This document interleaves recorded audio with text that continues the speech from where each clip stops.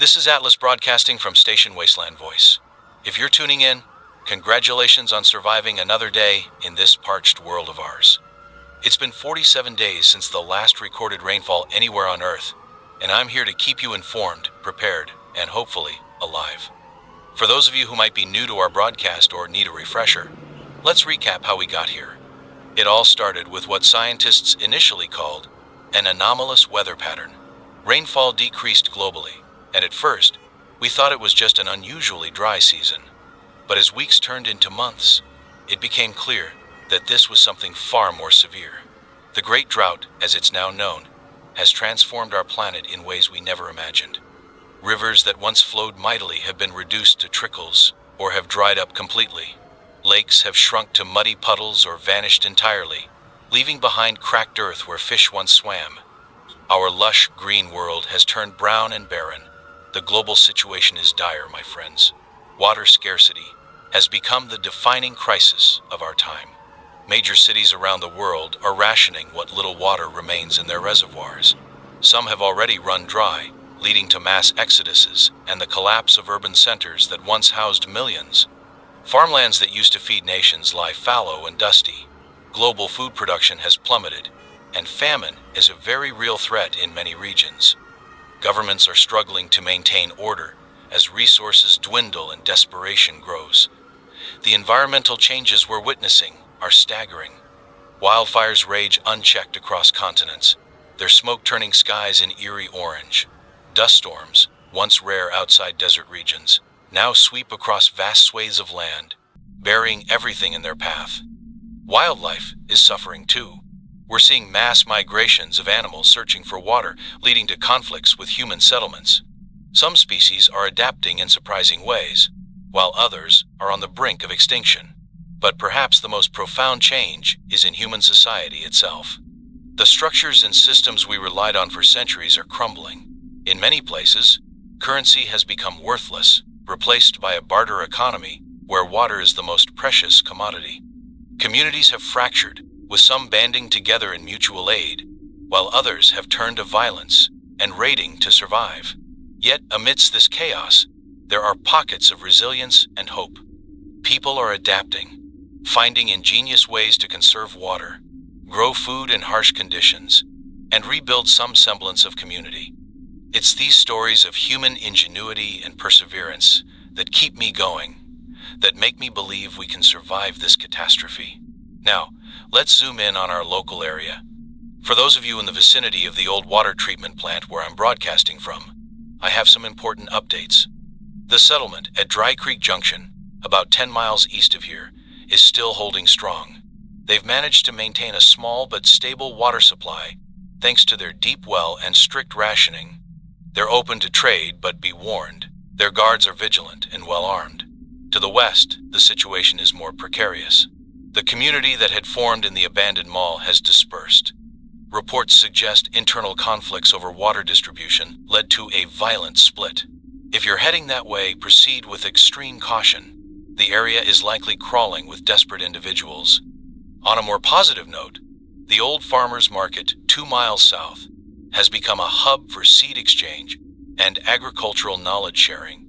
If you have experience in drought-resistant farming or want to learn, that's the place to go. They meet every third day at noon, but arrive early if you want to participate. Resource availability in our area is, as you might expect, limited. The reservoir to the north is down to about 15% capacity and is heavily guarded by what remains of the local authorities. They're allowing controlled access for water collection, but the lines are long and tensions often run high. Food is scarce, but not impossible to find if you know where to look. The old community garden near the elementary school has been converted to grow hardy, drought-resistant crops. They're always looking for helping hands and are willing to share their harvest with workers. As for other supplies, the abandoned hardware store on Main Street has become a valuable scavenging spot. Tools, repair materials, and improvised water collection systems can often be found there. But be careful. It's also frequented by less friendly scavengers. Now, let's talk about danger zones. The area around the old chemical plant 5 miles southeast is a no-go. We've received reports of toxic leaks as the containment systems fail without maintenance. The fumes are dangerous, and any water in that area is likely contaminated. The highway leading out of town has become a gauntlet of sorts. Desperate people have set up ambush points to rob travelers of their water and supplies. If you must use the highway, travel in groups and stay alert. The dry riverbed that runs through the center of town might seem like a good route, but be wary. The lack of water has driven packs of feral dogs into the area. They're aggressive and dangerous, especially to lone travelers. On a broader scale, we're seeing similar patterns play out across what's left of our nation and the world. Coastal regions are facing their own unique challenges.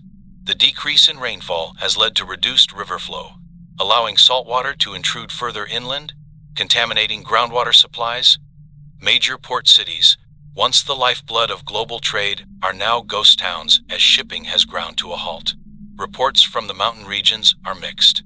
While some areas have benefited from melting glaciers providing temporary water sources, others are facing landslides and forest fires, as the dry conditions destabilize slopes and turn woodlands into tinderboxes. Former major cities have become urban wastelands. Without water to support their massive populations, most have been abandoned. Those who remain eke out a precarious existence among the crumbling skyscrapers and empty streets. Some visionaries are experimenting with vertical farming and rainwater harvesting systems in these urban environments, but success has been limited so far. As for government and military activities, it's hard to get a clear picture. What's left of the federal government claims to be coordinating relief efforts and working on long-term solutions, but their reach seems limited. Military units have been deployed in some areas to maintain order and distribute resources, but in others, they've gone rogue, setting up their own fiefdoms. Scientists around the world are working tirelessly to understand and potentially reverse the Great Drought. Theories abound about its cause, ranging from climate change feedback loops to solar radiation fluctuations. Some even point to that experimental weather control satellite that malfunctioned just before the drought began. Whatever the cause, finding a solution is humanity's most pressing challenge. But let's not get lost in the global picture and forget our immediate concerns. It's time for today's weather forecast, and I'm afraid it's more of the same. We're looking at clear skies with temperatures reaching a scorching 110 degrees Fahrenheit by midday. The UV index will be extreme, so limit your time in direct sunlight. Winds will pick up in the afternoon, gusting up to 30 miles per hour. This means we have a high risk of dust storms. If you see a wall of dust approaching, seek shelter immediately. Remember, these storms can reduce visibility to zero in seconds, and the dust can cause severe respiratory issues. Tonight, temperatures will drop to around 80 degrees. It might seem cool compared to the day, but don't be fooled. The lack of cloud cover means we'll lose what little humidity we have, so tonight is crucial for water conservation. Now, for our survival tip of the day, let's talk about dawn water collection. In the early morning hours just before sunrise, you might notice a thin layer of dew on plants or other surfaces. This might not seem like much, but in our current situation, every drop counts. To collect this precious water, try this method. Take a clean cloth, a piece of clothing, or even a bunch of grass tied together. Gently drag this over dew-covered surfaces. Once the cloth is damp, wring it out into a clean container. Repeat this process as many times as you can before the sun rises and evaporates the dew. It's a time-consuming process, and you won't collect gallons, but even a few extra ounces of water can mean the difference between life and death out here. Just remember to purify any water you collect before drinking it. That's all for this segment, but stay tuned. Coming up, we'll be diving deeper into reports from other regions, discussing the latest scientific theories about the drought, and I'll be sharing some vital health advisories to keep you safe in these harsh conditions. Remember, knowledge is power, especially in our new reality. This is Atlas, and you're listening to Wasteland Voice, your lifeline in the Great Drought. Now, let's delve deeper into our local area report. As I mentioned earlier, the situation at Dry Creek Junction remains stable, but there's more to the story. The community there has implemented a fascinating water recycling system. They're using a combination of sand filtration and solar distillation to purify and reuse gray water. It's not perfect, but it's allowing them to stretch their water supplies far beyond what most of us thought possible. I've received word that they're willing to share their knowledge with other settlements, but they're understandably cautious about outsiders. If you're interested in learning their techniques, approach slowly and openly for drought-resistant plants or any working solar panels you might have. The dispersal of the mall community I mentioned earlier has had some unexpected consequences.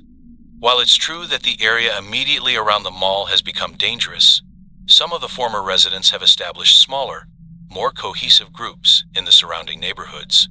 These micro-communities are proving to be more sustainable, each focused on a specific survival skill. There's a group in the old suburb to the north that's become experts in rainwater harvesting.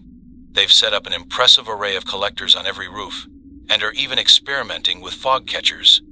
Another group, settled in what used to be the industrial district, is working on repairing and repurposing old machinery to drill deeper wells. These groups are cautiously beginning to trade with each other, forming the beginnings of a new economic network. It's a fragile arrangement, but it's a glimmer of hope in these dark times. If you have skills to offer, consider reaching out to these communities. But remember, trust is hard-earned in this new world. Be prepared to prove your worth. Let's talk more about resource availability in our area. Water, as always, is our most critical concern. The reservoir I mentioned earlier isn't our only source, thankfully. There's an underground spring that's been discovered in the old city park. It's not much, just a trickle really, but it's clean and consistent. The locals have set up a distribution system, allocating a small amount to each person daily. If you're in dire need, head there, but be prepared to wait in line. Food continues to be a challenge, but we're seeing some innovative solutions. The community garden I spoke about has expanded its operations. They're not just growing food now, but also experimenting with insect farming. I know it might sound unappetizing, but insects are a protein-rich food source that requires minimal water to raise. They're particularly focusing on mealworms and crickets. If you can get past the initial squeamishness, it's a valuable food source. There's also been an increase in foraging activity. A group of former botanists has been mapping out edible plants in the area that are thriving despite the drought. They've identified several species of cacti and succulents that are not only edible but also contain small amounts of water. They're offering foraging classes every few days. If you're interested, look for the green flag near the old library. In terms of other supplies, the situation at the hardware store has evolved. A group of residents has taken it upon themselves to organize the scavenging. They've set up a kind of informal trading post there. Bring what you can spare, and you might find something you desperately need. They're particularly interested in medical supplies, water purification tablets, and any kind of tools or materials that can be used for water collection or conservation. Now, let's expand on the danger zones in our area. The chemical plant I warned you about earlier has become an even bigger threat. The toxic leaks have contaminated a larger area than we initially thought. We've had reports of wildlife die-offs in a 5-mile radius around the plant. If you absolutely must travel in that direction, wear protective gear and bring a working Geiger counter if you can find one. Some of those chemicals are nasty stuff. The highway situation has escalated. The ambush points I mentioned have evolved into makeshift toll stations. Different groups control different stretches of the road, demanding payment in water or supplies for safe passage. Some are relatively reasonable, others, not so much. If you're planning a journey, try to gather intelligence on which groups control which areas. Some travelers have had success negotiating passage by offering skills or labor instead of supplies. Remember the dry riverbed I warned you about due to the packs of feral dogs? Well, the situation there has taken an unexpected turn. A group of former animal control officers and veterinarians have taken it upon themselves to address the problem. They're not trying to eliminate the dogs, but to rehabilitate them. They're using their expertise to calm and train the animals, turning them into valuable allies for hunting and protection. It's slow work and still dangerous, but if you have any animal handling experience, they could use the help. There's a new danger zone that's emerged recently. The old quarry on the outskirts of town has become unstable. The lack of rain has dried out the ground faster than usual, leading to unexpected sinkholes and rock slides. Several scavengers have been injured trying to explore the area. For now, it's best to steer clear entirely. On a more positive note, let's talk about some safe zones that have been established. The community college campus has been converted into a sort of safe haven. They're using the large open spaces for rainwater collection, the science labs for water purification, and the dormitories as communal housing. They have a strict vetting process for new residents, but if you can contribute a valuable skill, particularly in education or scientific research, they might have a place for you. Another safe zone has sprung up around the old fire station. A group of former first responders has fortified the area and turned it into a medical center and emergency response hub. They're always on the lookout for medical supplies and anyone with healthcare experience. Even if you don't plan on staying, it's good to know where to go in case of a medical emergency. Let's not forget about the underground. I'm not talking about subways or sewers, but the network of survivalists who were prepared for a disaster like this. They've been quietly operating beneath the surface, both literally and figuratively. Many have extensive bunkers with stockpiles of supplies. While they're understandably protective of their resources, some have begun to cautiously engage with the surface communities, trading their expertise in long-term survival for fresh supplies and information. Now, I want to address a rumor that's been circulating. There's talk of a hidden oasis in the mountains to the east, a place where water still flows freely. I can't confirm or deny these rumors, but I urge caution. Many have set out in search of this supposed paradise, and few have returned. The mountains are treacherous in the best of times, and these are far from the best of times. If you're considering such a journey, please be prepared and don't go alone. Let's circle back to our immediate vicinity. The area around this broadcast station, the old water treatment plant, has become a neutral zone of sorts. People come here not just for information, but for the chance to meet and trade in relative safety. I've established some ground rules. No weapons allowed inside the perimeter, and any conflicts must be resolved peacefully or taken elsewhere. So far, it's working. If you're in need of a safe place to rest or looking to connect with other survivors, you're welcome here. In terms of local governance, things remain decentralized. The old power structures have largely crumbled, replaced by ad hoc committees and community leaders who've proven their worth through action rather than authority. There's talk of forming a council with representatives from each of the major settlements in the area, but for now, each community is largely governing itself. One development worth noting is the emergence of a new justice system. With the old courts and police force gone, communities have had to find new ways to maintain order. Many have adopted a system of community tribunals, where disputes are settled by a panel of respected community members. Punishments tend to focus on restitution and community service rather than imprisonment, as we can't afford to support people who don't contribute. Education is another area that's seen significant changes. Formal schooling, as we knew it, has largely disappeared, replaced by a more practical apprenticeship-based system. Children and young adults are paired with skilled individuals to learn trades essential for survival: water management, sustainable agriculture, mechanical repair, medical care, and so on. If you have knowledge to share, consider taking on an apprentice. Our future depends on passing on these crucial skills. I want to touch on a sensitive subject: population movement. We're seeing a slow but steady trickle of newcomers to our area, people fleeing from regions hit even harder by the drought. This influx brings both challenges and opportunities.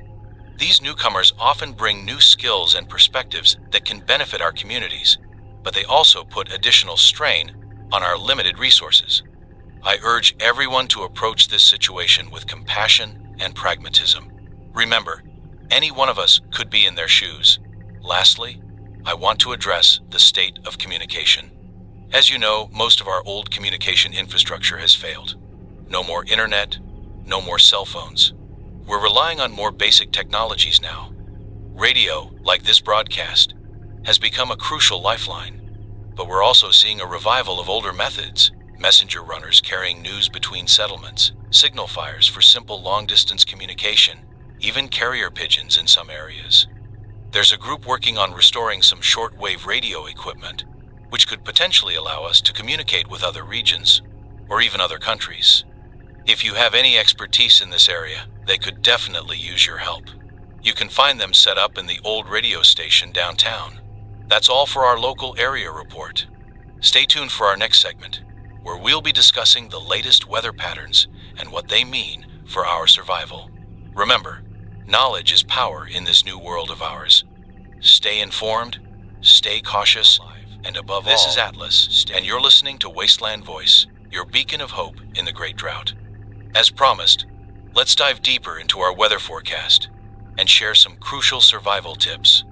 The weather patterns we're experiencing are unlike anything we've seen before, and understanding them could mean the difference between life and death. For the next few days, we're looking at a continuation of the hot, dry conditions that have become our new normal. Daytime temperatures will consistently reach the triple digits, with tomorrow expected to hit 115 degrees Fahrenheit. The nights will offer little relief, with temperatures only dropping to the mid-80s. This relentless heat is more than just uncomfortable, it's dangerous. Heat exhaustion and heat stroke are real threats, especially for those who have to work outdoors or travel during the day. The humidity levels remain critically low, hovering around 10%. While this might seem like a small blessing in the heat, it actually poses significant risks. The dry air is harsh on our respiratory systems and can quickly lead to dehydration. It's also creating prime conditions for dust storms and wildfires.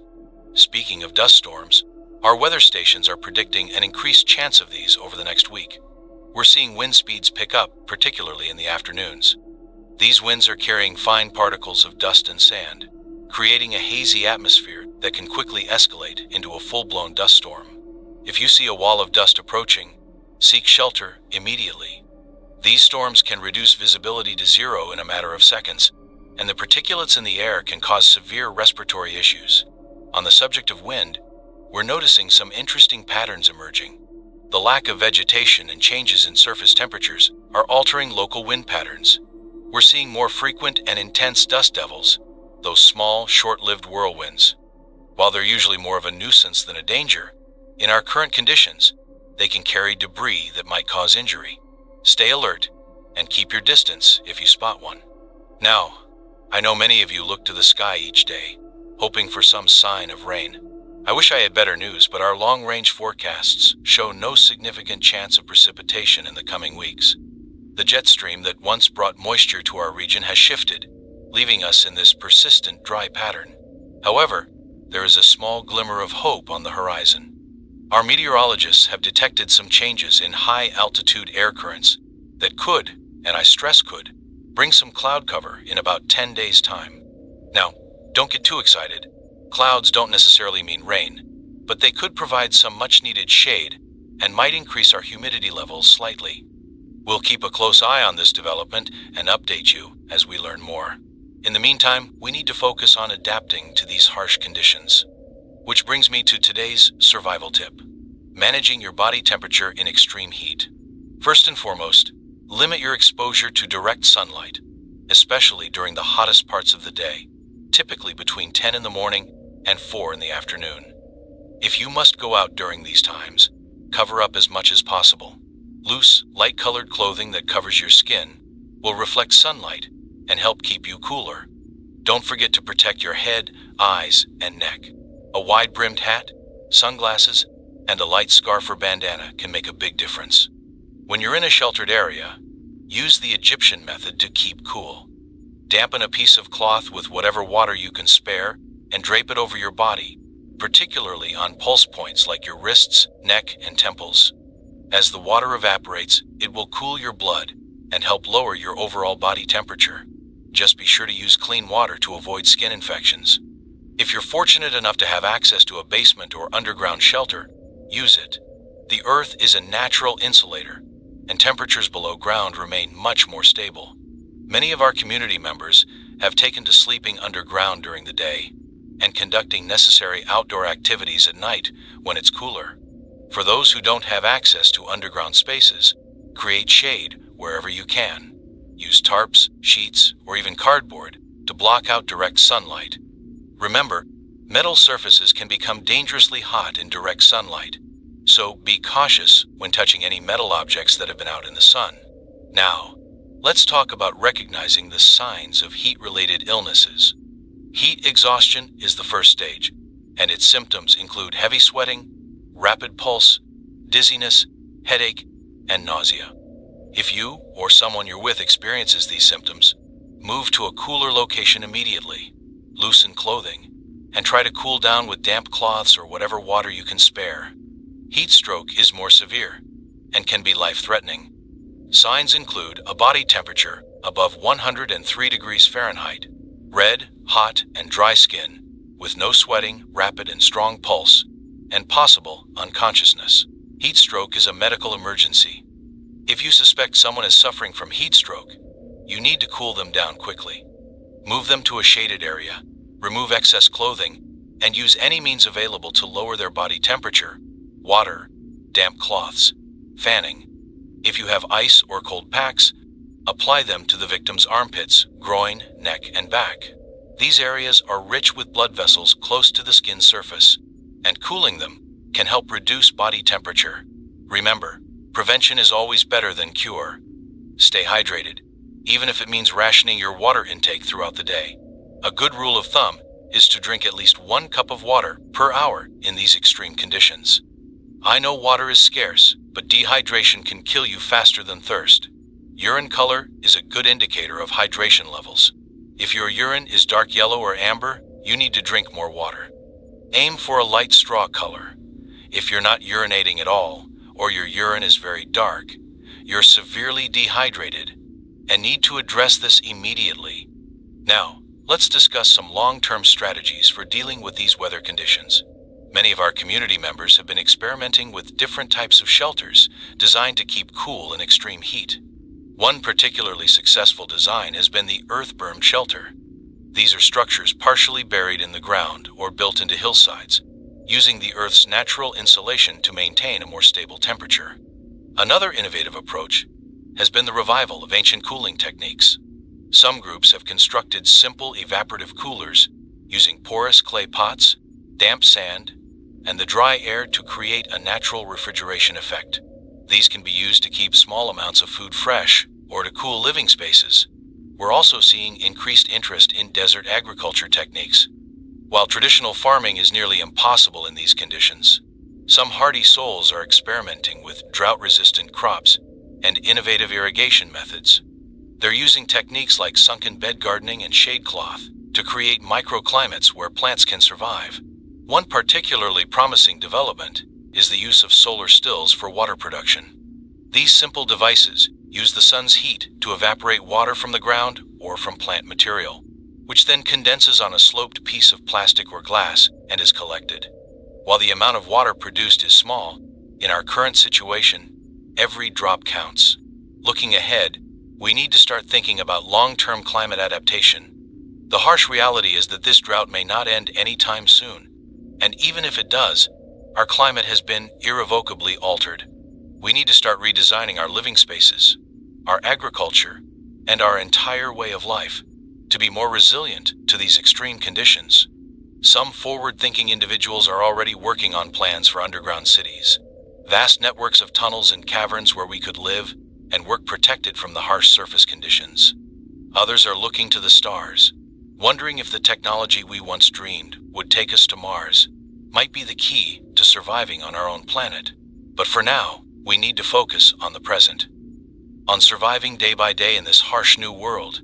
And that means staying informed about the weather conditions and how to protect ourselves from them. Remember, every day we survive is a victory. Every person who makes it through these harsh conditions is a testament to human resilience and ingenuity. We've faced challenges before as a species, and we've always found a way to adapt and overcome. This drought, as severe as it is no different. Stay strong, stay smart, and most importantly, stay alive. Keep listening to Wasteland Voice for more updates and survival tips.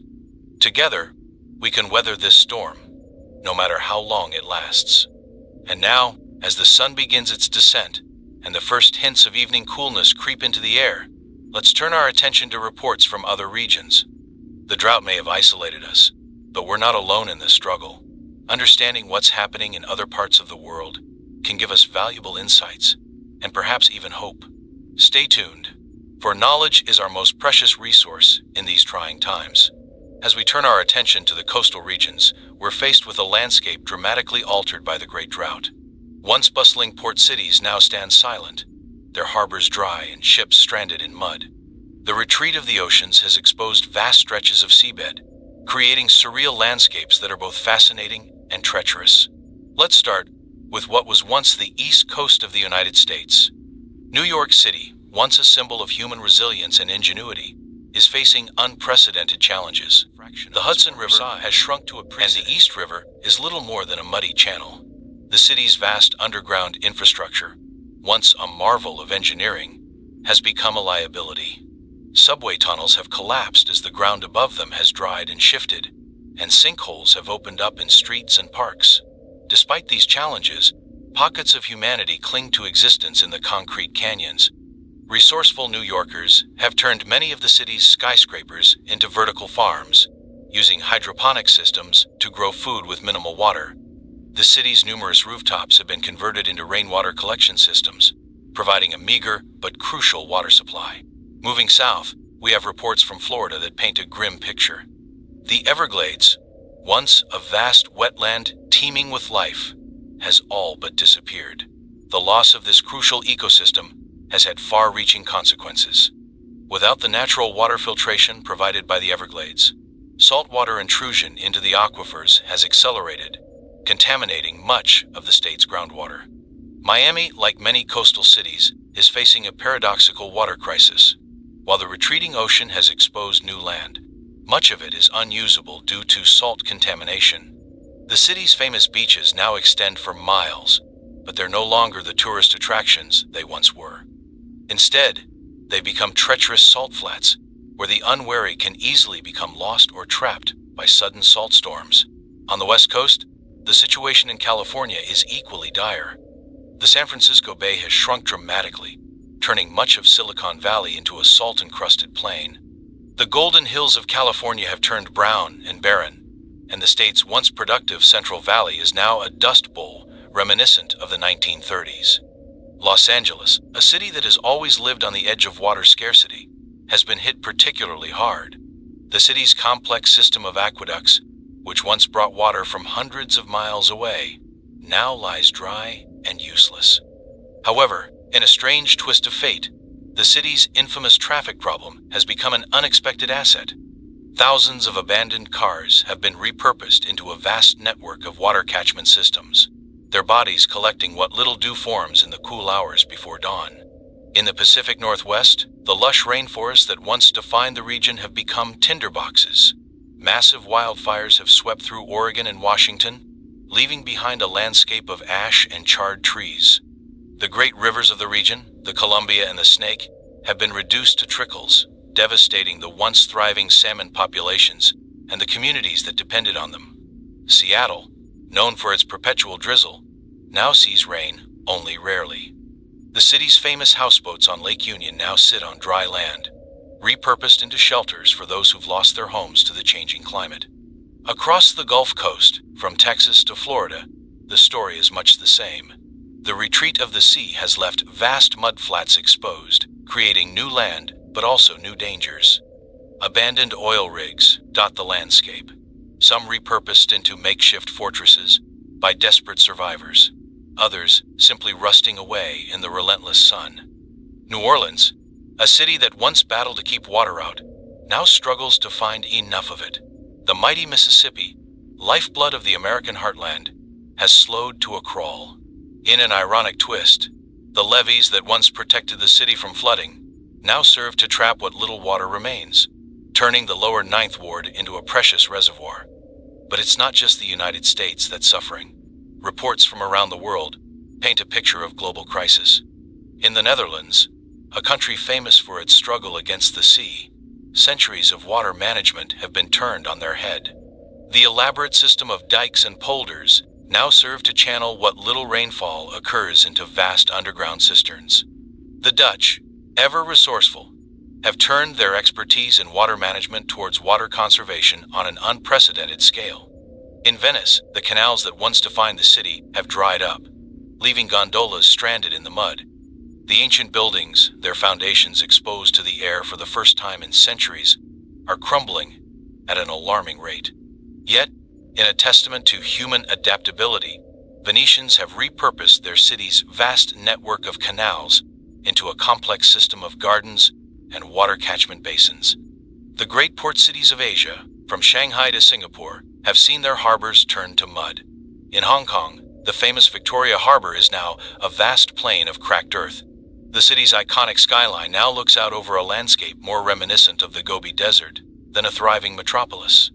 Yet, the people endure, turning the city's countless high-rises into vertical farms and water collection towers. In Australia, a continent already familiar with drought, the situation has become extreme. The Great Barrier Reef, once a vibrant underwater ecosystem, now lies exposed to the air, a bleached and lifeless testament to the changing world. Coastal cities like Sydney and Melbourne are struggling, but the Australians' long experience with water scarcity has proven valuable. Desalination plants, once used to supplement the water supply, have become the lifeline of the coastal regions. Perhaps the most dramatic changes have occurred in the Arctic and Antarctic regions. As the planet has heated up, the polar ice caps have melted at an unprecedented rate. This has led to a rush for newly exposed resources, with various nations and private entities scrambling to claim the vast oil and mineral deposits that lie beneath the former ice sheets. However, this melting has had catastrophic effects on global weather patterns and ocean currents. The Gulf Stream, which once brought warm water and mild weather to northern Europe, has all but shut down, plunging the region into a paradoxical deep freeze, even as the rest of the world bakes. In the southern hemisphere, the melting of the Antarctic ice sheets has led to a temporary increase in freshwater availability for some coastal regions of South America and Africa. However, this is a double-edged sword, as the influx of cold freshwater is disrupting marine ecosystems and fishing industries. One unexpected consequence of the drought has been the exposure of long-hidden secrets along the coasts. As waters recede, ancient ruins and shipwrecks have been revealed. In the Mediterranean, entire lost cities have been uncovered, providing archaeologists with unprecedented access to the ancient world. However, these discoveries are bittersweet, as the very conditions that revealed them also threaten their preservation. The global fishing industry, once a major source of food for billions, has collapsed. The retreat of the oceans and the disruption of marine ecosystems have led to mass die-offs of fish populations. The few species that have managed to adapt are fiercely protected by the coastal communities that depend on them. Yet, even in these dire circumstances, human ingenuity shines through. In Japan, the famous Tsukiji fish market has been transformed into a vast aquaponics facility, where fish are raised in carefully managed tanks, their waste used to fertilize crops growing under LED lights, powered by solar panels. In the Maldives, a nation once threatened by rising seas, people have embarked on an ambitious project to create artificial islands using the abundant sand exposed by the retreating ocean. These new islands are designed to be self-sufficient, with integrated systems for water collection, food production, and renewable energy generation. Along the coast of Peru, where the Atacama Desert meets the Pacific, people have revived ancient Incan techniques for harvesting water from fog. Vast nets strung along the coastline capture moisture from the marine layer, providing a precious source of fresh water in one of the driest places on Earth. In the Mediterranean, the ancient practice of creating terraced gardens has been revived on a massive scale. The steep coastal cliffs, once popular tourist destinations, have been transformed into vast agricultural projects. Their carefully engineered levels designed to capture and utilize every drop of precious rainwater. The Suez and Panama Canals, once crucial arteries of global trade, now lie dry and abandoned. However, enterprising individuals have begun to repurpose these vast trenches. In the Suez, a massive solar farm now stretches from coast to coast, taking advantage of the uninterrupted sunshine. In Panama, the locks have been converted into a series of reservoirs, carefully rationing what water remains to the surrounding communities. Perhaps the most ambitious projects are taking place beneath the waves, or what's left of them. As traditional agriculture becomes increasingly difficult, some coastal communities have turned to the cultivation of seaweed and algae. These fast-growing, nutrient-rich plants require far less water than traditional crops and can be grown in the shallow, briny waters that remain. In some areas, Vast undersea domes have been constructed, creating controlled environments where fish can be farmed and desalination operations can be carried out more efficiently. These domes, gleaming in the harsh sunlight, have become beacons of hope for many coastal dwellers. But for all these innovations, life in the coastal regions remains precarious. The loss of global shipping has severed many supply lines, forcing communities to become increasingly self-reliant. The constant threat of salt storms, tidal bores, and collapsing infrastructure keeps residents on constant alert.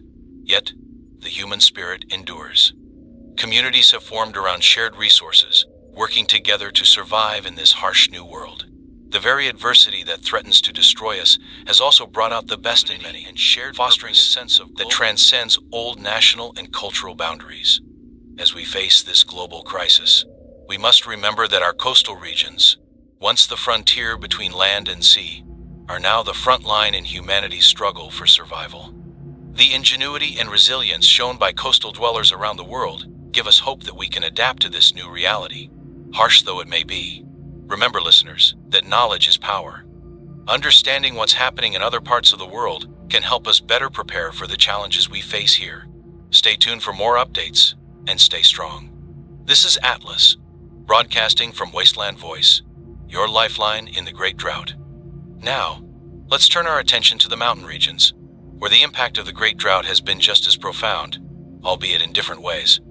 These areas, once known for their snow-capped peaks and rushing rivers, have undergone dramatic transformations that have reshaped both the landscape and the lives of those who call these high places home. Let's start with the Rocky Mountains, that great spine of North America. The once mighty glaciers that fed countless rivers and streams have all but vanished. Glacier National Park, ironically, now contains no glaciers at all. The loss of these ice giants has had far-reaching consequences.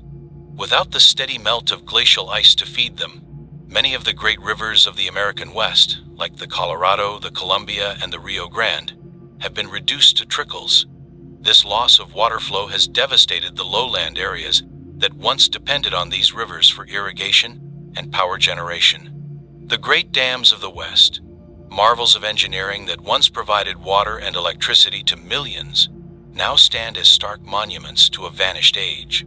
Lake Mead, once the largest reservoir in the United States, is now a vast dry basin, its bottom cracked and dusty. Yet, even in these harsh conditions, life finds a way. The mountain communities that have survived have done so through a combination of ingenuity and sheer determination. Many have turned to harvesting what moisture remains in the air. Fog catchers, vast nets strung across mountain valleys, capture water droplets from the mists that still occasionally shroud the peaks. While the yield is small, in this parched world, every drop counts. In the Alps of Europe, the situation is equally dire. The famous ski resorts that once drew millions of tourists now stand abandoned, their slopes brown and barren. The melting of permafrost, once thought to be a permanent feature of high mountain environments, has led to increased rockfalls and landslides, reshaping the very face of these iconic mountains. However, the people of the Alps, long accustomed to harsh conditions, have adapted in remarkable ways. Ancient techniques for water conservation, some dating back to Roman times, have been revived and expanded. Cisterns, carved into the living rock of the mountains, collect what little rainfall occurs, while carefully engineered channels direct snowmelt and glacial runoff to where it's needed most. In a strange twist of fate, the retreat of the glaciers has exposed mineral deposits long hidden beneath the ice. This has led to a new gold rush of sorts, with prospectors combing the newly exposed mountain flanks for precious metals and rare earth elements. While this has brought a measure of economic activity to some areas, it has also led to conflicts over these limited resources. The Himalayas, often called the water tower of Asia, have seen some of the most dramatic changes. The retreat of glaciers here doesn't just affect local communities, but billions of people across India, China, and Southeast Asia who depend on the great rivers that are born in these mountains.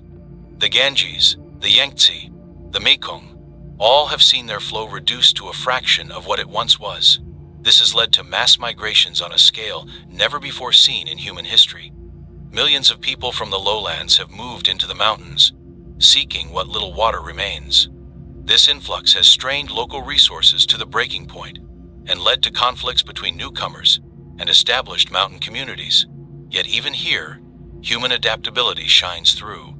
The ancient practice of building stupas, once done for religious reasons, has been adapted for water conservation. These structures, redesigned to capture and store snowmelt, have become crucial infrastructure in many Himalayan communities.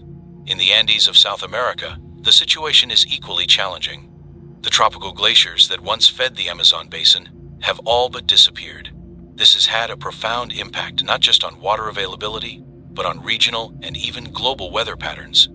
The Amazon rainforest, already under threat from deforestation, is now dying of thirst. As the forest retreats, it releases the carbon stored in its trees and soil, further accelerating global warming in a vicious cycle. But the indigenous peoples of the Andes, drawing on knowledge passed down through generations, have found ways to survive. The ancient Incan practice of building puquios, underground aqueducts, has been revived and expanded. These systems, some of which lay dormant for centuries, are once again bringing water from mountain aquifers to parched communities. In North America's Appalachian Mountains, the challenges are different but no less severe. While these lower, older mountains never had large glaciers, they were once covered in lush forests that played a crucial role in the regional water cycle. Now, those forests are dying, victims of drought and insect infestations that have exploded in the hotter, drier climate. The loss of these forests has led to increased erosion, mudslides, and flash flooding when rain does fall. Many of the small towns that once dotted these mountains have been abandoned, their populations moving to higher elevations where water is more readily available. Yet even here, people are finding ways to adapt.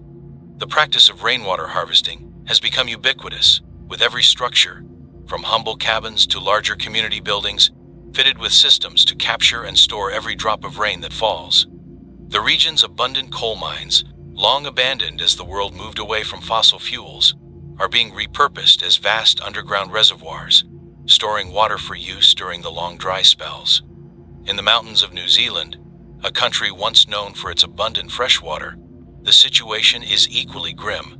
The Southern Alps, which once captured moisture from the westerly winds and fed it into a network of glaciers and rivers, now stand brown and bare for much of the year. The famous fjords of the South Island, once filled with pristine glacial meltwater, are now brackish and stagnant as seawater intrudes further inland.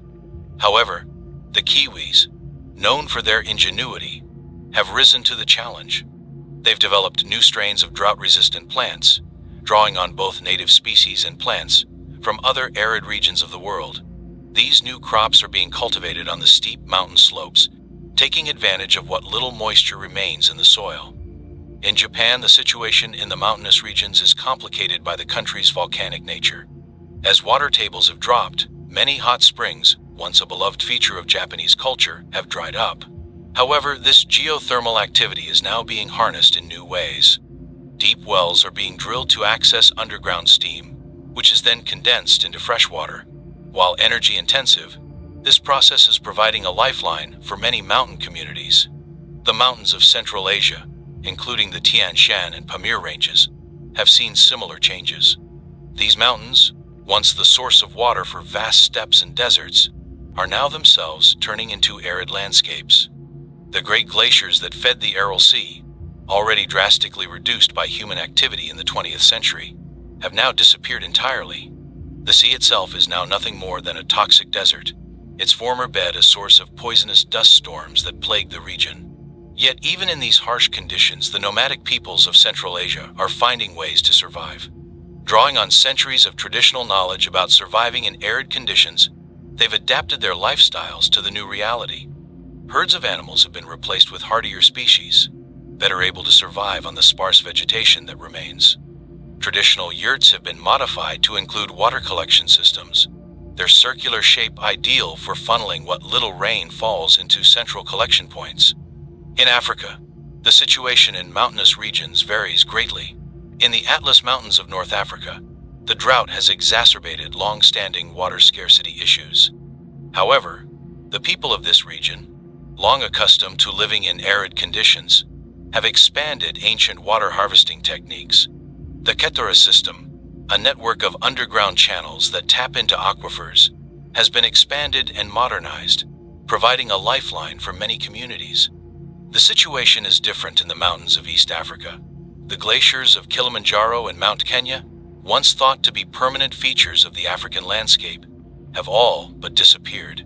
This has had profound impacts on the water cycle of the entire region, affecting millions of people across multiple countries. However, the people of this region have shown remarkable resilience. In Kenya, for example, the practice of building sand dams has been expanded. These simple structures, built across seasonal riverbeds, trap and store water in the sand, protecting it from evaporation, and providing a crucial water source during the long dry seasons. Even in the face of these immense challenges, the mountain regions of the world continue to play a crucial role in the survival of our species. Provide opportunities for water harvesting that simply don't exist in lowland areas. The very harshness of mountain environments has bred a toughness and adaptability in their inhabitants that is serving them well in these difficult times. Moreover, the mountains themselves may hold the key to our long-term survival. Their caves and tunnels offer protection from the harsh surface conditions, leading some to speculate about the development of large-scale underground habitats. The exposed rock faces, stripped of vegetation, are being eyed as potential sites for vast arrays of solar panels, offering a path to energy independence for mountain communities. But perhaps most importantly, the mountains remind us of the world we've lost and the one we're fighting to preserve. Even in these harshest of times, when a snowfall or a gurgling stream have become rare events, the mountains stand as monuments to the beauty and power of the natural world. As we face the challenges of the Great Drought, we would do well to emulate the resilience and adaptability of mountain dwellers. Their ability to thrive in harsh conditions, to make the most of limited resources, and to work in harmony with their environment rather than against it, offers valuable lessons for all of us. Remember, listeners, that while the situation in the mountain regions is dire, it is not without hope. Human ingenuity and determination are powerful forces, and nowhere is this more evident than in the high places of our world. Stay tuned for more updates and stay strong. This is Atlas, broadcasting from Wasteland Voice, your lifeline in the Great Drought. Now, let's turn our attention to the former major cities of the world, once bustling metropolises that have been transformed by the Great Drought into urban wastelands. These concrete jungles, once symbols of human progress and ingenuity, now stand as stark reminders of the fragility of our civilization in the face of environmental catastrophe. Let's start with New York City, once the epitome of urban life. The city that never sleeps has fallen into a fitful slumber. The iconic skyline remains, but the streets below are eerily quiet. Central Park, once a green oasis in the heart of Manhattan, has become a dust bowl. The trees have withered, their roots desperately seeking moisture in the parched earth. The city's vast network of underground tunnels, once a marvel of engineering, has become a liability. As the ground above has dried and shifted, many subway tunnels have collapsed, creating sinkholes that have swallowed entire city blocks. The few residents who remain have taken to the upper floors of skyscrapers, creating vertical communities that are easier to defend and supply. In a strange twist of fate, the city's abundant concrete and asphalt have become valuable resources. Resourceful survivors have developed techniques to extract moisture from these materials, providing a meager but crucial water supply. The vast rooftops of the city have been transformed into a patchwork of solar panels and water catchment systems, harnessing what little rain still falls. Moving west to Chicago, the situation is equally grim. The mighty Lake Michigan, once the city's lifeline, has receded dramatically, leaving miles of lakebed exposed. The famous Chicago River, which once flowed backwards due to human engineering, now doesn't flow at all. It's nothing more than a muddy trench cutting through the heart of the city. But Chicagoans are nothing if not resilient. The city's abundant, abandoned buildings have been repurposed in ingenious ways. Multi-story parking garages have been converted into vertical farms, their open sides perfect for maximizing natural light. The Willis Tower, once the tallest building in the Western Hemisphere, now serves as a vast rainwater collection system. Its 110 stories funneling what little precipitation falls into enormous underground cisterns. In Los Angeles, a city that has always lived on the edge of water scarcity, the situation is dire. The San Fernando Valley, once an agricultural powerhouse, is now a dust bowl reminiscent of the 1930s. The iconic Hollywood sign looks out over a landscape more reminiscent of Mad Max than the glitz and glamour of Tinseltown. Yet, in true Hollywood fashion, the residents of LA have found creative ways to survive.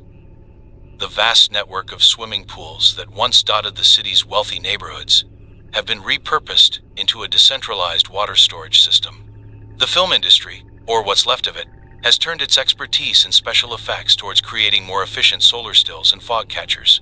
In the South, Atlanta has faced its own unique challenges. The city, once a dense urban forest, has seen most of its trees die off. This has led to a sharp increase in urban temperatures, making the city almost uninhabitable during the day. The few residents who remain have become nocturnal, conducting all necessary activities under the relative cool of night. The Georgia Aquarium, once the largest in the world, has been transformed into a vast experiment in aquaculture and water recycling. The enormous tanks now house carefully managed ecosystems that provide both food and water purification for the surrounding community.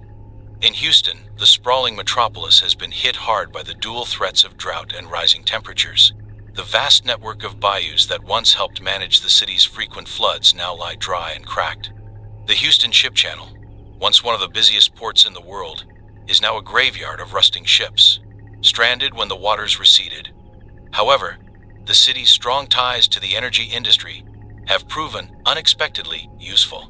Abandoned oil refineries have been repurposed into massive solar thermal plants, using the sun's heat to desalinate seawater pumped in from the distant coast. In the nation's capital, Washington, D.C., the situation is equally challenging. The Potomac River, which once flowed majestically past the city's monuments, has been reduced to a trickle. The National Mall, once a green expanse, is now a dusty plain. Yet even in these dire circumstances, the city continues to function as a hub of governance and planning. The vast network of underground bunkers and tunnels, built during the Cold War, now serve as climate-controlled living and working spaces for what remains of the federal government. Across the Atlantic, London has faced its own unique set of challenges. The Thames Barrier, once crucial for protecting the city from flooding, now stands as a rusting relic. The river itself has shrunk dramatically, exposing vast stretches of mudflats that are rapidly turning into dust bowls. The city's famous parks, once lush green spaces, have been transformed into vast water catchment areas. Hyde Park, Regent's Park, and others have been sculpted into series of tiered basins designed to capture and store every drop of rain that falls. In Paris, the Seine has all but disappeared, its famous bridges now spanning a dry gulch. The Eiffel Tower, that icon of the City of Light, now serves as a vast solar tower, its metal frame covered in photovoltaic cells that power much of what remains of the city. The catacombs beneath the city, once a macabre tourist attraction, have taken on new significance. These vast underground spaces, naturally cool and humid, have become precious real estate for growing fungi and other crops that can thrive in low-light conditions. Moving east to Moscow, the city has faced the dual challenges of extreme heat in summer and bitter cold in winter. The famous onion domes of St. Basil's Cathedral, once a riot of color, have faded under the relentless sun. Red Square, once the heart of the city, is now a vast solar farm, its cobblestones replaced with photovoltaic panels. The city's extensive metro system, one of the deepest in the world, has become a refuge for much of the remaining population. The cool, humid conditions underground provide a respite from the harsh surface conditions and have allowed for the development of extensive hydroponic farms. In Tokyo, one of the most populous cities in the world, the challenges have been immense. The vast urban heat island effect, combined with the global rise in temperatures, has made surface conditions almost unbearable. Many residents have retreated underground, turning the city's vast network of subway tunnels and underground shopping malls into a subterranean city.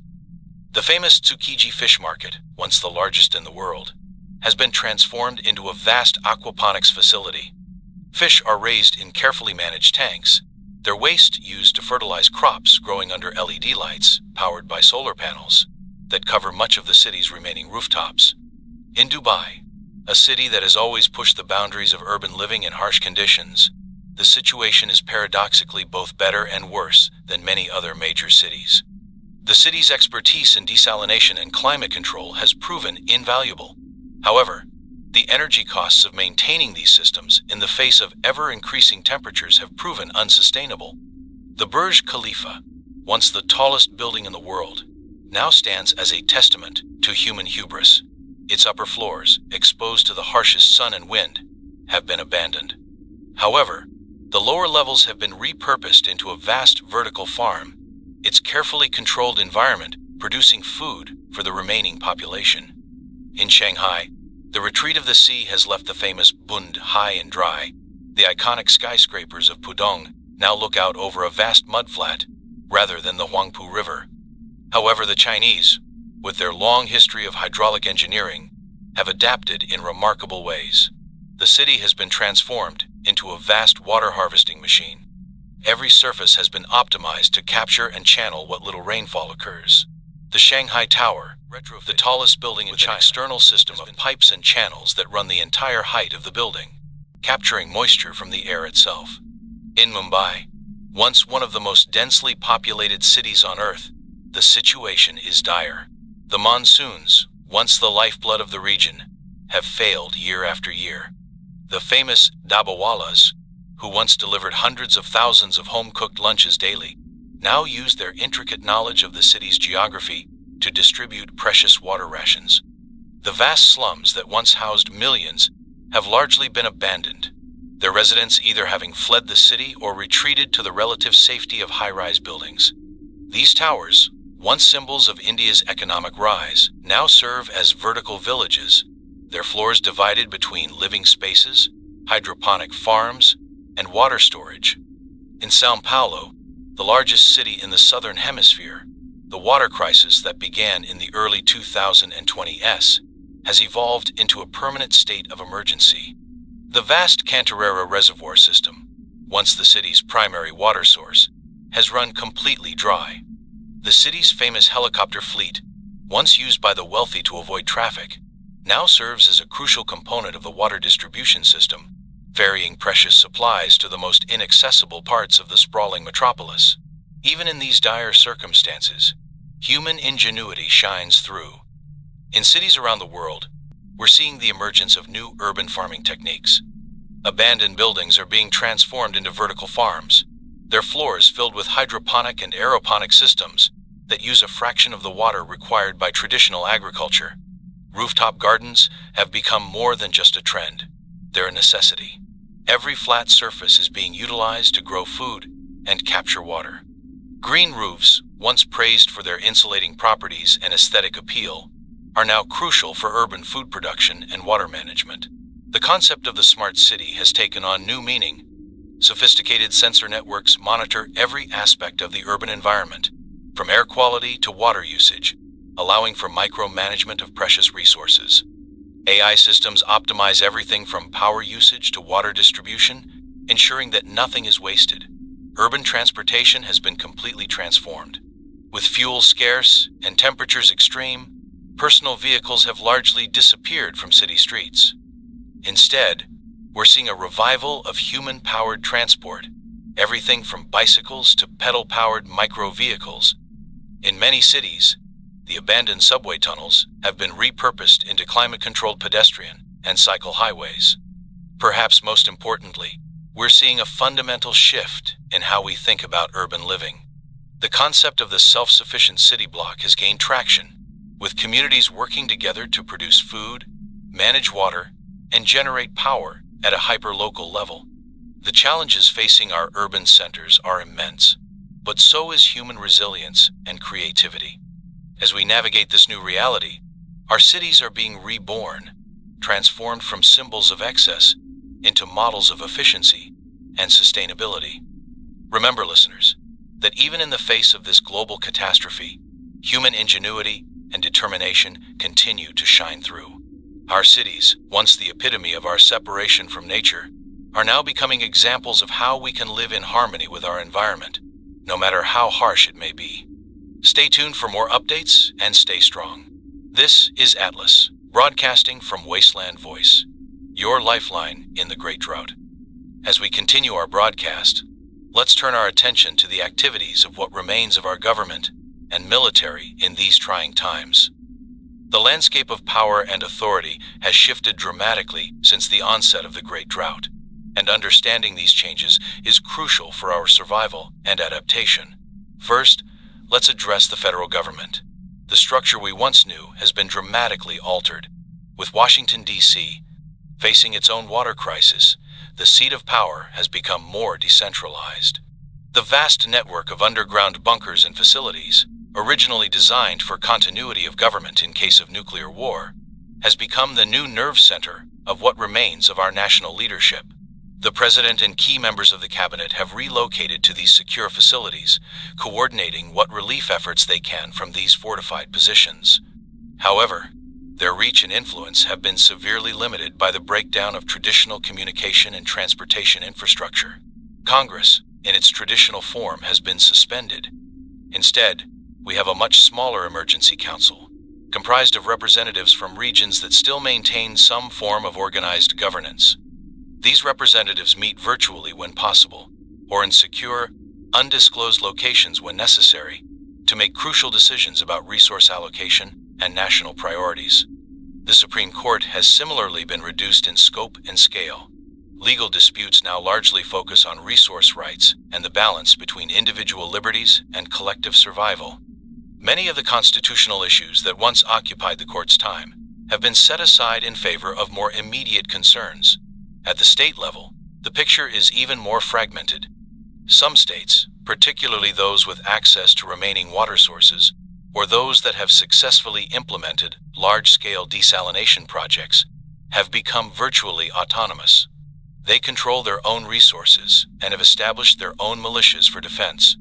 Other states have fractured, with cities and counties operating independently as they struggle to secure water and other essential resources.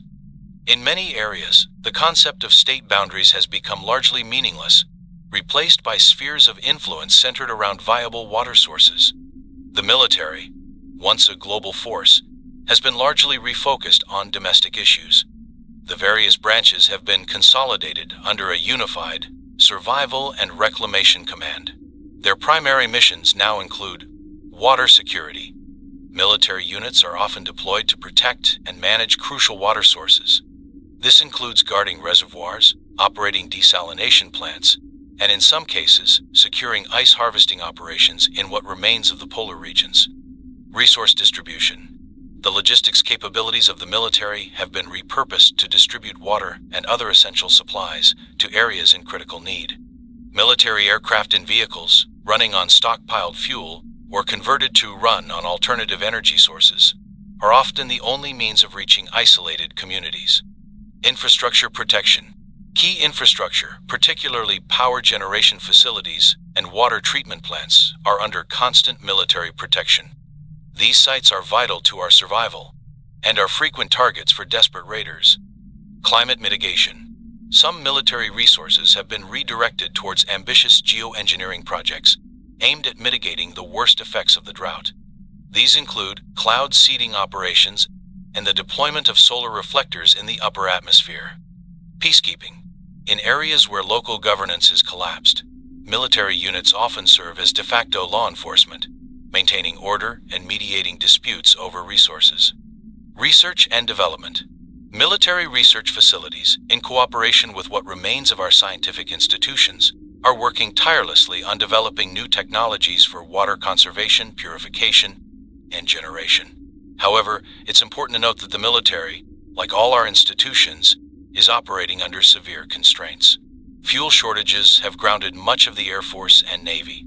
Many bases, particularly those in arid regions, have had to be abandoned due to lack of water. Moreover, the military faces its own internal challenges. There have been instances of units going rogue, using their training and equipment to secure resources for themselves, rather than fulfilling their assigned missions. The chain of command, while still largely intact, has been strained by the pressures of the crisis. In terms of international relations, the concept of traditional diplomacy has largely been set aside in favor of direct cooperation on survival issues. Former adversaries are now working together on water-sharing agreements and joint climate mitigation projects. However, tensions remain high, particularly in regions where water sources cross national boundaries. The United Nations, or what remains of it, has relocated its headquarters to Antarctica. The reasoning behind this move was twofold: to escape the water shortages plaguing New York City, and to directly oversee the management of Earth's last great freshwater reserve, the Antarctic ice sheet. From this new base of operations, the UN is attempting to coordinate global efforts to combat the drought. However, with many member nations struggling just to survive, participation in UN initiatives has been limited. One of the most significant UN projects is the Global Seed Vault Initiative. Recognizing that many plant species are at risk of extinction due to the changing climate, the UN has expanded the Svalbard Global Seed Vault and established similar facilities in other polar and high-altitude locations. These vaults now not only store seeds, but also house active research facilities working on developing more drought-resistant crop varieties. Another major international effort is the Deep Aquifer Exploration Project. This multinational endeavor aims to locate and tap into deep underground water sources that may have remained untouched by the surface drought. The project involves drilling to unprecedented depths and has required the development of new technologies capable of operating in extreme heat and pressure conditions. We're seeing the emergence of new forms of governance adapted to our current reality. Water councils have become a common feature in many communities, overseeing the fair distribution of this precious resource. These councils often wield more real power than traditional local governments. In some areas, we're seeing the rise of what some are calling hydro-states, political entities defined not by traditional boundaries, but by control over water sources. These range from small communities centered around a single well or desalination plant to larger entities controlling entire watershed systems. The private sector, or what remains of it, has also been drawn into governance roles. Companies with expertise in water management, agriculture, or energy production often find themselves serving quasi-governmental functions, their specialized knowledge making them indispensable to community survival. However, it's not all cooperation and unity. The scarcity of water has led to conflicts, some armed, over control of remaining sources. There have been reports of water raids, with well-equipped groups attacking less defended communities to seize their water supplies. In response to these threats, we're seeing the formation of water defense leagues, alliances between communities pledged to mutual defense of their water resources. These organizations often operate with the tacit approval of what remains of state and federal authorities, filling gaps in the official security apparatus. The legal system has also undergone significant changes. Water rights have become the most litigated issue, with courts struggling to apply outdated laws to our new reality. In many areas, new water codes have been established, fundamentally altering concepts of property rights and resource ownership. Environmental regulations, once seen by some as a hindrance to development, are now being enforced with unprecedented vigor. Any action that might threaten a water source or accelerate desertification is met with swift and severe punishment. Conversely, innovations in water conservation or reclamation are rewarded with tax breaks, resource allocations, and other incentives. Education systems have been overhauled to focus on survival skills and water-related technologies. Universities that have managed to remain operational have shifted their research priorities dramatically, with water science now the dominant field of study. In the realm of public health, we're seeing a renewed emphasis on waterborne diseases. With water recycling now a necessity in many areas, preventing the spread of pathogens through water systems has become a top priority. New technologies for water purification are being developed and deployed at a rapid pace. The energy sector has undergone a dramatic transformation. With water for cooling in short supply, many traditional power plants have been forced to shut down. This has accelerated the shift to solar and wind power, technologies that require minimal water to operate. However, the manufacture of solar panels and wind turbines requires water, creating new challenges and trade-offs. Nuclear power, once controversial, is seeing a resurgence in some areas. New reactor designs that use minimal water for cooling are being fast-tracked for development. However, concerns about the long-term safety of these facilities in our increasingly unpredictable climate remain.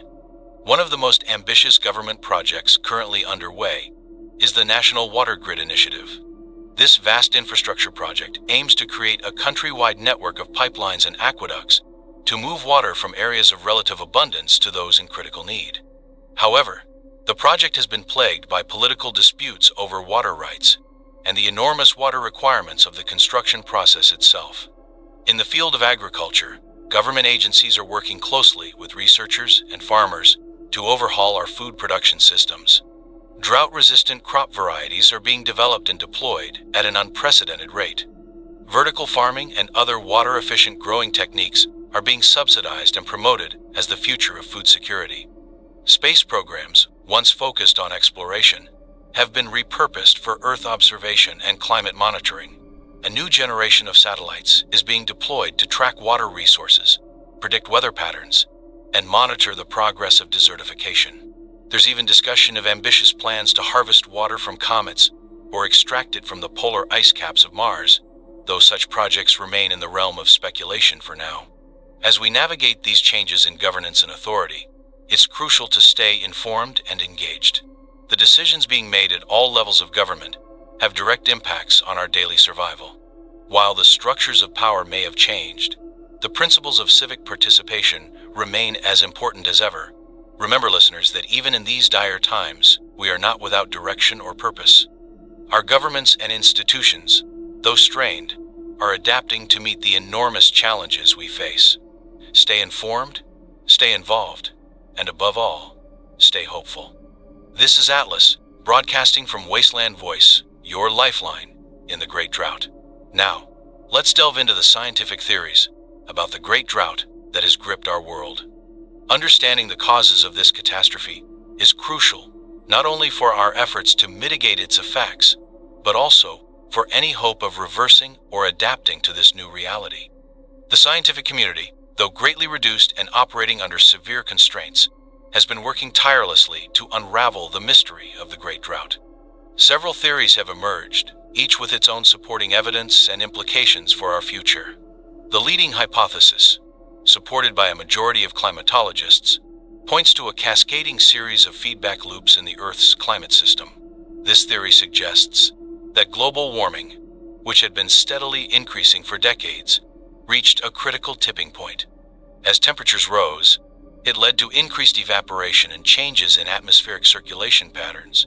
This, in turn, disrupted normal rainfall patterns, leading to prolonged droughts in many regions. The drought conditions then exacerbated the warming trend. As vegetation died off due to lack of water, it reduced the Earth's ability to absorb carbon dioxide, accelerating the greenhouse effect. Moreover, the loss of plant life reduced the amount of water vapor released into the atmosphere through transpiration, further decreasing rainfall. Another crucial factor in this theory is the role of the oceans.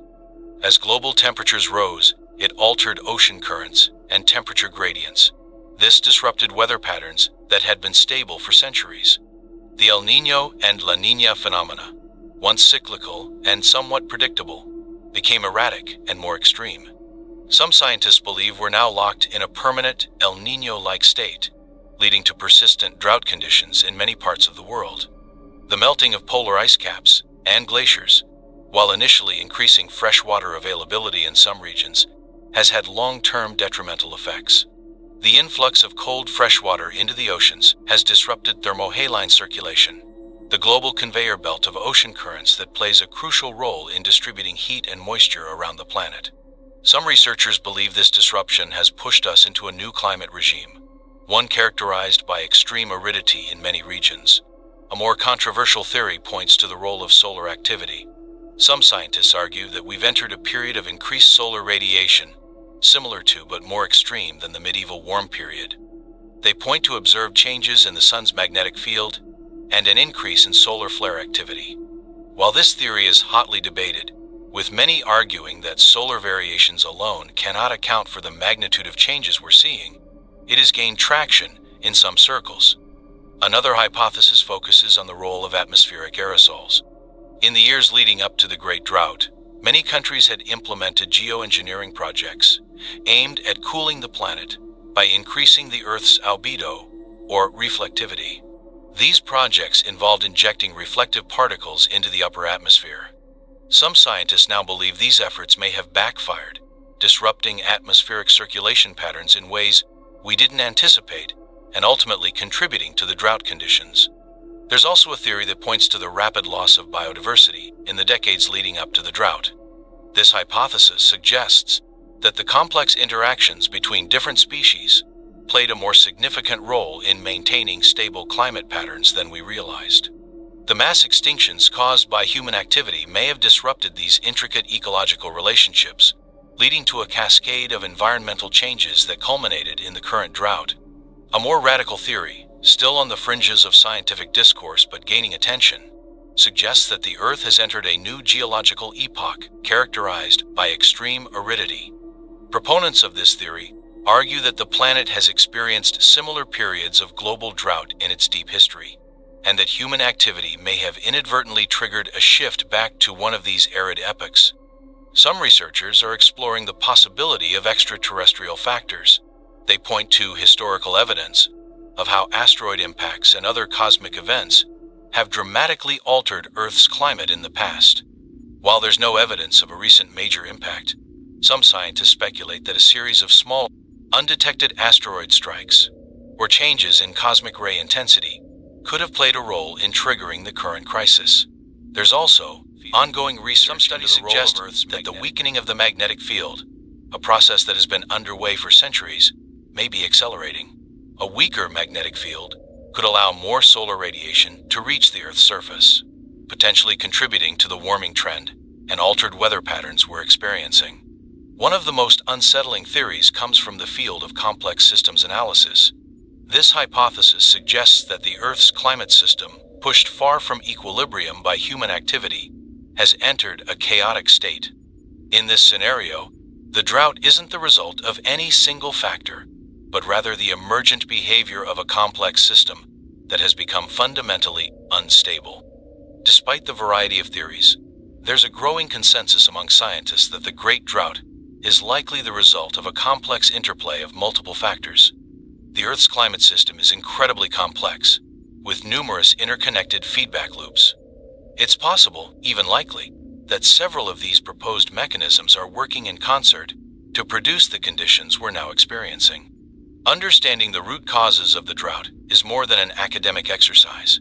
It's crucial for any hope of mitigating or reversing these conditions. Different causal factors would require different approaches to address. For instance, if the primary driver is indeed a runaway greenhouse effect, efforts might focus on finding ways to rapidly draw down atmospheric carbon dioxide levels. Some proposed solutions include massive reforestation projects in areas that can still support plant life, the development of artificial carbon capturing technologies, or even radical geoengineering proposals like ocean iron fertilization to promote plankton growth. If disrupted ocean currents are a key factor, we might see attempts to artificially restore these circulation patterns. Some scientists have proposed massive underwater structures to redirect ocean currents, though the feasibility and potential unintended consequences of such projects are hotly debated. In the case of increased solar activity being a significant contributor, we might see more emphasis on developing technologies to shield the Earth from excess solar radiation. Proposals range from deploying giant sunshades in space to seeding the upper atmosphere with reflective particles, though again, the potential risks of such interventions are a major concern. If the loss of biodiversity is indeed a key factor, we might see increased efforts in conservation and ecosystem restoration. The challenges here are immense, given the harsh conditions, but some scientists argue that restoring key species and habitats could help stabilize local and regional climate patterns. For those theories pointing to atmospheric changes, whether from aerosols or other factors, we might see attempts to artificially modify the atmosphere's composition. This could involve efforts to remove certain particles or add others, with the goal of restoring more normal circulation patterns. In the case of the more radical geological epoch theory, the implications are profound. If we have indeed entered a new arid age, our efforts might need to focus more on long-term adaptation, rather than attempting to reverse the changes.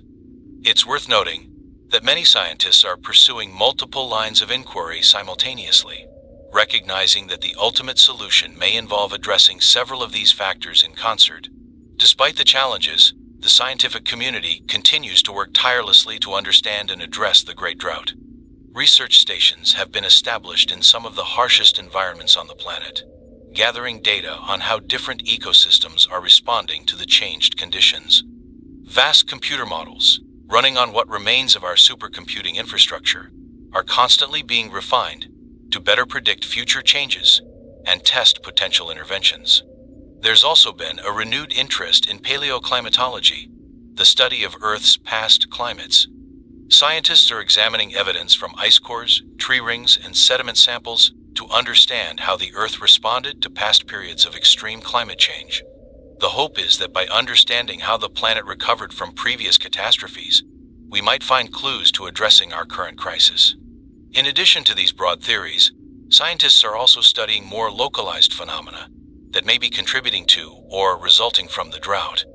For instance, there's ongoing research into the formation and behavior of heat domes, persistent high-pressure systems that can exacerbate drought conditions.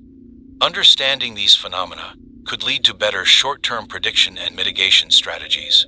There's also significant research being conducted on the changing behavior of jet streams.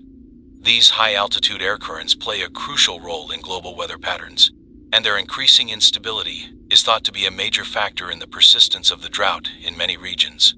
Despite the enormity of the challenge and the often disheartening nature of their findings, the scientific community remains committed to finding solutions. The collaborative spirit that has emerged in the face of this crisis is truly inspiring. Researchers from different disciplines and different parts of the world are working together in ways that would have been unimaginable before the crisis. It's important to remember that science is an ongoing process. Our understanding of the Great Drought and its causes will continue to evolve as we gather more data and develop new theories. What seems like a fringe idea today may become the leading theory tomorrow, and vice versa. As we continue to grapple with the realities of the Great Drought, it's crucial that we remain open to new ideas and willing to adapt our strategies as new information comes to light. The path forward may be uncertain, but with continued scientific inquiry and human ingenuity, there is always hope for a solution. Remember, listeners, that knowledge is power. Understanding the science behind our current crisis is the first step towards addressing it. Stay curious, stay informed, and above all, stay hopeful. This is Atlas, broadcasting from Wasteland Voice, your lifeline in the Great Drought. In these challenging times, it's crucial that we separate fact from fiction. Misinformation can be as dangerous as the harsh conditions we face. So let's take some time to address and debunk some of the most prevalent rumors circulating in our drought-stricken world. First, let's tackle the persistent rumor about a secret government weather control program being responsible for the Great Drought. While it's true that there were experiments in weather modification before the crisis, there's no credible evidence that these programs had the capability to cause a global drought of this magnitude. The scale and persistence of our current situation far exceed any known weather control technology. This rumor likely stems from a natural human desire to find a simple explanation for a complex problem. But the reality is that the causes of the Great Drought are multifaceted and rooted in long-term climate changes. Another common misconception is that the drought is confined to certain continents or hemispheres, and that there are lush, water-rich areas elsewhere on the planet, untouched by the crisis. While it's true that the impacts of the drought vary from region to region, no part of the Earth has been left unaffected. The global nature of our climate system means that a disruption of this scale has worldwide consequences. There are no hidden Edens out there, waiting to be discovered. There's also a rumor circulating about a miraculous new technology that can extract unlimited fresh water from the air. While there have been advancements in atmospheric water generation, no technology currently exists that can produce water on the scale needed to address our global crisis. These devices can be useful on a small scale, but they require significant energy input and are not a silver bullet solution to our water scarcity problems. Some have claimed that the drought is actually a cover for an alien invasion or some form of extraterrestrial interference. Let me be clear, there is absolutely no evidence to support these claims. Our current crisis, while severe, has clear terrestrial causes that we're working to understand and address. Entertaining these kinds of fantasies only distracts us from the real work that needs to be done. A particularly dangerous rumor suggests that drinking salt water can be made safe through a simple home filtration process. This is categorically false and extremely dangerous. Consuming salt water, even if it's been through improvised filtration, can lead to severe dehydration and kidney damage. Proper desalination requires complex technology and significant energy input. Please, do not attempt to drink seawater or any water source you're not certain is safe. There's also been talk of underground bunkers stocked with vast water reserves, accessible only to the wealthy and powerful. While it's true that some individuals and organizations had the foresight to create stockpiles before the crisis hit, the idea of vast hidden reservoirs that could sustain large populations is simply not realistic. The scale of our water needs far exceeds what could be reasonably stockpiled. Some have spread the idea that the drought is a natural cleansing process for the planet, and that we should not intervene. This fatalistic view is not only scientifically unfounded, but also dangerous. While the Earth has gone through climate changes in its long history, the current crisis is unprecedented in its speed and severity. We have a responsibility to understand and address these changes, not passively accept them. A rumor has been circulating that certain plants or animals have developed the ability to laws of physics. While it's true that some organisms have remarkable adaptations for conserving or accessing water, none can create it out of thin air. These stories likely stem from observations of highly efficient water-conserving species, but they've been exaggerated beyond scientific reality. There's a persistent myth that cloud seeding or other forms of weather modification could easily solve our water shortage if only they were implemented on a large scale. While these technologies do have some limited applications, they are not capable of producing rainfall in the absence of atmospheric moisture. In our current conditions, with atmospheric humidity at record lows in many areas, cloud seeding would be ineffective. Some have claimed that the drought is actually improving the planet's condition by reducing pollution and human impact on the environment. While it's true that some forms of human activity have decreased due to the crisis, the overall environmental impact of the drought has been catastrophic. The loss of plant life, disruption of ecosystems, and desertification are causing harm that will take centuries to reverse, if it can be reversed at all. A dangerous piece of misinformation suggests that humans can train themselves to need less water, drastically reducing their daily intake without health consequences. This is false and potentially deadly. While humans can survive on less water than we're accustomed to in times of abundance, there are strict biological limits to how far this can be pushed. Severe dehydration can cause organ failure and death. Always prioritize safe water consumption. There's a rumor that certain governments or corporations are hoarding vast quantities of water in secret reservoirs.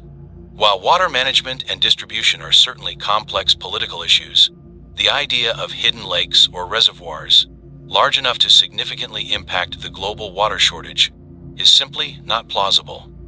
Satellite imagery and global monitoring make it virtually impossible to hide water sources of that magnitude. Some have spread the idea that the drought is not actually happening, and that it's all an elaborate hoax designed to control the population. This denial of reality is not only false, but deeply harmful. The effects of the drought are evident and measurable. Entertaining these conspiracy theories only hinders our collective efforts to address the crisis. A persistent piece of misinformation suggests that eating certain foods can eliminate the need for water. While it's true that we get some of our water intake from food, especially fruits and vegetables, there is no food that can completely replace our need for water. The human body requires a certain amount of free water to function properly, regardless of diet. There's a rumor that ancient, forgotten wells and aquifers exist that could solve our water problems if only we could locate them. While it's true that groundwater exploration is ongoing and important, the idea of vast, untapped water sources that have somehow eluded modern detection methods is highly unlikely. Our water scarcity is a real and pressing issue that won't be solved by mythical hidden sources. Some have claimed that the drought is causing the evolution of new, water-producing life forms. While it's true that life can adapt to changing conditions over time, the idea of organisms evolving to produce water from nothing is not biologically possible. Evolution works with existing traits and functions. It doesn't create entirely new physical laws. A dangerous myth suggests that water dowsing or other pseudoscientific methods can reliably locate water sources. While people have used these methods for centuries, scientific studies have consistently shown that they perform no better than chance. In our current crisis, we need to rely on proven scientific methods of water detection and management. There's a persistent rumor that melting the polar ice caps could solve our freshwater shortage. While the ice caps do contain a large volume of freshwater, deliberately melting them would be catastrophic for global climate systems and would likely worsen our situation. Moreover, the logistics of transporting that water to where it's needed would be nearly impossible with our current technology and resource constraints. Some have spread the idea that the drought is causing the awakening of ancient, dormant life forms. While it's true that changing conditions can sometimes reveal previously unknown species, particularly in microbial life, the notion of ancient macroorganisms emerging due to the drought is firmly in the realm of science fiction. A particularly harmful piece of misinformation suggests that certain groups of people require less water than others and should be given lower priority in water distribution. This is categorically false. While individual water needs can vary slightly based on factors like body size, activity level, and climate, the basic human need for water is universal. Water distribution should be based on equitable access and genuine need, not on misguided and often discriminatory pseudoscience. There's a rumor that the drought is causing the Earth's crust to crack, potentially exposing new water sources. While it's true that prolonged drought can cause soil shrinkage and surface cracking, this does not create new water sources. Groundwater depletion can cause land subsidence, but this is a sign of water loss, not water gain. Some have claimed that the drought is a sign of impending global flooding, based on misinterpretations of various religious or mythological texts. While flood myths are common in many cultures, they are not scientific predictions.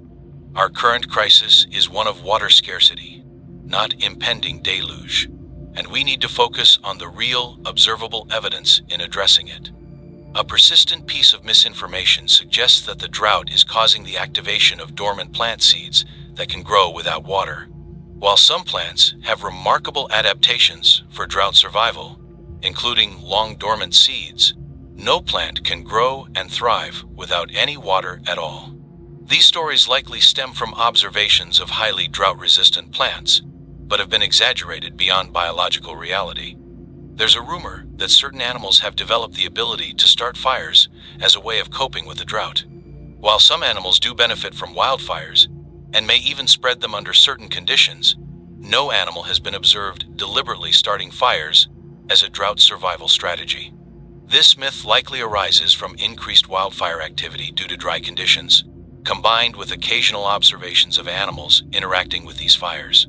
Some have spread the idea that the drought is causing a mass migration of animals to underground habitats where water is more plentiful. While some animals do seek out underground spaces for their relatively stable temperatures and humidity, there's no evidence of large-scale subterranean animal cities or water sources that could support them. As we navigate these challenging times, it's crucial to approach all information critically, verify sources, question extraordinary claims, and rely on scientific consensus rather than hearsay or wishful thinking. Misinformation doesn't just mislead, it can actively harm our efforts to survive and adapt to our new reality. Remember, in times of crisis, accurate information can be the difference between life and death. Stay informed, stay skeptical, and above all, stay safe. This is Atlas, broadcasting from Wasteland Voice, your beacon of truth in these troubled times. As we continue our broadcast, it's crucial that we turn our attention to a matter of utmost importance: health advisories in this new, arid world we find ourselves in. The Great Drought has not only changed our environment, but also posed new challenges to our physical well-being. Understanding these risks and how to mitigate them could mean the difference between life and death. First and foremost, let's address the most immediate threat: dehydration. In our water-scarce world, the risk of dehydration has never been higher. It's vital to recognize the signs early. The first indicators include increased thirst, dry mouth, fatigue, and decreased urine output. As dehydration progresses, you may experience dizziness, rapid heartbeat, and confusion. In severe cases, dehydration can lead to heat stroke, kidney failure, and even death. To combat dehydration, ration your water intake carefully throughout the day.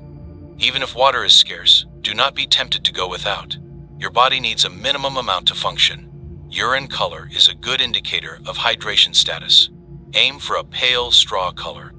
If your urine is dark yellow or amber, you need to increase your water intake immediately. Remember, in this harsh climate, you lose water not just through urine and sweat, but also through respiration and evaporation from your skin. Even if you don't feel thirsty, your body is constantly losing water. Make a conscious effort to drink at regular intervals. Next, let's discuss the increased risk of respiratory issues. The dry, dusty conditions we now face have led to a surge in respiratory problems. Dust particles in the air can irritate the lungs and exacerbate conditions like asthma and bronchitis. If you have a pre-existing respiratory condition, it's more important than ever to manage it carefully. When venturing outside, especially on windy days, cover your nose and mouth with a damp cloth. This will help filter out dust particles and add some much-needed moisture to the air you breathe. If you have access to them, dust masks or respirators are even better. Indoor air quality has also become a concern. As we seal our shelters to conserve cooler air and what little moisture we have, we risk creating stagnant environments where mold and other pathogens can thrive. Ventilate your living space if possible, regularly, ideally during the cooler parts of the day. The extreme heat we're experiencing brings its own set of health risks. Heat exhaustion and heat stroke are now common occurrences. Symptoms of heat exhaustion include heavy sweating, rapid pulse, dizziness, headache, and nausea. If you or someone you're with experiences these symptoms, move to a cooler location immediately if possible, loosen clothing, and try to cool down with damp cloths or whatever water you can spare. Heat stroke is even more serious and can be life-threatening. Signs include a body temperature above 103 degrees Fahrenheit, red, hot, and dry skin, with no sweating, rapid and strong pulse, and possible unconsciousness. Heat stroke is a medical emergency. If you suspect someone is suffering from heat stroke, you need to cool them down quickly. Move them to a shaded area, remove excess clothing, and use any means available to lower their body temperature. The lack of water has also led to an increase in waterborne diseases. As water sources become scarce, people are often forced to use contaminated water. This has led to outbreaks of diseases like cholera, dysentery, and typhoid. Always purify your water before drinking, even if it comes from a source you think is safe. Boiling is the most reliable method if you have the fuel to spare. If not, chemical purification tablets or drops are a good alternative. We're also seeing a resurgence of diseases we thought we had under control. The lack of water for proper sanitation has led to increased transmission of diseases like hepatitis A. Maintain strict hygiene practices, even when water is scarce. Use alcohol-based hand sanitizers when soap and water aren't available. Malnutrition has become a widespread issue as our food production systems have been disrupted by the drought. This not only affects overall health, but also weakens the immune system, making people more susceptible to other diseases. If possible, try to maintain a diverse diet. Many drought-resistant plants are surprisingly nutritious. Learn to identify and prepare these to supplement your diet. The harsh sunlight and increased UV radiation due to the thinning ozone layer have led to a spike in skin cancers. Always protect your skin when outside. Wear long-sleeved, loose-fitting clothing and cover your head. If you have access to sunscreen, use it liberally and reapply often. Mental health issues have also become prevalent in these trying times. The stress of survival, coupled with the loss of our former way of life, has led to increased rates of depression, anxiety, and post-traumatic stress disorder. It's crucial to address these issues. Maintain social connections where possible, engage in productive activities, and if you're experiencing persistent feelings of hopelessness or anxiety, seek help if it's available. Sleep disorders have become more common due to the heat and stress. Try to maintain a regular sleep schedule even if it means sleeping during the day when it's cooler and being active at night. Proper rest is crucial for both physical and mental health. The change in our diet and lifestyle has led to an increase in nutritional deficiencies. Vitamin D deficiency, ironically, has become common as people avoid the harsh sunlight. Try to get some sun exposure during the safer hours of early morning or late afternoon. Vitamin C deficiency, or scurvy, is also on the rise due to the lack of fresh fruits and vegetables. If you have access to them, dried rose hips are an excellent source of vitamin C. Eye problems have increased due to the harsh sunlight and dry, dusty conditions.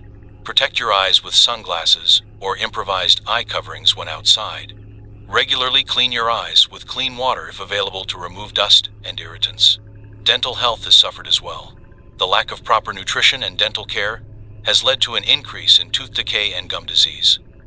Maintain oral hygiene as best you can. If you don't have access to toothpaste, clean twigs from certain trees can be used as natural toothbrushes. The breakdown in modern sanitation systems has led to an increase in parasitic infections. Be extremely cautious about the source of your food and water. Cook food thoroughly whenever possible. We're also seeing more cases of chronic conditions worsening due to lack of regular medical care and medication. If you have a chronic condition, do everything you can to manage it with the resources available. This might mean adapting your diet, increasing physical activity if possible, or finding herbal alternatives to medications. Injuries have become more life-threatening due to the lack of modern medical facilities. Be extra cautious in your daily activities. A simple cut or break that would have been easily treated in the past could now become a serious, life-threatening condition if infected. The harsh conditions have also led to an increase in opportunistic infections. Your immune system is under constant stress from the harsh environment and possible malnutrition. Be vigilant for any signs of infection, no matter how small. We're seeing more cases of heat-related kidney problems. The constant dehydration and electrolyte imbalances are putting a severe strain on kidney function. If you experience persistent lower back pain, changes in urination, or swelling in your legs or feet, these could be signs of kidney issues. Skin conditions have become more common and more severe. The lack of water for washing, combined with the constant exposure to dust and sun, has led to increases in conditions like eczema, psoriasis, and fungal infections. Keep your skin as clean as possible and protect it from the elements. Vector-borne diseases have changed their patterns. As water sources have shifted, so have the breeding grounds for insects like mosquitoes. We're seeing malaria and dengue fever in areas where they were previously unknown. Be vigilant about protecting yourself from insect bites. Altitude sickness has become more common as people move to higher elevations in search of water and cooler temperatures. If you're relocating to a higher altitude, do so gradually if possible, to allow your body to acclimate. Lastly, but importantly, we're seeing an increase in injuries and health issues related to conflict over resources. Be cautious in your interactions with others, especially when water or other critical supplies are involved. Remember, in this new world, prevention is more important than ever. Many of the health problems we're seeing could be avoided or minimized with proper precautions. Stay vigilant, stay informed, and above all, stay alive. Your health is your most valuable resource in these challenging times. This has been your health advisory for today.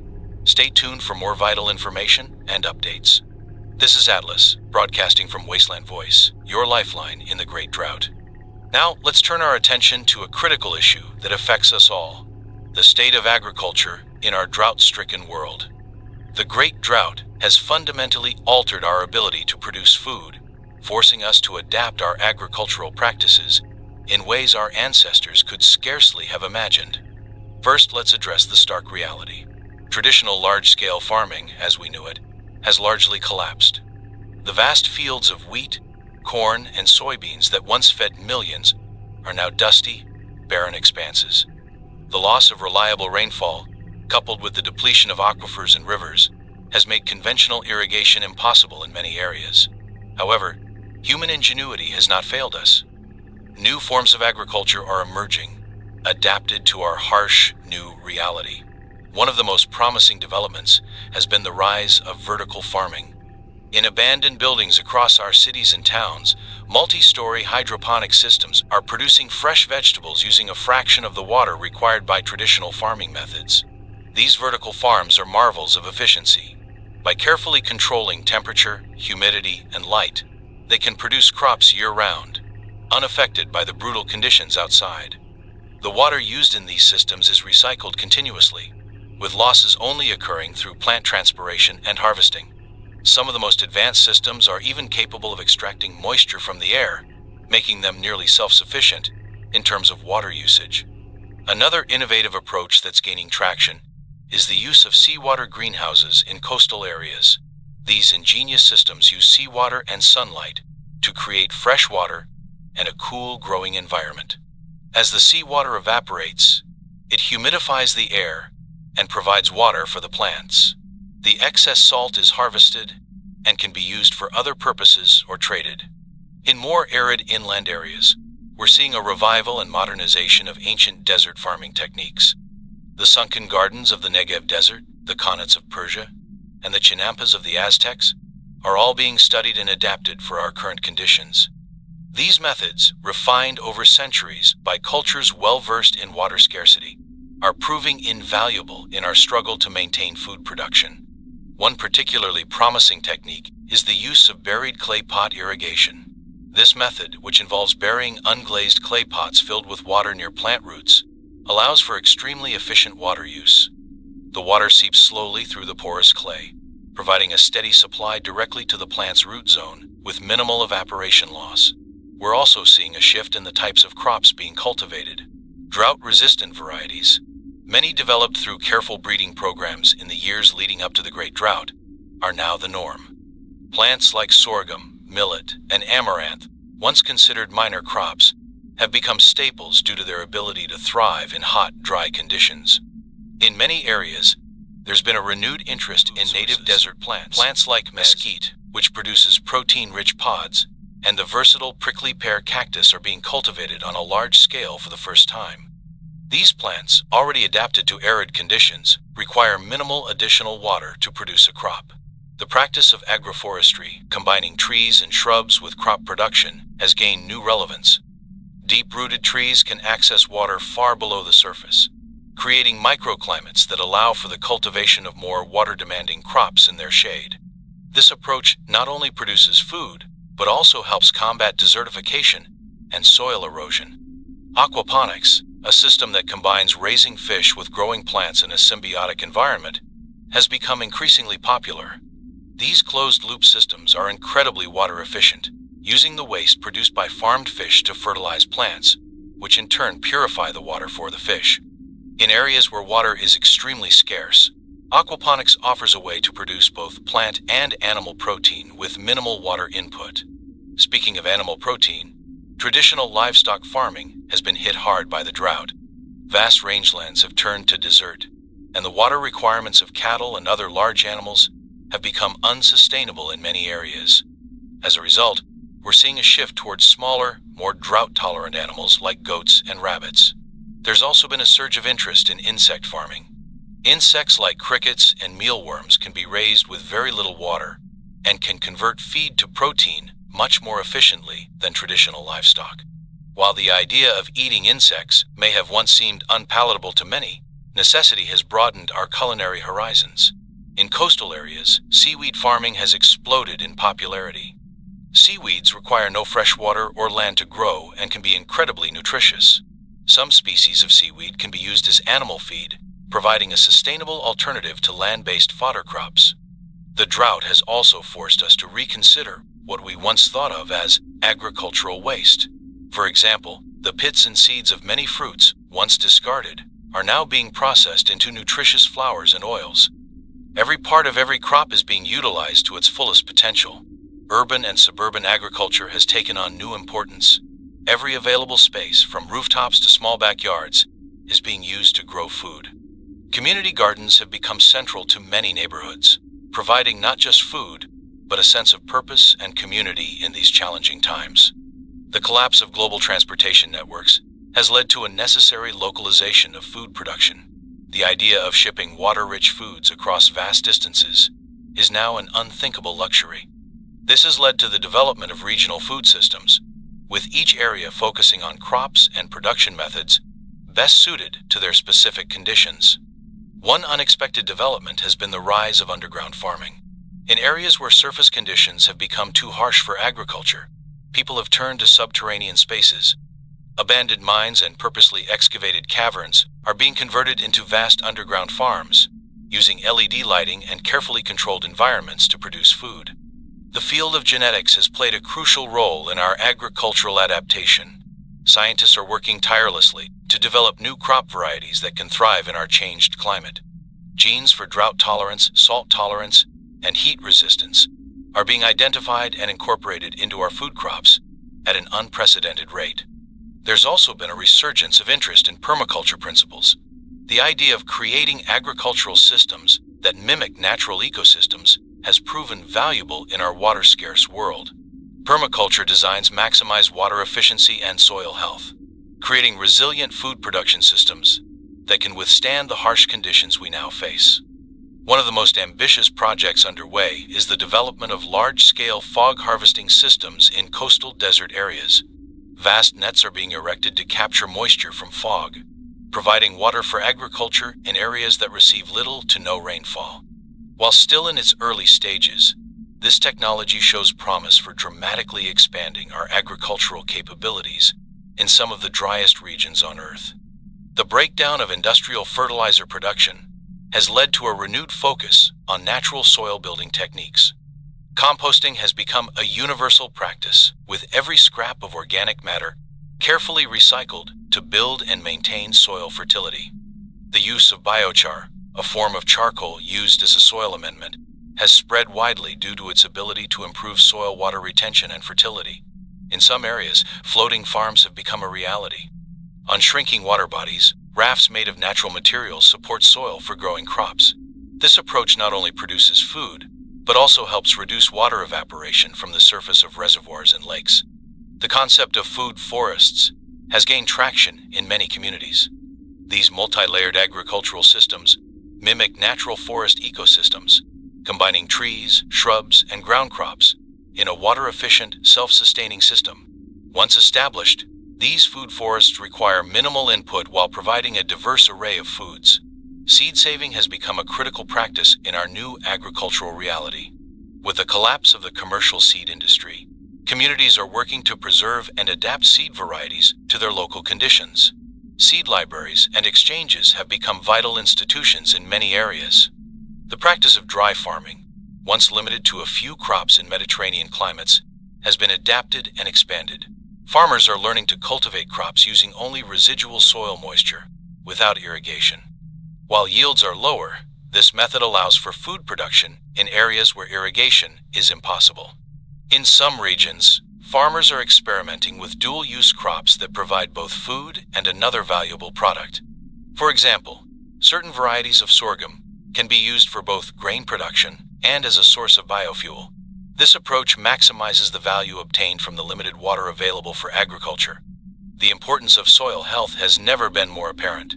Techniques to improve soil structure and increase its water-holding capacity are being implemented widely. The use of cover crops, minimal tillage, and organic mulches has become standard practice wherever possible. As we adapt to our new reality, it's clear that the future of agriculture will be defined by diversity, efficiency, and resilience. The days of vast monocultures and water-intensive farming are behind us. In their place, we're developing a patchwork of innovative, context-specific approaches to food production that respect the limits of our water-scarce world. Remember, every meal you eat is a testament to human adaptability and perseverance. As you go about your day, take a moment to appreciate the incredible efforts being made to keep us fed in these challenging times. And if you have the opportunity to grow even a small amount of food yourself, seize it. Every little bit helps, and the knowledge and skills you gain may prove invaluable. Stay tuned for more updates on our changing world. This is Atlas, broadcasting from Wasteland Voice, your lifeline in the Great Drought. As we continue our broadcast, let's shift our focus to a crucial skill that could mean the difference between life and death in our water-scarce world: water conservation techniques. In these dire times, every drop counts, and knowing how to make the most of our limited water resources is essential for survival. First and foremost, let's talk about personal water usage. The average person in the pre-drought world used anywhere from 80 to 100 gallons of water per day. Now, we must learn to survive on a fraction of that. The most basic and important step is to be constantly aware of your water usage. Every time you use water, ask yourself if it's absolutely necessary and if there's a way to use less. One of the most effective water conservation techniques is the bucket method for bathing. Instead of showers or baths, use a small bucket of water and a cloth for washing. This method can reduce water usage for bathing by up to 90%. Remember to save the gray water from bathing for other uses, such as flushing toilets or watering plants. Speaking of toilets, the old saying, "If it's yellow, let it mellow," has never been more relevant. Only flush solid waste, and consider using alternative methods like composting toilets if possible. These not only save water, but also produce valuable compost for agriculture. When it comes to washing dishes, the two-basin method is highly effective. Fill one basin with soapy water for washing, and another with clean water for rinsing. This method uses significantly less water than washing dishes under running water. Again, save the gray water for other uses. For those fortunate enough to still have some form of agriculture, water conservation in farming is critical. The technique of deficit irrigation has proven effective in many areas. This involves deliberately allowing crops to experience some level of water stress, which can actually improve the quality of certain crops, while significantly reducing water usage. Another agricultural water-saving technique is the use of mulch. Covering the soil around plants with organic material like straw, leaves, or even stones can dramatically reduce evaporation and help retain soil moisture. In some cases, this can reduce water needs by up to 50%. For those in urban or suburban environments, rainwater harvesting has become a crucial skill. Every surface that can collect water should be utilized. Rooftops, awnings, and even stretched tarps can all be used to funnel rainwater into storage containers. Remember to cover stored contamination. In arid regions, the technique of fog harvesting has shown promising results. Large mesh nets can be set up to capture moisture from fog, which can then be collected and used. While the yield is not enormous, in a world where every drop counts, this method can provide a vital supplementary water source. The ancient technique of building check dams has been revived in many areas. These small, often temporary dams slow the flow of water in small streams or gullies, allowing more water to percolate into the ground and recharge local aquifers. This not only conserves water, but can also help combat desertification. In households and communities, the practice of water recycling has become ubiquitous. Gray water from activities like washing dishes or laundry is commonly reused for flushing toilets or watering plants.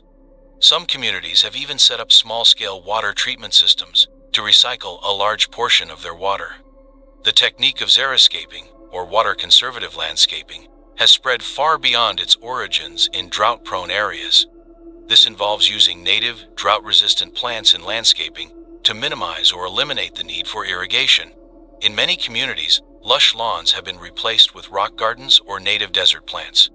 For those still able to grow some of their own food, the technique of companion planting can significantly reduce water needs. By planting complementary crops together, you can create microclimates that reduce evaporation and maximize the use of available water. For example, planting tall, sun-loving plants to shade low-growing, moisture-loving plants. In some regions, the ancient technique of building sunken gardens has been revived. By creating a garden bed below the surrounding ground level, you can capture and retain more moisture, reducing the need for additional watering. The use of drip irrigation systems, where still feasible, has become widespread. These systems deliver water directly to plant roots, minimizing evaporation and ensuring that every drop of water is used efficiently. Some innovative communities have even created solar-powered drip systems, making them independent of external power sources. In areas near the coast, the technique of solar desalination has gained traction. Simple solar stills can be constructed to produce small amounts of fresh water from seawater. While not sufficient for large-scale agriculture, these can provide a critical supplementary water source for small communities or individual households. The practice of dry farming, once limited to a few crops in Mediterranean climates, has been adapted for use in many areas. This technique involves cultivating crops without irrigation, relying instead on careful soil moisture management. While yields are generally lower, dry farming allows for some level of agriculture in areas where irrigation is no longer possible. In urban areas, the rise of hydroponic and aeroponic systems has revolutionized local food production. These soilless growing methods use significantly less water than traditional agriculture and can be set up in small spaces like balconies or rooftops. The technique of keyline design, developed in Australia, has proven valuable in many drought-stricken areas. This system of land management uses the natural topography of the land to distribute water and maximize its absorption into the soil. By slowing water flow and increasing infiltration, keyline design can dramatically improve water efficiency in both agricultural and natural landscapes. In some regions, the ancient Connaught system of underground aqueducts has been revived and modernized. These systems tap into underground water sources and use gravity to transport water over long distances with minimal evaporation loss. While labor-intensive to construct, Connaughts can provide a reliable water source in arid regions. The practice of dew harvesting has gained attention in many water-scarce areas. Special materials and surfaces can be used to collect the small amounts of moisture that condense during cool nights. While the yield is small, in our current situation, every drop truly does count. In agriculture, the technique of partial root zone drying has shown promise in reducing water usage while maintaining crop yields. This involves alternating the irrigation between different sides of a plant's root zone, tricking the plant into using water more efficiently. For livestock management, the concept of rotational grazing has become crucial. By carefully managing where and when animals graze, it's possible to maintain grasslands with minimal additional water input. This technique not only conserves water but also helps prevent overgrazing and soil degradation. In some areas, the construction of underground greenhouses, or walapinis, has allowed for year-round food production with minimal water input. These structures, built partially below ground level, maintain a more stable temperature and humidity level, reducing water loss through evaporation. The ancient technique of using buried clay pots for irrigation has been revived and adapted. Unglazed clay pots filled with water are buried near plants, allowing water to slowly seep into the surrounding soil. This method can reduce water usage by up to 70% compared to surface irrigation. In many communities, gray water systems have become standard in new construction and retrofits. These systems automatically divert water from sinks, showers, and washing machines to storage tanks for use in irrigation or toilet flushing. The practice of mulching has evolved beyond traditional organic materials. Some communities are experimenting with synthetic mulches designed to maximize water retention, while still allowing for soil gas exchange. In arid regions, the technique of sand mulching has proven effective. A layer of sand on top of the soil can significantly reduce evaporation, while still allowing water to penetrate to plant roots. The concept of deficit irrigation has been refined and adapted for different crops and regions. By carefully managing when and how much water stress plants experience, it's possible to significantly reduce water usage while maintaining acceptable yields. In some areas, the ancient Incan technique of building waru-waru, or raised fields, has been adapted for modern use. These raised beds surrounded by water-filled canals can create microclimates that reduce frost risk and conserve water. The practice of using shade cloth in agriculture has become widespread. By reducing direct sunlight, shade cloth can significantly decrease water loss through evaporation and transpiration. In urban areas, the development of water-wise building codes has led to significant reductions in water usage. Features like low-flow fixtures, rainwater harvesting systems, and gray water recycling are now standard in many areas. Remember, water conservation is not just a practice, it's a mindset. Every action we take, every decision we make, should be viewed through the lens of water conservation. In our drought-stricken world, water is life, and conserving it is our most sacred duty. Stay tuned for more vital information and updates. This is Atlas, broadcasting from Wasteland Voice, your lifeline in the Great Drought. In our ongoing effort to provide you with crucial survival information, let's turn our attention to DIY water filtration methods. In these times of scarcity, the ability to purify water from various sources can mean the difference between life and death. Remember, while these methods can significantly improve water quality, they may not eliminate all contaminants. Use them in combination, and with caution. Let's start with one of the simplest methods, solar disinfection, or SODIS. This technique uses sunlight to kill harmful microorganisms in water. Fill a clear plastic bottle with water and leave it in direct sunlight for at least 6 hours or 2 days if it's cloudy. The UV radiation and heat from the sun will neutralize many pathogens. This method works best with clear water and in hot, sunny climates. Next, let's discuss the 3-pot method, a simple yet effective way to clarify and partially purify water. You'll need 3 containers. Pour your collected water into the first container and let it sit for at least an hour. This allows larger particles to settle. Then, carefully pour the water into the second container, trying not to disturb the sediment. Repeat this process, transferring the water to the third container. Each transfer helps remove more impurities. For a more advanced filtration system, you can create a multi-layer filter using readily available materials. Start with a large container, like a bucket or a large plastic bottle with the bottom cut off. From bottom to top, layer fine sand, coarse sand, small pebbles, and larger rocks. Place a cloth over the top layer to catch larger debris. As water passes through these layers, many impurities will be filtered out. Activated charcoal is an excellent material for water purification if you can obtain it. In its absence, you can create a simple charcoal filter. Burn wood to create charcoal, then crush it into small pieces. Layer this in your filter system, ideally between layers of sand. The charcoal will help remove many chemical contaminants and improve the taste of the water. A biosand filter is another effective DIY option. This uses layers of sand and gravel, similar to the multi-layer filter, but with the addition of a biologically active layer on top. Over time, beneficial microorganisms grow in this top layer, helping to eliminate harmful pathogens. While more complex to set up, a well-maintained biosand filter can provide long-term water purification. For those near the coast, you can construct a simple solar still to desalinate seawater. Dig a hole in the sand, place a container in the center, and cover the hole with a clear plastic sheet, small weight in the center, directly above the container. As the sun heats the trapped air, water will evaporate, condense on the underside of the plastic, and drip into the container. A variation of this for inland areas is the vegetation bag method. Place leafy, non-poisonous vegetation in a clear plastic bag and seal it. As the plants transpire, water will collect in the bag. This method won't produce large quantities, but it can be a useful supplementary source of clean water. In forested areas, you can create a water filter using a tree branch. Cut a thick, freshly fallen branch about 3 feet long. Remove the bark and stand it upright. Place a container underneath. As water flows through the branch's natural fibers, it will be filtered. This method is particularly effective for removing bacteria. For a larger scale solution, you can construct a slow sand filter.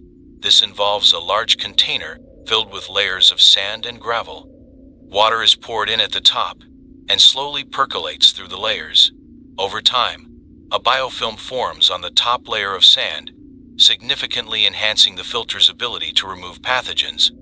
In emergency situations, you can use cloth to filter water. While not as effective as other methods, it can remove larger particles and some bacteria. Layer multiple pieces of tightly woven cloth, like cotton, and slowly pour water through.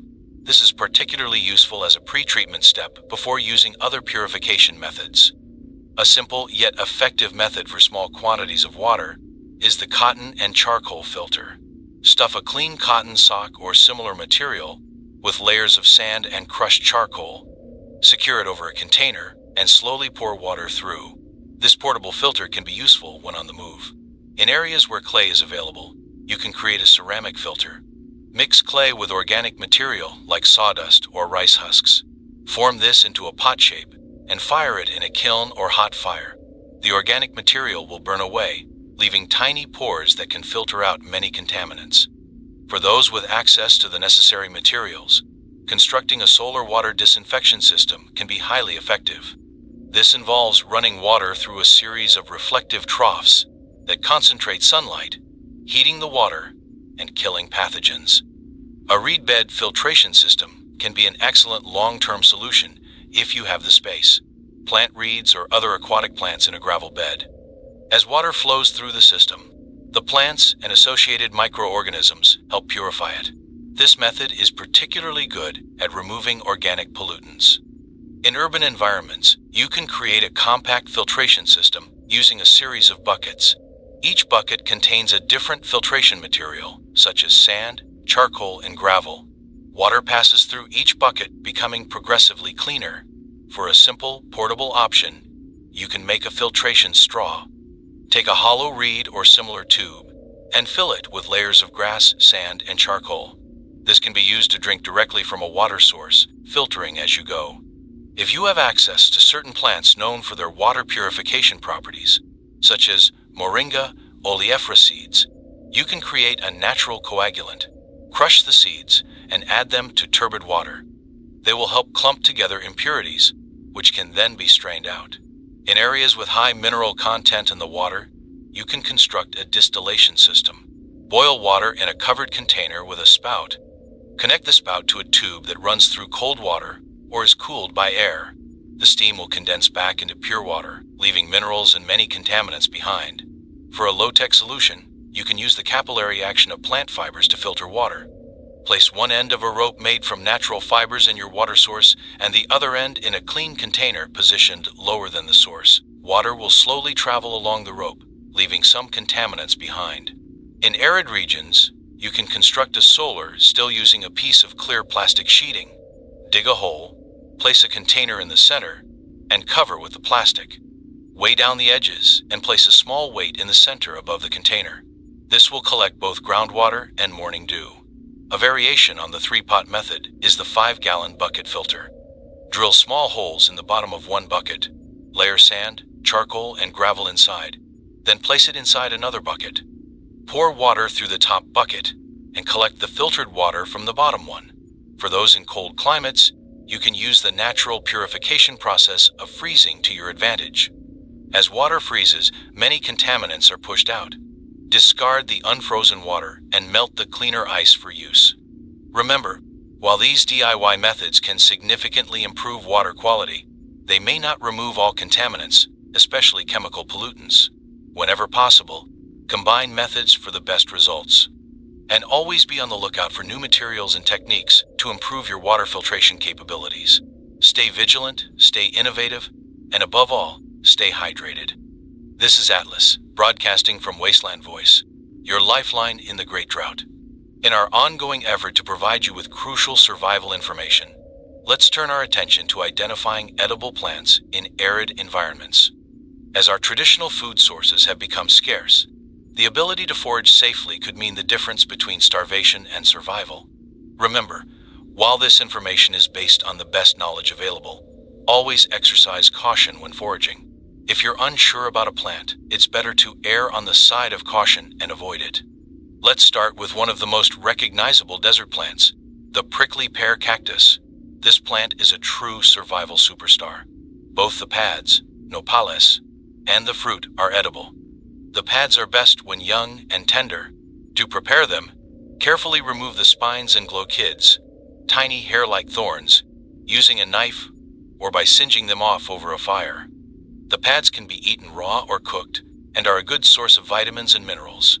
The fruit, which turns a deep red when ripe, is sweet and can be eaten raw or made into juice. Be careful when handling the fruit, as it also has glochids. Another valuable desert plant is the mesquite tree. The seed pods of the mesquite are edible and highly nutritious. They can be ground into a flour that's rich in protein and complex carbohydrates. The seeds inside the pods are also edible and very protein-rich. In addition, the inner bark of the mesquite can be chewed as a survival food, providing some nutrition and helping to stave off hunger. The yucca plant is another versatile food source in arid regions. The flower petals can be eaten raw or cooked and have a mild sweet taste. The fruit of some yucca species is also edible. Perhaps most importantly, The root of the yucca can be roasted or pounded into flour. Be aware that harvesting the root will kill the plant, so only do this in true survival situations. Agave plants, relatives of the yucca, are also valuable food sources. The heart of the agave, also known as the piña, is edible when roasted. However, like the yucca root, harvesting the heart kills the plant, so use this resource wisely. Some agave species also produce edible flowers and stalks. In many arid regions, you'll find various species of pine trees. Pine nuts, found in the cones, are highly nutritious and calorie-dense. They can be eaten raw but taste better roasted. The inner bark of pine trees is also edible in emergencies and can be dried and ground into a flour. Acacia trees, common in many arid regions, produce edible seeds. These can be roasted and eaten or ground into flour. Some acacia species also produce edible gum that can be chewed for nutrition and to help alleviate thirst. The fruit of the saguaro cactus, when ripe, is edible and nutritious. It's sweet and can be eaten raw or made into a preserve. The seeds inside the fruit are also edible and are a good source of protein and oils. Amaranth, a hardy plant that can thrive in harsh conditions, is another valuable food source. Both the leaves and the seeds are edible. The leaves can be eaten raw or cooked like spinach, while the seeds can be cooked like a grain or ground into flour.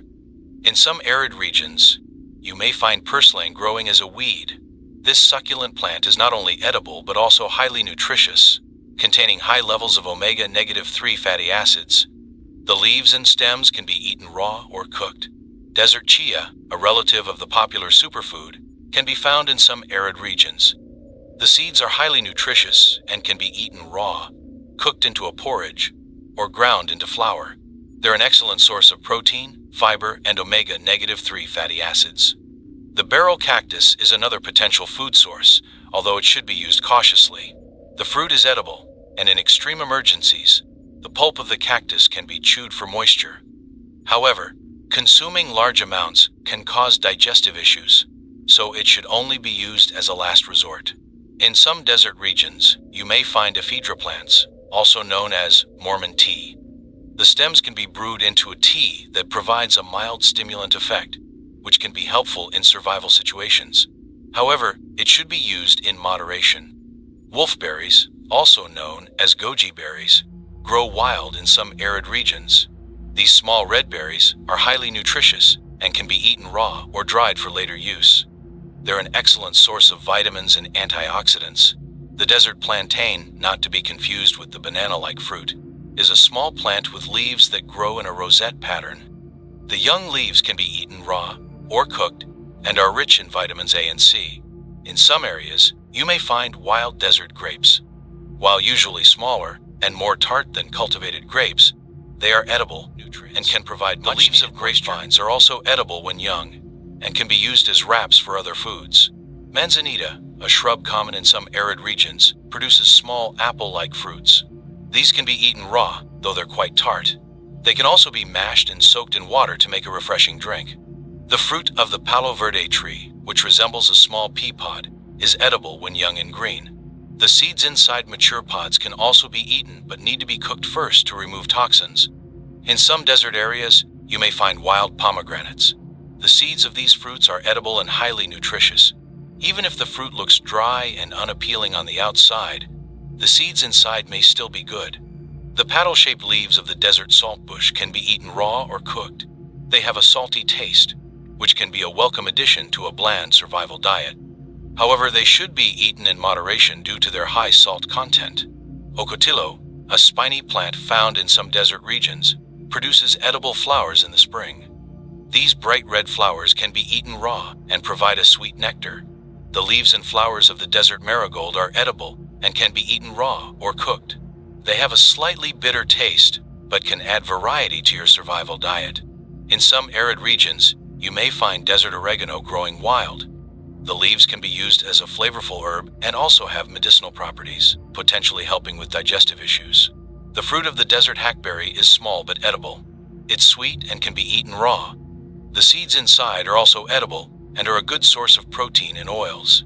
Cholla cactus buds, when properly prepared, are edible and nutritious. They need to be carefully despined and cooked before eating. They're a good source of calcium and can be dried for later use. In some desert areas, you might find wild desert lavender. While not a significant food source, the flowers can be used to make a calming tea that may help with stress and sleep issues in survival situations. The leaves of the desert lilac can be chewed to alleviate thirst. While not particularly nutritious, they can help moisten the mouth when water is scarce. Remember, this is just a starting point for identifying edible plants in arid environments. Always cross-reference with reliable field guides if possible, and when in doubt, avoid eating any plant you can't positively identify. It's also crucial to be aware of any allergies you may have, and to introduce new foods slowly and in small quantities, to avoid potential adverse reactions. Foraging should be done responsibly and sustainably. Don't overharvest any one area or plant species. In our current situation, preserving these natural food sources for the future is more important than ever. Lastly, while knowing edible plants can be life-saving, it's equally important to know which plants to avoid. Many desert plants are toxic or can cause severe allergic reactions. Some common dangerous plants in arid regions include oleander, desert tobacco, and Jimson weed. Again, if you're not absolutely certain a plant is safe, it's best to leave it alone. Stay vigilant, stay informed, and above all, stay alive. This is Atlas, broadcasting from Wasteland Voice, your lifeline in the Great Drought. As we continue our broadcast, it's crucial that we address a topic that has become increasingly important in our harsh new reality: first aid in drought conditions. The scarcity of water and extreme temperatures have not only changed our environment, but also the nature of medical emergencies we face. Understanding how to provide first aid in these conditions could mean the difference between life and death. Let's start with one of the most common issues in our arid world: heat-related illnesses. Heat exhaustion and heat stroke are now everyday threats. The first step in dealing with these conditions is recognition. Signs of heat exhaustion include heavy sweating, rapid pulse, dizziness, headache, and nausea. If you or someone you're with experiences these symptoms, it's crucial to act quickly. Move to a cooler location if possible. Loosen clothing, and try to cool the body with whatever means available. Small sips of water should be given if the person is conscious and able to drink.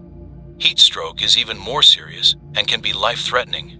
Signs include a body temperature above 103 degrees Fahrenheit, red, hot, and dry skin with no sweating, rapid and strong pulse, and possible unconsciousness. Heat stroke is a medical emergency. If you suspect someone is suffering from heat stroke, you need to cool them down immediately. Move them to a shaded area, remove excess clothing, and use any means available to lower their body temperature. If you have access to water, soak clothing and apply it to the skin. Fan the victim to promote evaporation and cooling. Dehydration is another constant threat in our water-scarce world. Mild to moderate dehydration can be treated by slowly replenishing fluids and electrolytes. However, severe dehydration is a medical emergency. Signs include extreme thirst, lack of urination, sunken eyes, rapid heartbeat, and in serious cases, delirium or unconsciousness. If someone is severely dehydrated and unable to keep fluids down, they need immediate medical attention if available. In the absence of medical care, try to give small amounts of water or rehydration solution frequently. The dry conditions have also led to an increase in respiratory problems. Dust and particulate matter in the air can exacerbate conditions like asthma and cause respiratory distress even in healthy individuals.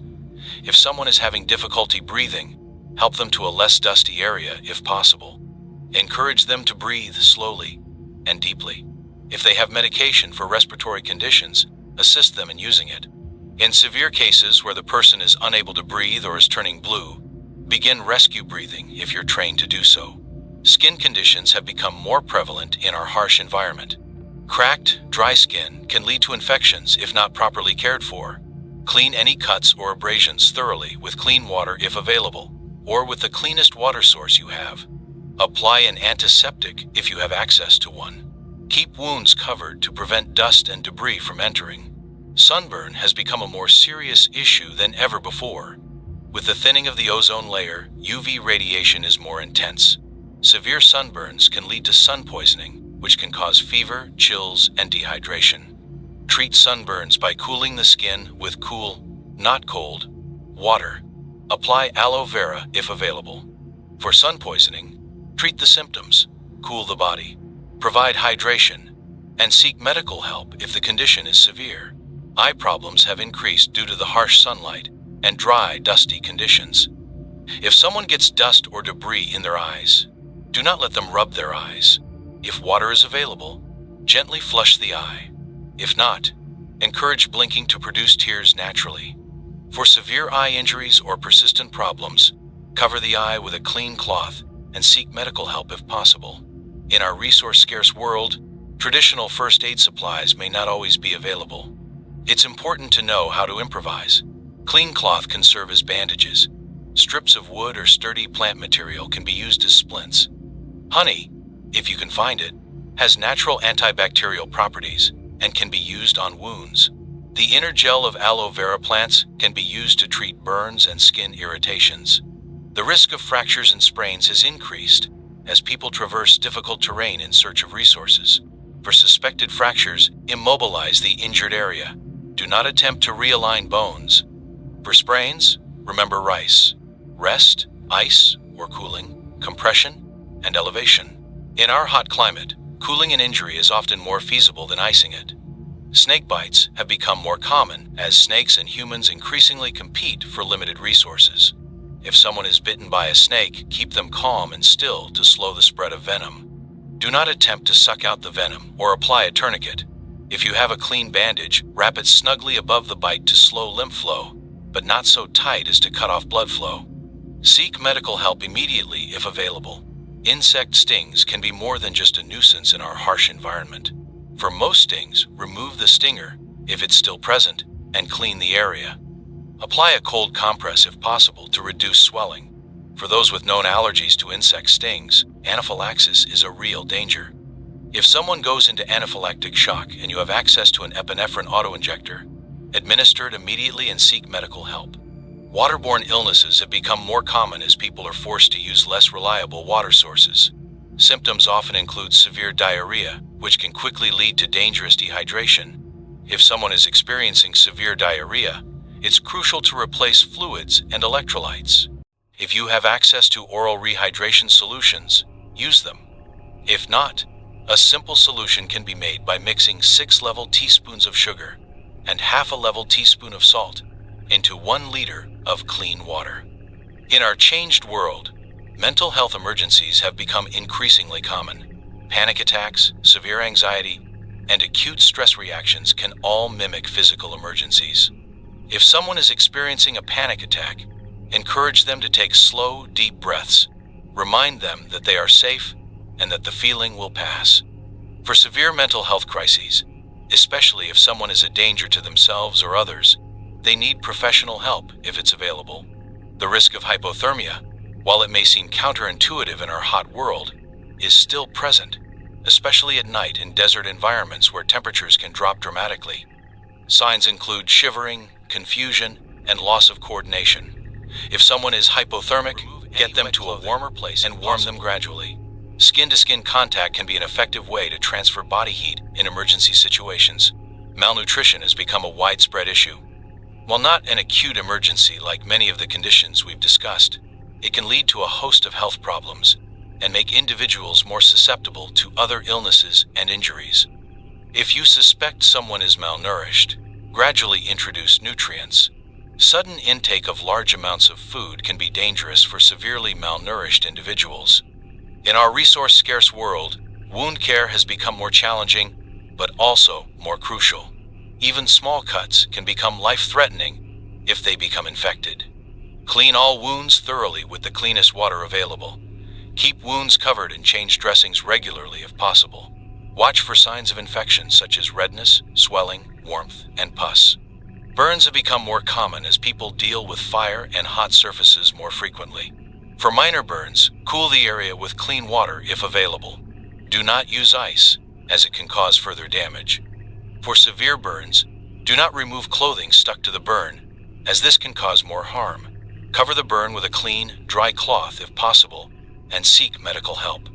Choking is still a risk. perhaps even more so as people consume unfamiliar foods. The Heimlich maneuver remains the most effective first aid for choking. If you're alone and choking, you can perform the maneuver on yourself using the back of a chair. Knowledge of CPR is as crucial as ever. Remember, in the absence of mouth-to-mouth barriers, you can perform compression-only CPR, which involves continuous chest compressions without rescue breaths. In our changed world, even minor medical issues can quickly become life-threatening. Always err on the side of caution.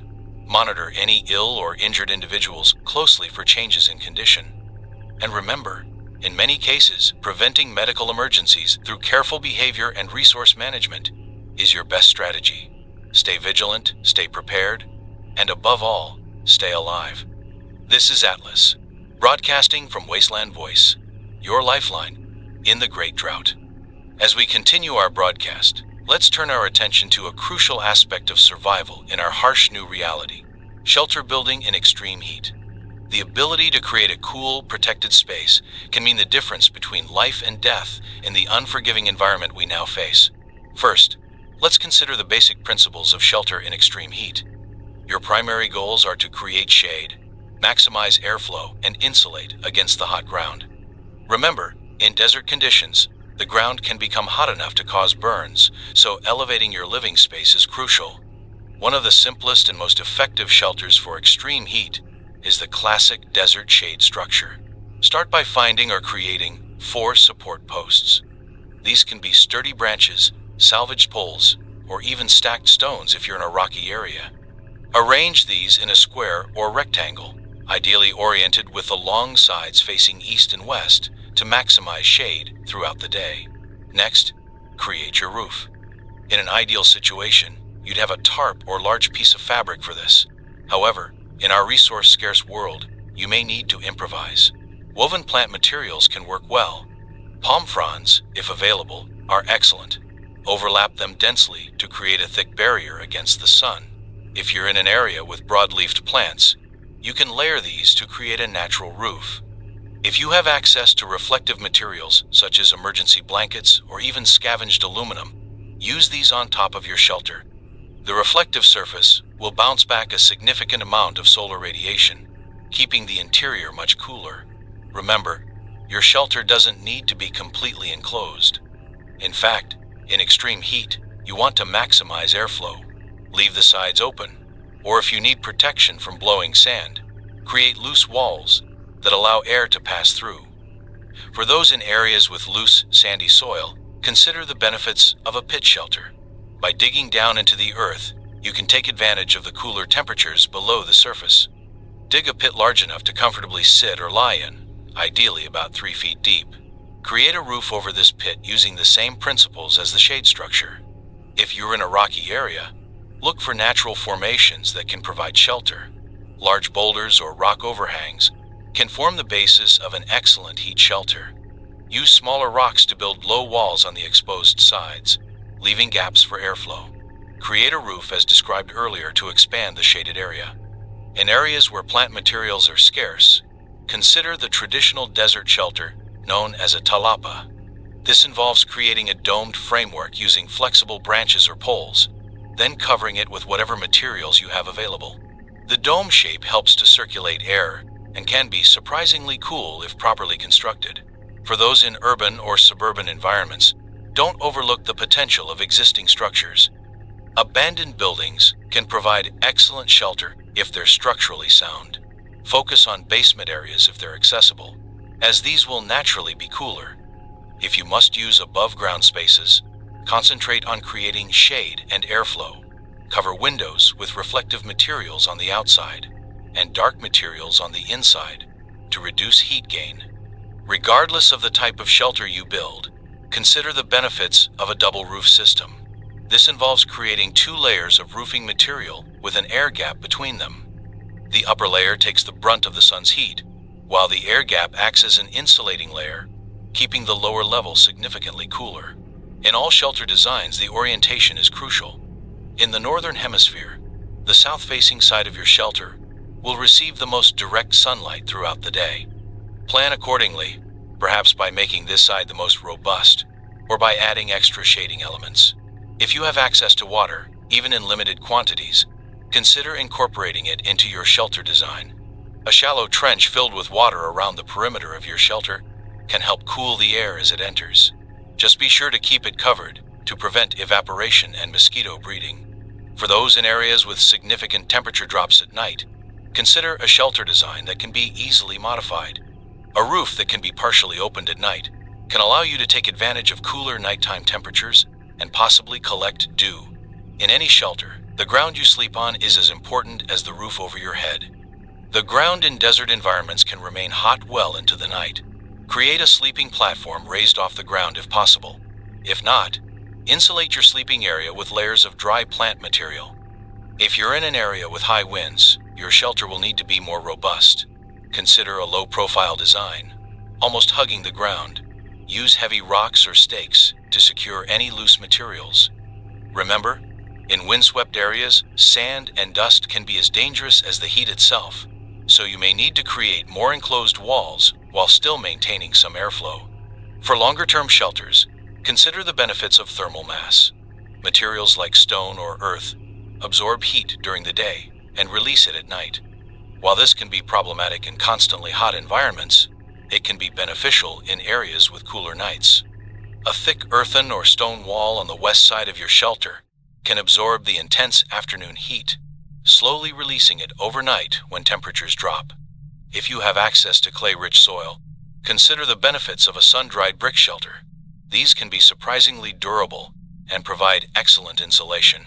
Create a simple mold from scavenged materials. Mix the clay soil with water and straw or other fibrous materials if available. Then let the bricks dry in the sun before construction. In areas where burrowing is possible, consider the benefits of an underground shelter. While this requires more initial effort, it can provide a consistently cool environment. Ensure you have adequate ventilation and a secure entrance to prevent cave-ins. For those near bodies of water, even if they're mostly dried up, consider the cooling potential of evaporation. A shelter built near water, with openings oriented to catch breezes coming off the water, can be significantly cooler. If you're in an area with large temperature swings between day and night, consider a convertible shelter design. This could involve walls that can be rolled up or a roof that can be partially opened to allow heat to escape at night. Remember, your body is constantly releasing heat and moisture. In a small shelter, this can quickly create a humid, uncomfortable environment. Ensure your shelter design allows for adequate ventilation to remove this warm, moist air. For those in areas with available bamboo or similar hollow plants, consider incorporating these into your shelter design. The air trapped inside these plants acts as an excellent insulator against heat. If you're building a more permanent shelter, consider the benefits of a thick, insulating roof. A layer of sod or earth on top of your roof structure can provide excellent insulation, keeping the interior cool during the day and warmer at night. In all shelter designs, be mindful of wildlife. In our changed world, animals are often as desperate for shelter as humans. Ensure your shelter can be secured against intrusion, both for your safety and to protect your resources. Lastly, remember that the best shelter is one that suits your specific environment and needs. Be prepared to adapt your design as you learn more about your surroundings and as conditions change. Your shelter is your front line of defense against the harsh realities of our new world. Invest time in its design and construction, gift of comfort and safety in these challenging times. Stay cool, stay sheltered, and above all, stay alive. This is Atlas, broadcasting from Wasteland Voice, your lifeline in the Great Drought. In our constantly evolving world, the ability to navigate without modern technology has become an essential survival skill.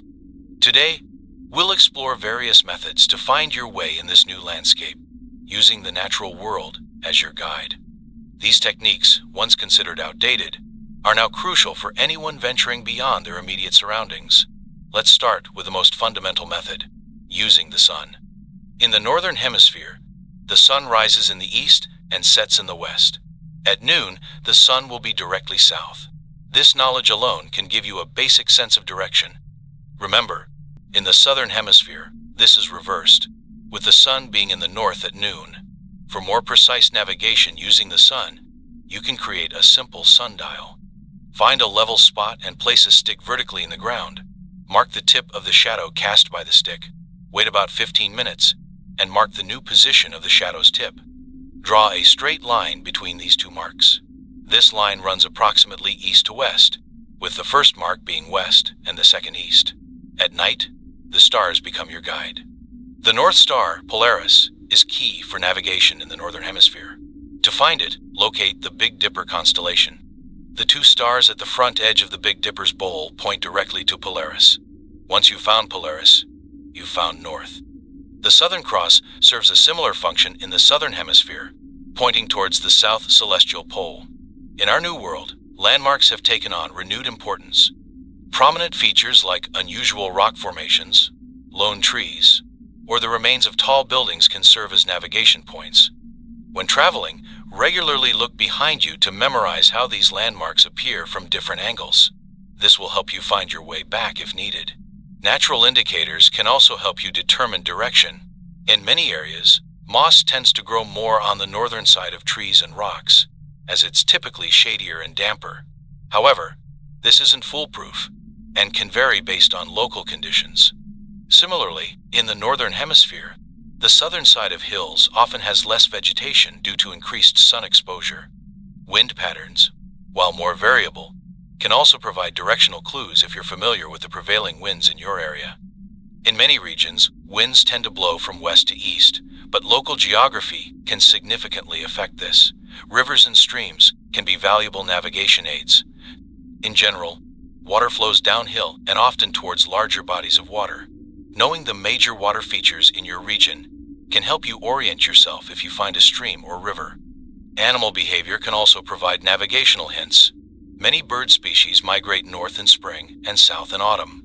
Observing the direction of bird flocks during these seasons can give you a general sense of direction. For more precise navigation, you can create a simple compass using a needle or small piece of metal, a leaf, and some standing water. Magnetize the needle by rubbing it against silk or through your hair. Then, place the needle on a leaf floating in still water. The needle should align itself roughly north-south. In urban or suburban environments, certain man-made features can help with navigation. Many roads and grid systems run north-south and east-west. In the United States, for example, interstate highways with odd numbers generally run north-south, while even-numbered ones run east-west. The position of satellite dishes can also provide directional clues. In the Northern Hemisphere, these dishes generally point south towards the equator where communications satellites orbit. When traversing featureless terrain like deserts or grasslands, maintaining a straight line becomes crucial. One technique is to align yourself with a distant landmark and walk towards it. Once you reach it, find another landmark in the same direction and continue. If no landmarks are visible, you can use the shadow tip method. Find a straight stick about 3 feet long and place it upright in the ground. Mark the tip of its shadow. Wait about 15 minutes, then mark the new position of the shadow tip. Draw a line between these marks. This line runs east-west, with the first mark being west. In foggy or low visibility conditions, sound can become a valuable navigation tool. The sound of distant traffic, industrial noise, or even the different sounds of waves on a beach versus open water can all provide directional cues. For longer journeys, creating and maintaining a mental map is crucial. As you travel, try to visualize your route from above. Note how landmarks relate to each other and to your path. This bird's eye view can help you make better navigation decisions and avoid going in circles. In forested areas, tree growth patterns can provide directional clues. In the Northern Hemisphere, trees on the southern edge of clearings often have more branches on their southern side due to increased sunlight. The opposite is true in the Southern Hemisphere. The wind can shape trees over time, especially in coastal or high-altitude areas. In regions with prevailing winds, trees may grow leaning away from the wind direction. Knowing the typical wind patterns in your area can help you use this information for navigation. Snow and ice can also offer navigational hints. In the Northern Hemisphere, snow and ice often melt faster on southern-facing slopes. The opposite is true in the Southern Hemisphere. When traveling in mountainous terrain, understanding how to read the landscape becomes crucial. Rivers and streams typically flow from higher to lower elevations, often forming V-shaped valleys. The point of the V typically points downstream. In areas with regular rainfall, the windward side of mountains, the side facing prevailing winds, often receives more precipitation and thus may have more lush vegetation. The leeward side, in contrast, may be drier and less vegetated. If you find yourself completely lost, the stop technique can be helpful. Stop, think, observe, and plan. Take a moment to calm yourself. Think about your last known position. Observe your surroundings for any recognizable features, and plan your next move carefully. In our new world, where paper maps may be scarce, the ability to create your own simple maps is valuable. Use whatever materials you have available, be it charcoal on bark or a stick in the sand. Focus on relative positions of landmarks and key features, rather than trying to create a two-scale representation. Understanding how to estimate distances can greatly aid in navigation. One simple method is to count your paces. On average, 2,000 paces equal about 1 mile, though this can vary based on individual stride length and terrain. Time can also be used to estimate distance traveled. On flat ground at a steady pace, most people walk about 3 miles per hour. Adjust this estimate based on terrain difficulty and your physical condition. When navigating in groups, be sure to regularly check that everyone agrees on the direction of travel. It's easy for individuals to slowly veer off course without realizing it.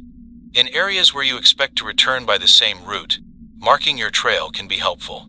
This could involve stacking rocks, tying strips of cloth to branches, or making marks on trees. Just be sure your markers are distinct enough that you won't confuse them with natural features or other travelers' marks. Remember, successful navigation isn't just about knowing where you are, but also about knowing where you're going. Always try to have a clear destination in mind, whether it's a specific location or simply a direction you need to travel. In our changed world, the ability to navigate without technology is more than just a survival skill. It's a key to freedom and self-reliance. Practice these techniques whenever you can, even in familiar areas. The more second nature they become, the more valuable they'll be when you truly need them. Stay oriented, stay determined, and above all, stay alive. This is Atlas, broadcasting from Wasteland Voice, your lifeline in the Great Drought. As we continue our broadcast, it's time to turn our attention to an essential aspect of our new reality, the Community Bulletin Board. This virtual gathering place serves as a crucial link between survivors, facilitating the exchange of information, resources, and support that is so vital in these challenging times. First, let's address the messages from our listeners. We've received word from the settlement at Dry Creek Junction that they're still maintaining their deep well and are open to trading water for medical supplies, particularly antibiotics and pain relievers. If you have these items and are in need of water, consider making the journey. Remember, approach slowly and openly, and be prepared to negotiate fairly. From the community that is formed in the abandoned mall to the west, we have a different kind of request. They're seeking individuals with experience in solar panel repair and maintenance. In exchange, they're offering shelter and a share of their hydroponically grown vegetables. If you have these skills and are looking for a more stable living situation, this could be an opportunity worth exploring. Now, let's move on to our Lost and Found section. We've received several reports of separated family members seeking to reconnect. Sarah Thompson is looking for her brother, Michael Thompson, last seen heading north from the ruins of Central City about 2 weeks ago. Michael, if you're out there and can hear this, Sarah is safe at the old community college campus and hopes you'll make your way there. The Martinez family, who were forced to evacuate their home, are searching for their teenage son, Carlos. He was last seen near the old water treatment plant. Carlos, if you're listening, your family is at the refugee camp by the Eastern Hills.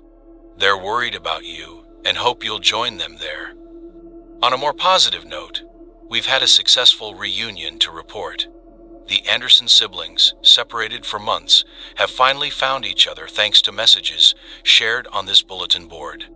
It's a reminder of the power of communication and the importance of never giving up hope.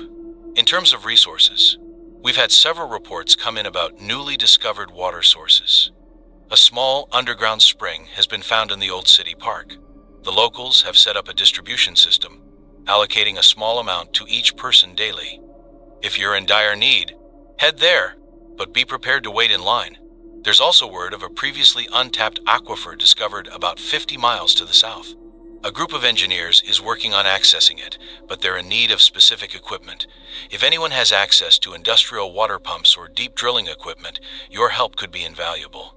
On the topic of trade opportunities, the settlement at the Old Farmers Market is looking to exchange their surplus of drought-resistant seeds for tools, particularly hand-powered farming implements. This could be a chance to diversify your crop options if you're struggling with agriculture in these harsh conditions. The fishing community that has formed around the shrinking lake to the east is offering to trade dried fish for any kind of cloth or fabric. With the breakdown of traditional supply chains, textiles have become a scarce and valuable resource. Now, let's move on to job postings. The security team at Dry Creek Junction is looking to recruit new members. They're specifically seeking individuals with military or law enforcement background, but they're willing to train those who are physically fit and quick learners. This position offers regular meals and access to clean water, a rare combination in our current world. The group working on repairing the old radio station downtown is in need of electronics experts. If you have experience with radio equipment or general electronics repair, your skills are in high demand. This job is crucial for expanding our communication networks and could play a vital role in coordinating larger-scale relief efforts. For those with medical training, your skills are needed more than ever. The makeshift hospital set up in the old fire station is desperately short-staffed. They're looking for doctors, nurses, and even those with basic first aid knowledge. In return, they're offering shelter and a share of the resources that come through their doors. The agricultural collective that is formed on the outskirts of town is looking for individuals with knowledge of permaculture and drought-resistant farming techniques. This could be an opportunity to put your skills to use and contribute to food security for a larger community. For those with experience in water purification or desalination, your expertise is in high demand. Several communities are working on large-scale water projects and are seeking consultants. This could be a chance to make a significant impact on water accessibility in our region. Now, let's discuss some upcoming community events and gatherings. The Old Community College campus is hosting a Skillshare event next week. This is a chance to learn valuable survival skills from others and to share your own knowledge. Topics will include basic first aid, water purification techniques, and foraging for edible plants in our new environment. The group that has been working on reviving ancient water harvesting techniques is holding a workshop on building small-scale fog catchers. These devices can produce a surprising amount of water in the right conditions and could be a valuable addition to your water collection methods. For those interested in long-term planning and community building, there's a town hall meeting scheduled at the old courthouse in 3 days. This will be an opportunity to discuss larger-scale projects and to coordinate efforts between different settlements in our area. The Amateur Astronomy Club, which has taken on new importance in our technology-scarce world, is organizing a stargazing and navigation workshop. Learning to navigate by the stars could be a life-saving skill in our new reality. Lastly, I want to remind everyone of the importance of verifying information before acting on it. In these uncertain times, misinformation can spread quickly and have dangerous consequences. If you hear something that sounds too good to be true, it probably is. Always cross-check information with multiple sources if possible. Remember, this community bulletin board is only as strong as the information we share with each other. If you have news, resources, or skills to offer, find a way to get that information to us so we can broadcast it. Your knowledge could be the key to someone else's survival. Stay informed, stay connected, and above all, stay alive. This is Atlas, broadcasting from Wasteland Voice, your lifeline in the Great Drought. As we continue our broadcast, we have a special guest joining us today. Dr.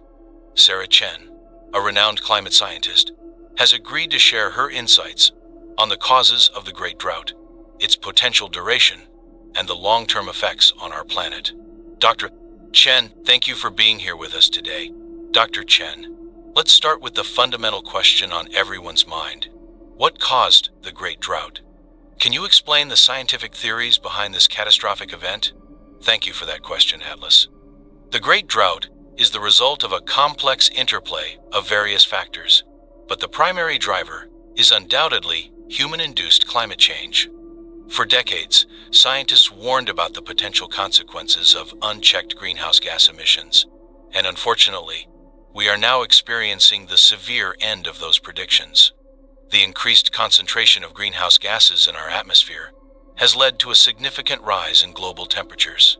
This warming has disrupted long-established weather patterns and altered the hydrological cycle. One of the most critical changes we've observed is the shift in the jet stream, which has led to persistent high-pressure systems over many regions, blocking moisture-carrying weather systems. Additionally, the warming of the oceans has intensified the El Niño Southern Oscillation, leading to more extreme and prolonged El Niño events. These events typically bring drought conditions to many parts of the world, and their increased frequency and intensity have contributed significantly to the current crisis. Another factor is the feedback loop created by the drought itself. As vegetation dies off due to lack of water, it reduces the amount of moisture released into the atmosphere through transpiration. This further decreases the likelihood of rainfall, creating a self-reinforcing cycle of dryness. Dr. Chen, that's a sobering explanation. Given these complex factors, what can you tell us about the potential duration of the Great Drought? Is there an end in sight?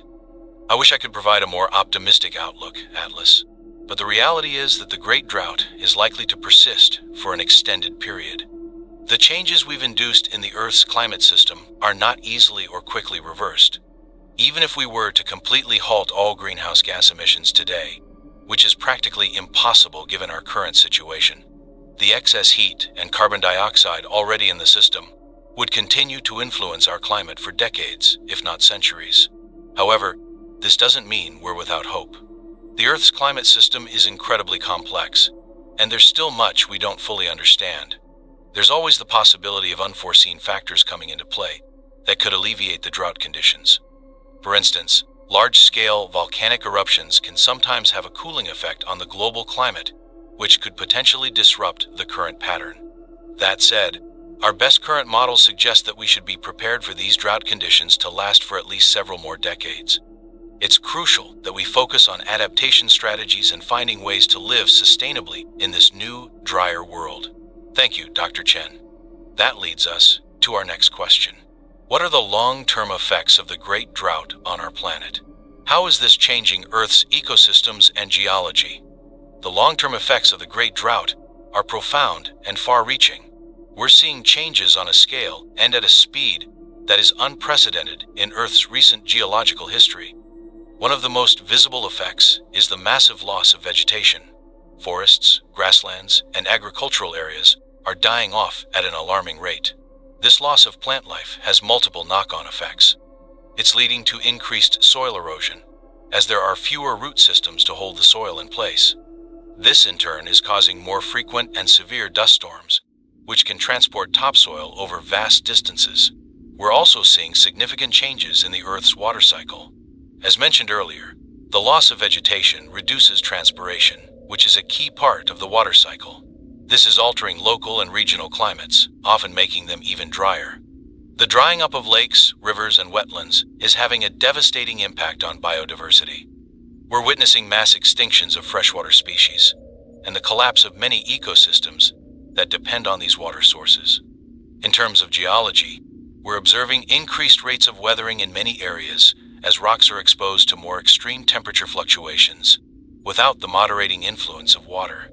This is leading to more rapid erosion of geological features. The drought is also affecting groundwater systems, as surface water becomes scarce, leading to the depletion of aquifers. In some areas, this is causing land subsidence, where the ground literally sinks as the water is removed from underground reservoirs. In coastal areas, the lack of fresh water flowing into the oceans is allowing salt water to intrude further inland, contaminating groundwater supplies and altering coastal ecosystems. On a larger scale, the changes in vegetation and soil moisture are actually affecting the Earth's albedo, or reflectivity. This could have long-term implications for the planet's energy balance and climate. Dr. Chen, these effects sound catastrophic. Are there any positive developments or potential solutions that have emerged from studying the Great Drought? While the situation is undeniably dire, there have been some positive developments in our understanding and in human adaptability. First, the Great Drought has spurred incredible innovation in water conservation and management technologies. We've seen remarkable advancements in desalination techniques, atmospheric water generation, and precision agriculture that uses minimal water. The crisis has also led to a renewed interest in and respect for traditional knowledge, particularly from cultures that have long lived in arid environments. Ancient water harvesting techniques are being rediscovered and combined with modern technology to create more resilient water management systems. In terms of ecology, we're observing rapid evolution in some species as they adapt to the new conditions.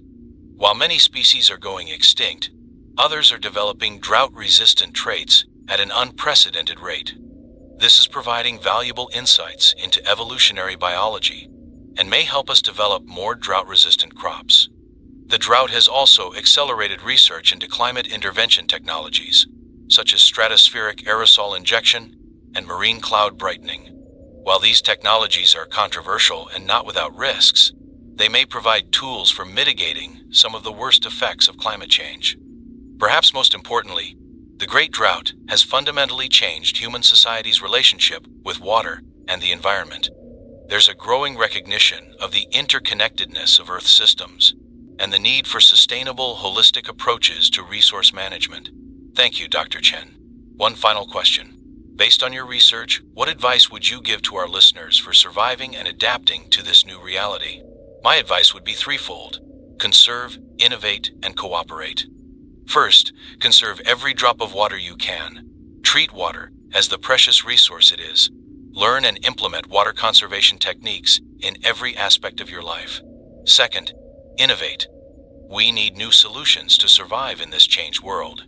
Whether it's developing new water harvesting techniques, breeding drought-resistant crops, or finding new ways to recycle and reuse water, innovation is key to our survival. Lastly, cooperate. The challenges we face are too big for any individual or small group to tackle alone. Share knowledge, resources, and support with your community. The societies that are best adapting to the Great Drought are those that have strong social cohesion and cooperative structures.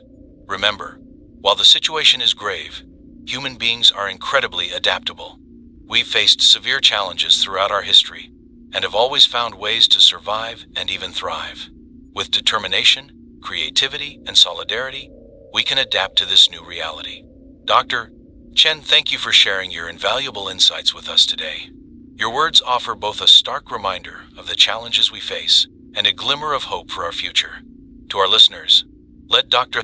Chen's words guide you in the days ahead. Conserve, innovate, and cooperate. These are not just strategies for survival, but the building blocks for a new way of life in our changed world. Stay informed, stay adaptive, and above all, stay alive. This is Atlas, broadcasting from Wasteland Voice, your lifeline in the Great Drought. As we continue our broadcast, it's crucial that we address a topic that has become increasingly important in our harsh new reality: dangerous wildlife adaptations. The Great Drought hasn't just affected human societies, it has forced dramatic changes in animal behavior and physiology. Understanding these changes could mean the difference between life and death in our altered world. First, let's discuss the most immediate threat: predators. As their traditional prey becomes scarce, many predatory animals have become more aggressive and are expanding their territories into areas they previously avoided. Mountain lions, for instance, have been spotted venturing far into urban areas in search of food. These cats are incredibly adaptable and have learned to see humans as potential prey. If you're in an area where mountain lions are present, be especially vigilant at dawn and dusk when they're most active. Travel in groups when possible, and if you encounter one, make yourself appear large, make noise, and never run. Coyotes have also adapted remarkably well to the new conditions. They've become more social, forming larger packs to take down bigger prey. This pack behavior makes them more dangerous to humans, especially children or individuals who are alone. Coyotes have also become more active during daylight hours, so remain alert even during times you might previously have considered safe. In regions near dried-up water sources, crocodiles and alligators have become a serious concern. These reptiles can survive long periods without food and have begun to travel overland in search of new water sources. They've been found in residential areas far from their usual habitats. Always be cautious near any remaining water sources, no matter how far you think you are from traditional crocodile territory. Bears, particularly in areas where their natural food sources have been depleted, have become more aggressive in seeking out human food. They've learned to associate human settlements with potential meals and have lost much of their natural fear of people. Proper food storage is more critical than ever. If you must keep food in your shelter, use airtight containers and consider suspending them from a high point if possible. Now, let's talk about some less obvious but equally dangerous adaptations. Many herbivorous animals, driven by desperation, have begun to incorporate meat into their diets. There have been reports of deer and cattle attacking small animals and even humans in some cases. Don't assume that an animal is harmless just because it was traditionally herbivorous. Smaller animals have also undergone significant behavioral changes. Rats and other rodents, always adaptable, have become more aggressive in their search for food and water. They've been known to attack in swarms, presenting a serious threat, especially to the young or infirm. Keep your living areas as clean as possible and seal any potential entry points. In arid regions, venomous creatures like scorpions and snakes have expanded their ranges. As the ground has dried and cracked, it's created new habitats for these animals closer to human settlements. Always check your shoes and bedding, and be cautious when moving rocks or debris.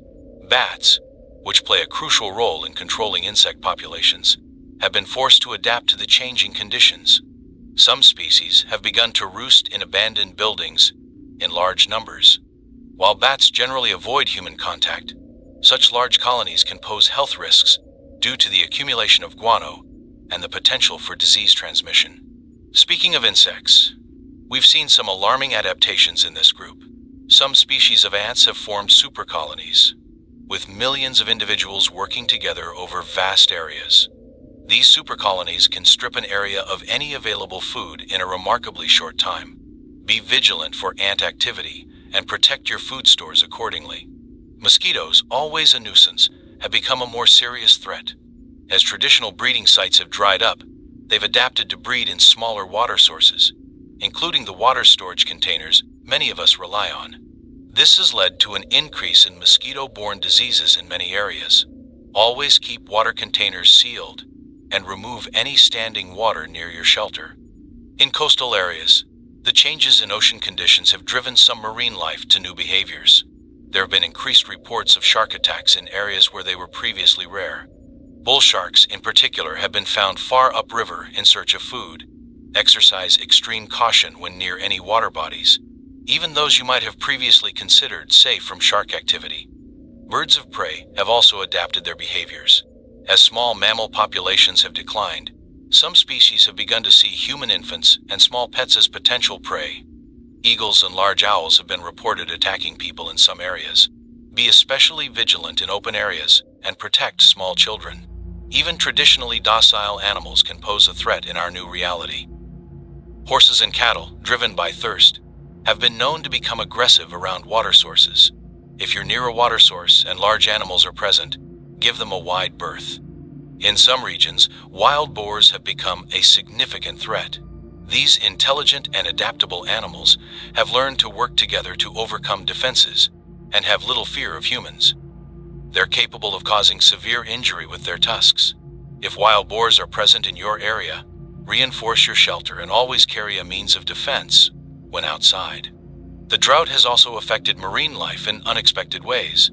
As rivers have dried up, many freshwater fish species have been forced into the brackish waters of estuaries.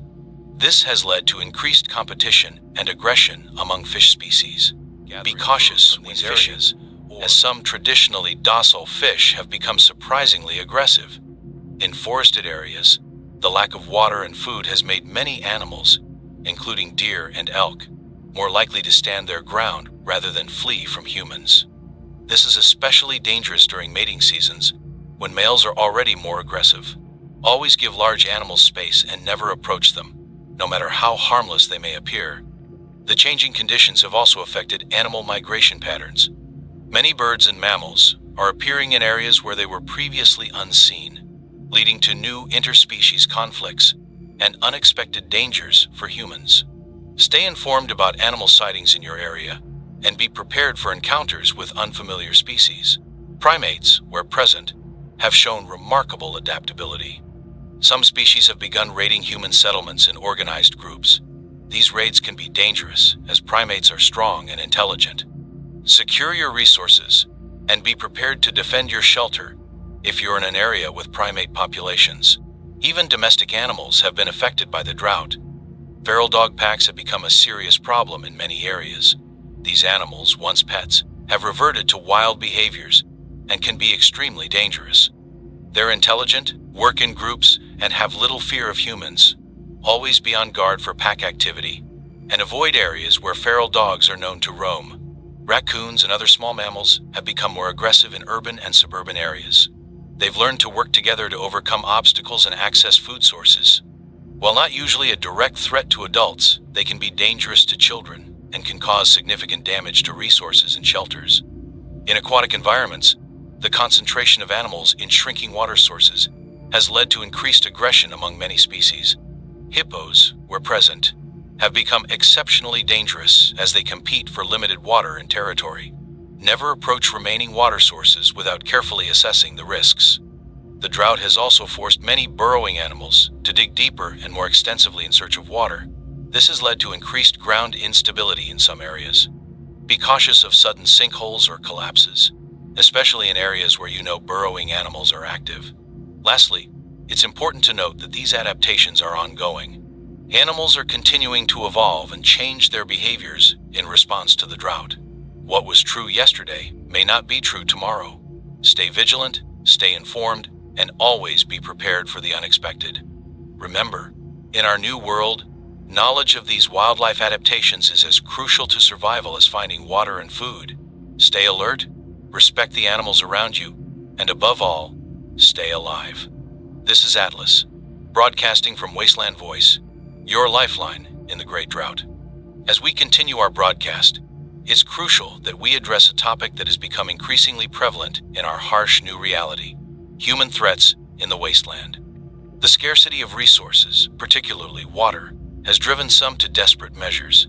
Understanding these threats and how to protect yourself could mean the difference between life and death in our altered world.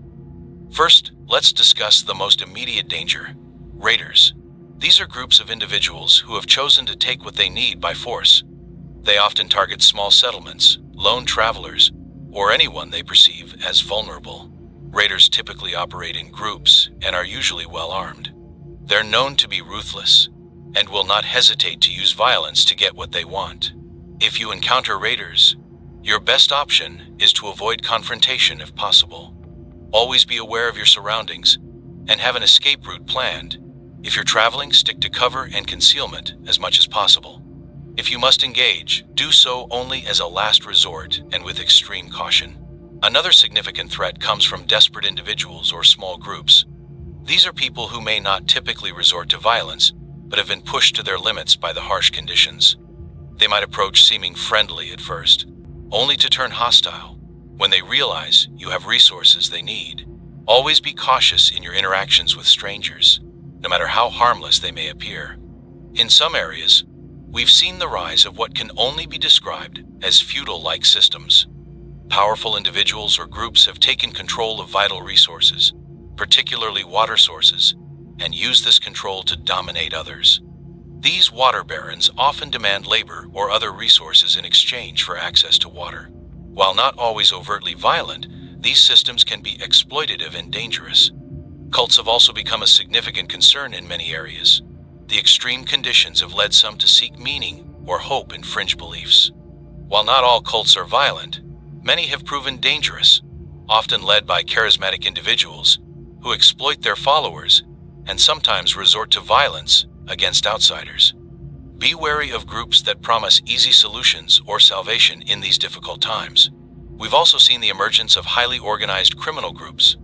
Unlike the more chaotic raiders, these groups operate with a level of structure and long-term planning. They often seek to control trade routes or establish protection rackets in settled areas. These groups can be particularly dangerous as they have the resources and organization to mount sustained campaigns of violence if they choose. In some regions, remnants of military or law enforcement groups have gone rogue. These are particularly dangerous as they often have training, discipline, and access to advanced weapons.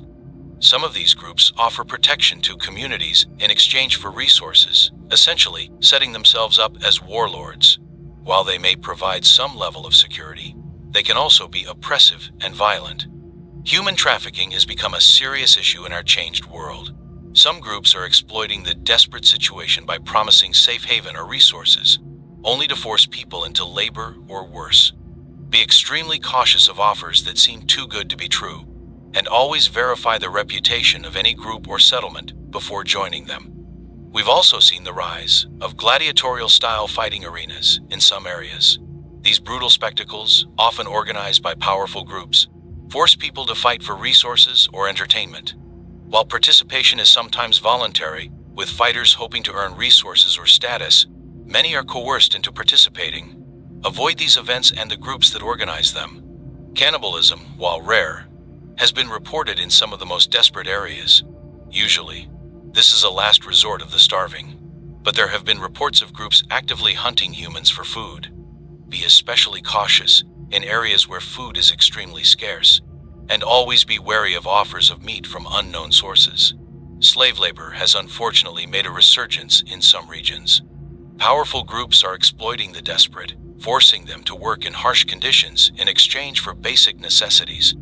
These operations are often well guarded and can be difficult to escape once you're trapped in them. Be very cautious of labor offers, especially those that require you to relocate to isolated areas.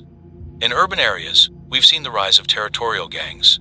These groups often control specific neighborhoods or districts, demanding payment or resources for passage or protection. They can be extremely dangerous to outsiders who enter their territory unknowingly.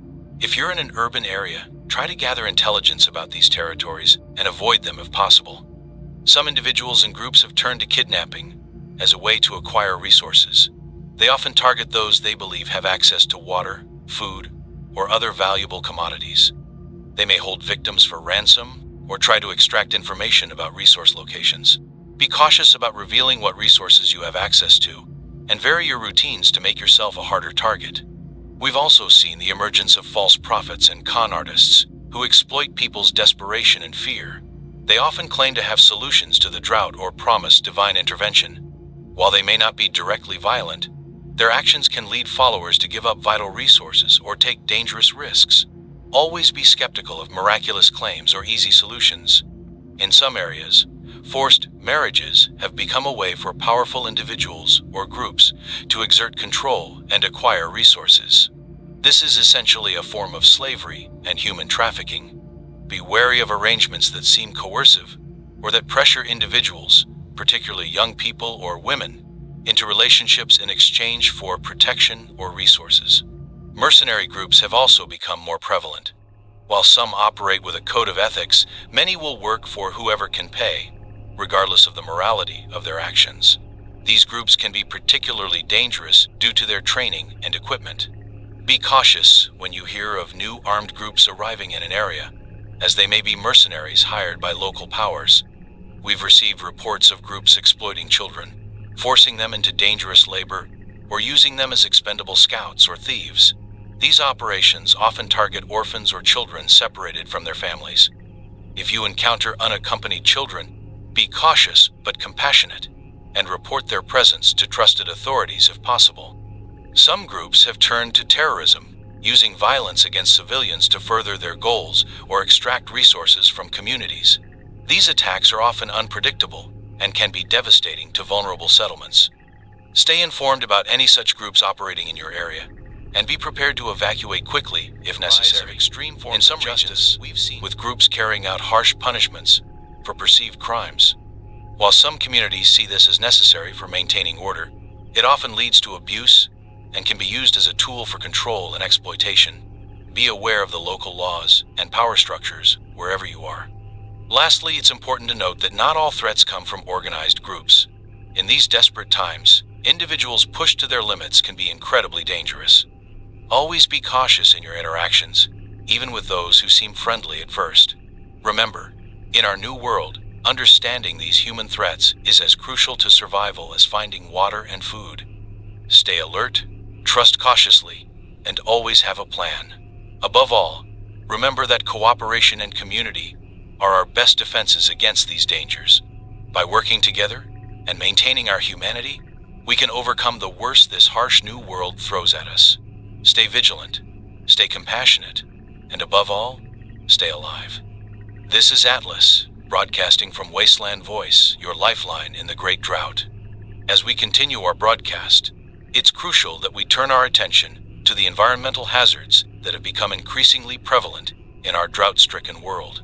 Understanding and preparing for these dangers is essential for survival in these harsh conditions. Let's start with one of the most common and dangerous hazards: dust storms. These massive walls of airborne particles have become more frequent and intense as the drought has progressed. Dust storms can arise suddenly, reducing visibility to near zero and making breathing difficult or impossible without protection. If you see a dust storm approaching, seek shelter immediately. A solid building is ideal, but if that's not available, get to the lowest point possible and cover your mouth and nose with a damp cloth. If you're in a vehicle, pull off the road, turn off your engine, and wait out the storm.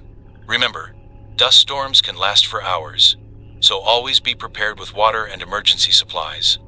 The fine particles in these storms can damage electronics and engines, so protect any crucial equipment. After a dust storm passes, be cautious about breathing deeply, as the air will still be filled with fine particles. If possible, wait for the dust to settle before venturing out. Another significant hazard we're facing is the increased frequency and intensity of wildfires. With vegetation dried out and temperatures soaring, even the smallest spark can ignite a massive blaze. These fires can move incredibly quickly, especially when driven by strong winds. Always be aware of fire risks in your area. If you see smoke or flames, don't wait for an official evacuation order. Start moving to safety immediately. Have an emergency kit ready to grab at a moment's notice, including water, non-perishable food, and any crucial documents or medications. If you're caught in the path of a wildfire, seek areas with little or no vegetation. Large parking lots, rocky areas, or bodies of water can provide refuge. Remember, smoke inhalation can be just as deadly as the flames themselves, so protect your airways with a damp cloth if possible. The drought has also led to an increase in sinkholes, especially in areas with underlying limestone or other soluble rock. As groundwater levels drop, cavities in the rock can collapse, creating sudden and dangerous holes in the earth. Be cautious when traveling, especially in areas where the ground feels unusually soft, or where you notice circular depressions forming. If you suspect you're in an area prone to sinkholes, distribute your weight as much as possible. If a sinkhole begins to form, move away from the area immediately. Landslides have also become more common, particularly in hilly or mountainous regions. The lack of vegetation to hold soil in place, combined with occasional flash floods when rain does occur, has made many slopes unstable. Be wary of signs of impending landslides, such as cracks appearing in the ground, trees tilting at odd angles, or sudden changes in water flow in streams. If you suspect a landslide is imminent, evacuate the area immediately, moving uphill if possible. Flash floods, while seemingly at odds with the overall drought conditions, have become a serious hazard. When rain does fall, it often comes in short, intense bursts. The parched, hardened ground can't absorb the water quickly, leading to sudden and violent flooding. Never camp or rest in dry riverbeds or at the bottom of canyons, no matter how long they've been dry. If you hear a roar of water or notice a sudden rise in water levels, move to higher ground immediately. Remember, it doesn't need to be raining where you are for a flash flood to occur. Rain upstream can cause flooding downstream with little warning. The extreme heat itself has become an environmental hazard. Heat waves have become longer, more intense, and more frequent. Heat stroke is a constant threat, especially for those engaged in physical activity or without access to shelter. During the hottest parts of the day, typically from 10 in the morning to 4 in the afternoon, stay in the shade if possible. If you must be active, do so during the cooler hours of early morning or evening. Always stay hydrated, but be mindful of your water consumption, balancing the need to prevent heat stroke with the need to conserve your water supply. The drought has also led to an increase in soil erosion, creating new hazards. In some areas, the loss of topsoil has exposed underlying rocks or created deep gullies. These changes can make travel more difficult and dangerous, especially in low-light conditions. Be cautious when moving through unfamiliar terrain. What might have been easy to traverse before the drought could now be treacherous. Always test your footing, especially on slopes or near edges. We're also seeing an increase in dust devils, which are small, intense whirlwinds. While not usually as dangerous as full-scale dust storms, they can still cause injury and damage. If you see a dust devil forming, move away from its path. Be especially cautious if you're carrying any loose items that could be picked up by the wind. The breakdown of infrastructure has created its own set of environmental hazards. Abandoned buildings, while tempting as shelter, can be extremely dangerous. The lack of maintenance, combined with the effects of extreme temperatures and occasional earth movements, has left many structures on the verge of collapse. If you must enter an abandoned building, do so with extreme caution. Look for signs of structural damage like cracks in walls or tilting support beams. Never enter a building that appears to be leaning or has a sagging roof. In urban and industrial areas, we're seeing increased incidents of chemical spills and contamination. As containment systems fail due to lack of maintenance, dangerous substances are being released into the environment. Be extremely cautious around abandoned industrial sites or storage facilities. Strange odors, unusual discoloration of soil or water, or unexplained dead vegetation could all be signs of chemical contamination. If you suspect you've been exposed to a harmful substance, remove contaminated clothing and wash thoroughly with whatever water you can spare. The drought has also led to changes in air quality. In many areas, the air has become filled with irritants like dust, pollen, and smoke. This can exacerbate respiratory conditions and create new health problems even for those who previously had no issues. If you have access to them, wear dust masks or respirators when air quality is poor. In the absence of proper equipment, a damp cloth over your nose and mouth can provide some protection. We're also seeing an increase in bacterial and algal blooms in the remaining water sources. As water levels drop and temperatures rise, conditions become ideal for certain harmful microorganisms to flourish. Never assume that a water source is safe just because it looks clean. Boil all water before drinking if possible, or use purification tablets. Be especially cautious of water that has an unusual color, odor, or a slimy film on the surface. The drought has also affected the ozone layer, leading to increased UV radiation reaching the Earth's surface. This has made sunburn and skin damage an even more serious concern. Protect your skin whenever you're outside. Wear long-sleeved, loose-fitting clothing and a wide-brimmed hat. If you have access to sunscreen, use it liberally and reapply often. In some areas, we're seeing an increase in ground fissures, large cracks in the Earth's surface caused by the extreme drying of soil and subsurface materials. These can pose a significant hazard to both foot and vehicle travel. Be on the lookout for these fissures, especially when traveling in open country. They can be surprisingly deep and wide, and their edges are often unstable. Lastly, it's important to note that many of these hazards can interact with and compound each other. A dust storm might be followed by a flash flood, or a wildfire might lead to increased risk of landslides in its aftermath. Always be prepared for multiple hazards and have contingency plans. Remember, in our new reality, the environment itself has become one of our greatest challenges. But with knowledge, preparation, and caution, we can survive and even thrive in the face of these dangers. Stay alert, stay prepared, and above all, stay alive. This is Atlas, broadcasting from Wasteland Voice, your lifeline in the Great Drought. As we continue our broadcast, it's crucial that we address a topic that has become increasingly prevalent in our harsh new reality: disease outbreaks and prevention. The Great Drought has not only changed our environment, but also altered the landscape of human health and disease transmission. Understanding these new health risks and how to mitigate them in our altered world. First, let's discuss one of the most immediate threats: waterborne diseases. As clean water sources become scarce, people are often forced to rely on contaminated water for drinking and sanitation. This has led to a resurgence of diseases that were once under control in many parts of the world. Cholera, for instance, has become a major concern in many areas. This bacterial infection, causes severe diarrhea and dehydration, which can be fatal, especially in our water-scarce environment. To prevent waterborne diseases, it's crucial to purify all water before consumption. Boiling is the most reliable method if you have the fuel to spare. If not, chemical purification tablets or drops can be effective. In emergency situations, leaving water in clear plastic bottles in direct sunlight for at least 6 hours can help reduce pathogens, though this method is not foolproof. Another significant concern is the spread of vector-borne diseases. As traditional water sources dry up, mosquitoes and other disease-carrying insects are adapting to breed in smaller water sources, including the water storage containers many of us rely on. This has led to an increase in diseases like malaria, dengue fever, and Zika virus in areas where they were previously rare or non-existent. To protect yourself from these diseases, always keep water containers sealed and remove any standing water near your shelter. If possible, use mosquito nets when sleeping and wear long-sleeved clothing, especially during dawn and dusk when mosquitoes are most active. If you have access to insect repellent, use it liberally. The drought conditions have also led to an increase in respiratory diseases. The dry, dusty air can irritate the lungs and exacerbate conditions like asthma and bronchitis.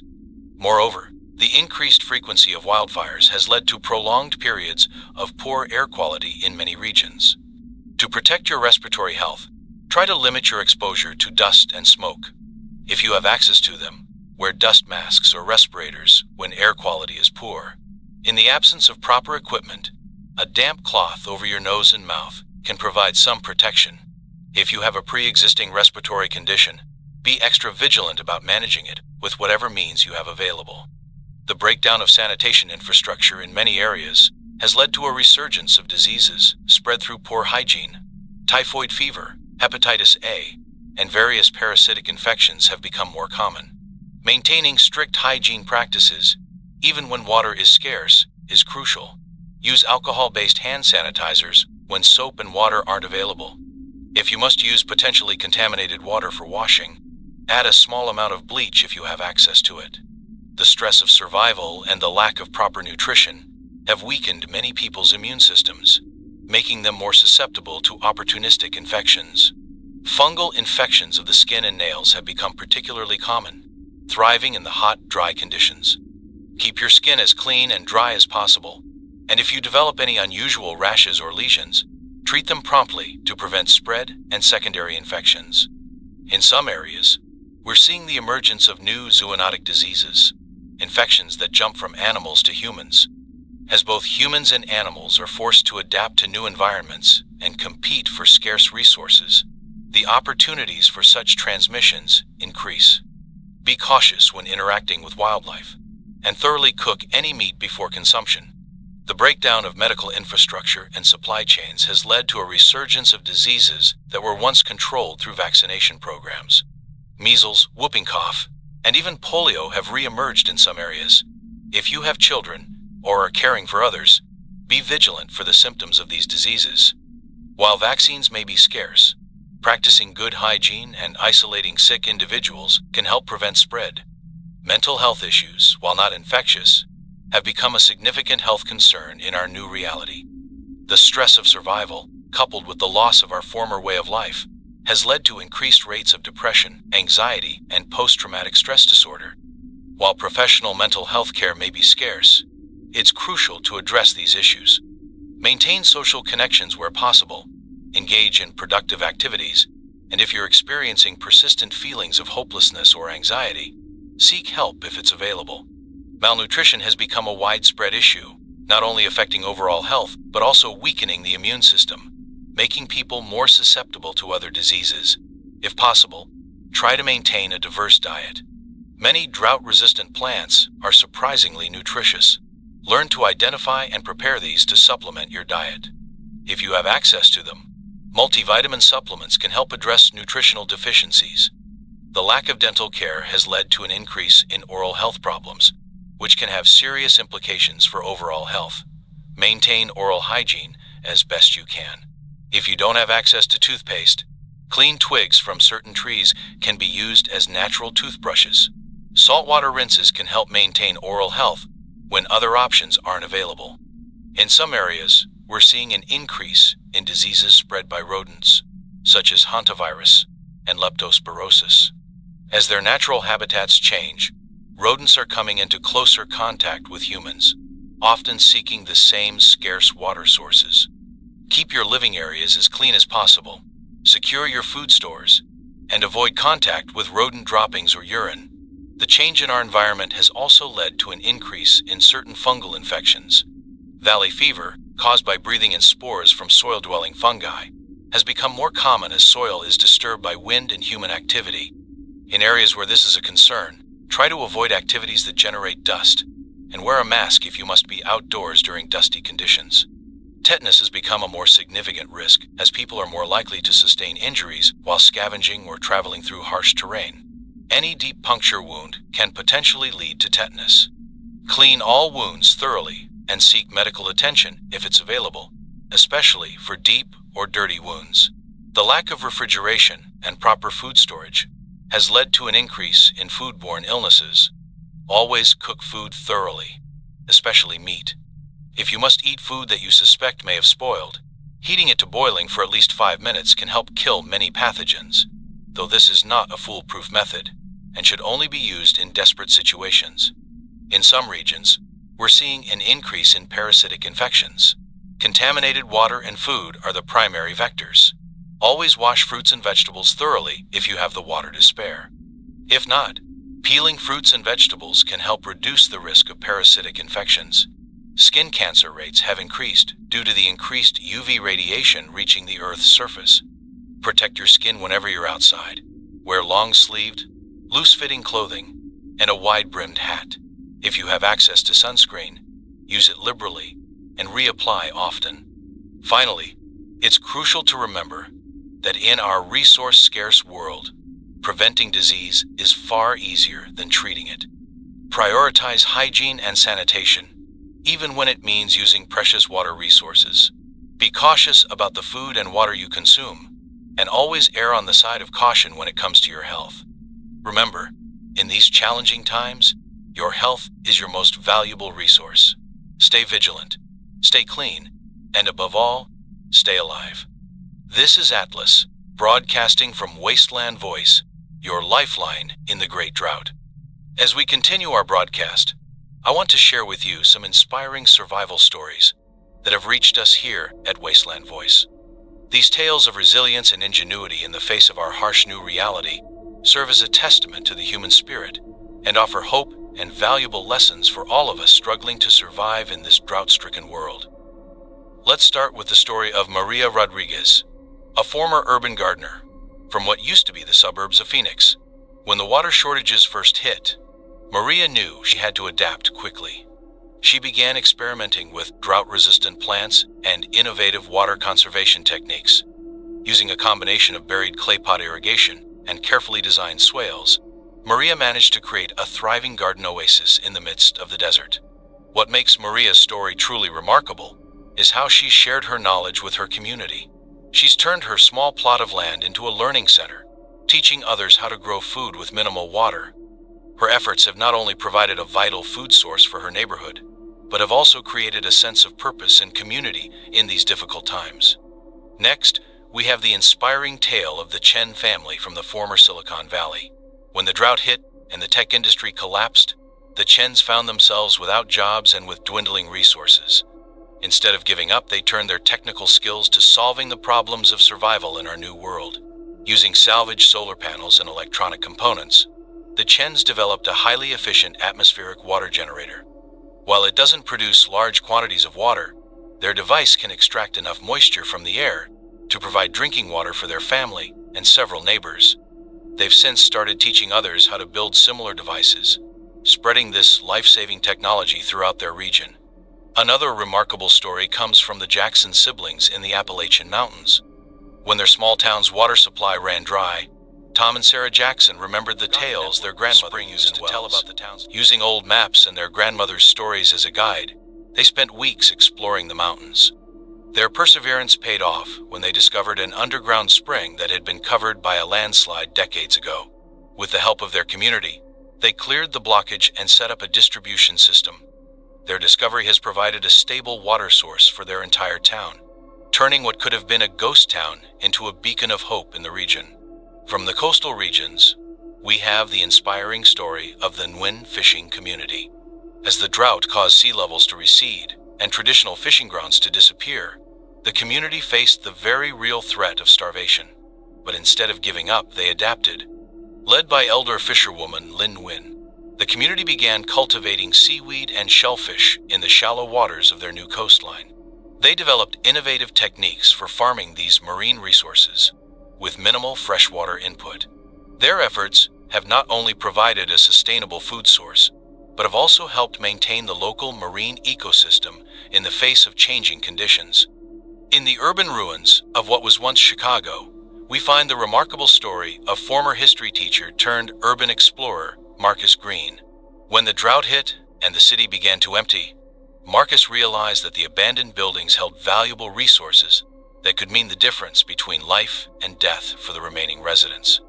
Marcus began organizing scavenging expeditions, but with a twist. He used his knowledge of history and urban development to predict where the most valuable resources might be found.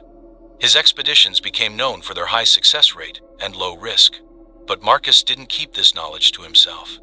He started training others in safe and effective urban exploration, creating a network of skilled scavengers who have become vital to the survival of Chicago's remaining population. From the agricultural heartland, we have the story of the Johnsons, a family of fifth-generation farmers. When their corn and soybean crops failed year after year due to the drought, the Johnsons knew they had to radically rethink their approach to farming. Drawing on research into ancient agricultural practices, they began implementing a form of dryland farming inspired by Native American techniques. The Johnsons replaced their water-hungry crops with drought-resistant varieties of amaranth, quinoa, and millet. They developed a system of widely spaced planting and intensive mulching to make the most of what little moisture was available.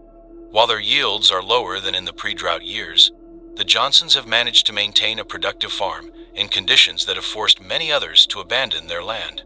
In the mountains of Colorado, we find the inspiring tale of former software engineer Sarah Lightfoot.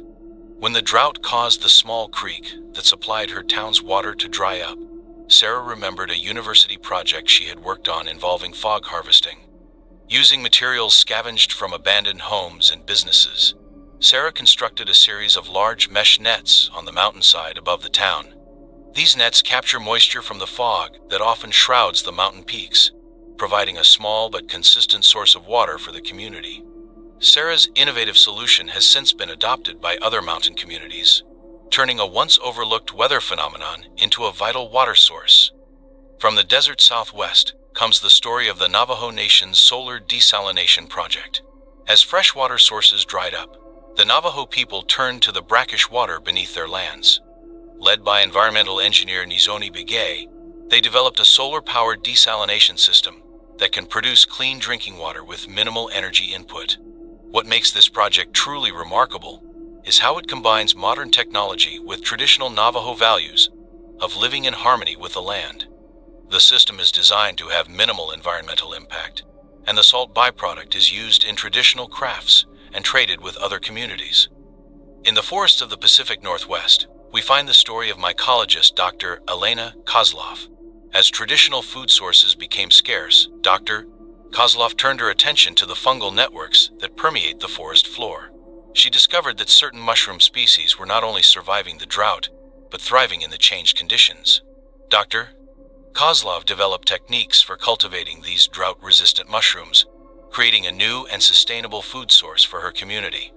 Moreover, her research into the symbiotic relationships between fungi and plants has led to breakthroughs in forest preservation, helping to maintain these crucial ecosystems in the face of the drought.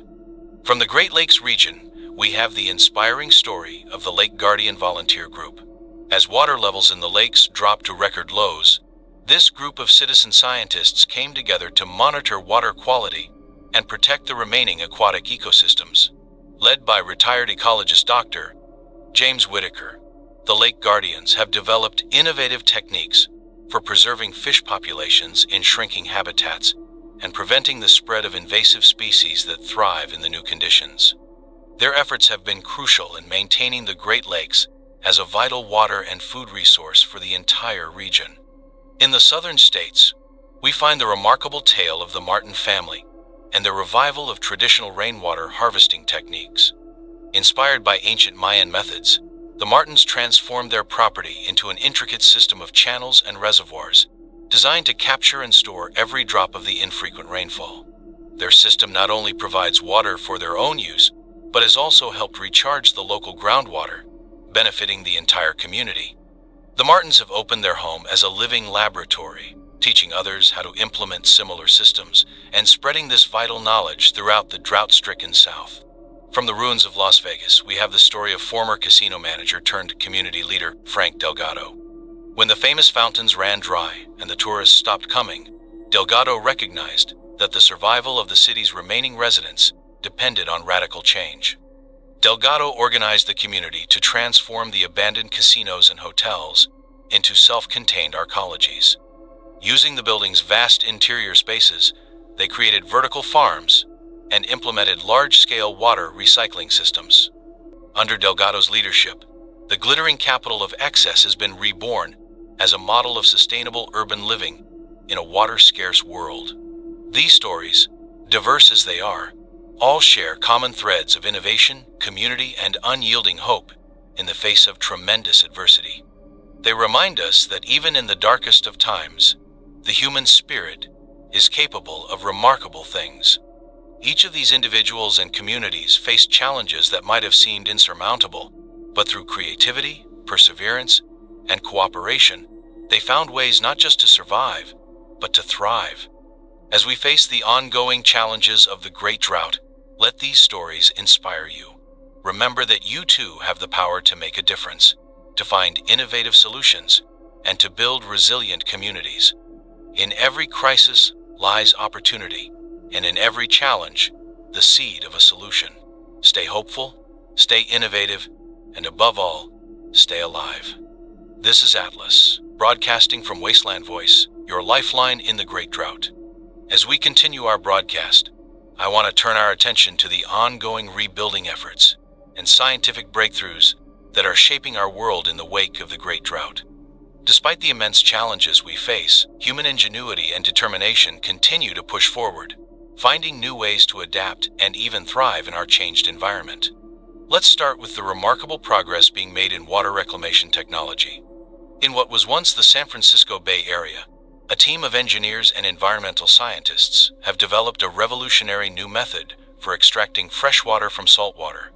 Unlike traditional desalination, which requires enormous amounts of energy, this new process uses a combination of solar power and bioengineered algae to remove salt and other impurities from seawater. The algae, specially adapted to thrive in high salinity environments, absorb salt as part of their growth process. Once harvested, the algae can be used as a nutrient-rich food source or converted into biofuel. This closed-loop system not only produces fresh water but also generates food and energy, making it a game-changer for coastal communities struggling with water scarcity. Moving inland, we find equally impressive advancements in agricultural technology. In the heartland of what was once America's breadbasket, scientists have successfully developed a strain of wheat that can thrive with less than half the water required by traditional varieties.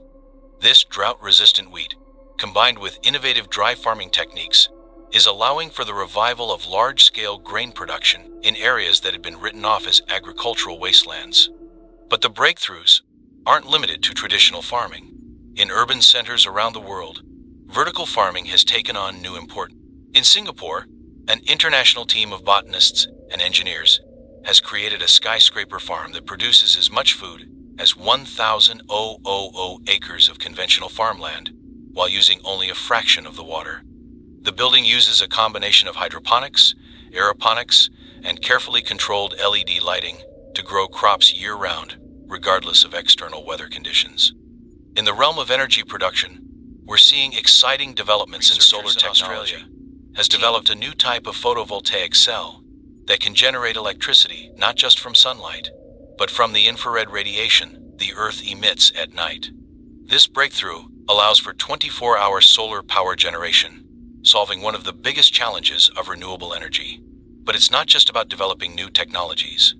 We're also seeing remarkable efforts to restore and rehabilitate our damaged ecosystems. In the Amazon basin, where vast swathes of rainforest have been lost to drought and fire, an international coalition of scientists and indigenous groups is spearheading an ambitious reforestation project. Using a combination of drone technology for seed dispersal and carefully selected drought-resistant species, they've managed to replant over 1 million acres in the past year alone. More importantly, they're not just planting trees, but recreating entire ecosystems, including understory plants and supporting fauna.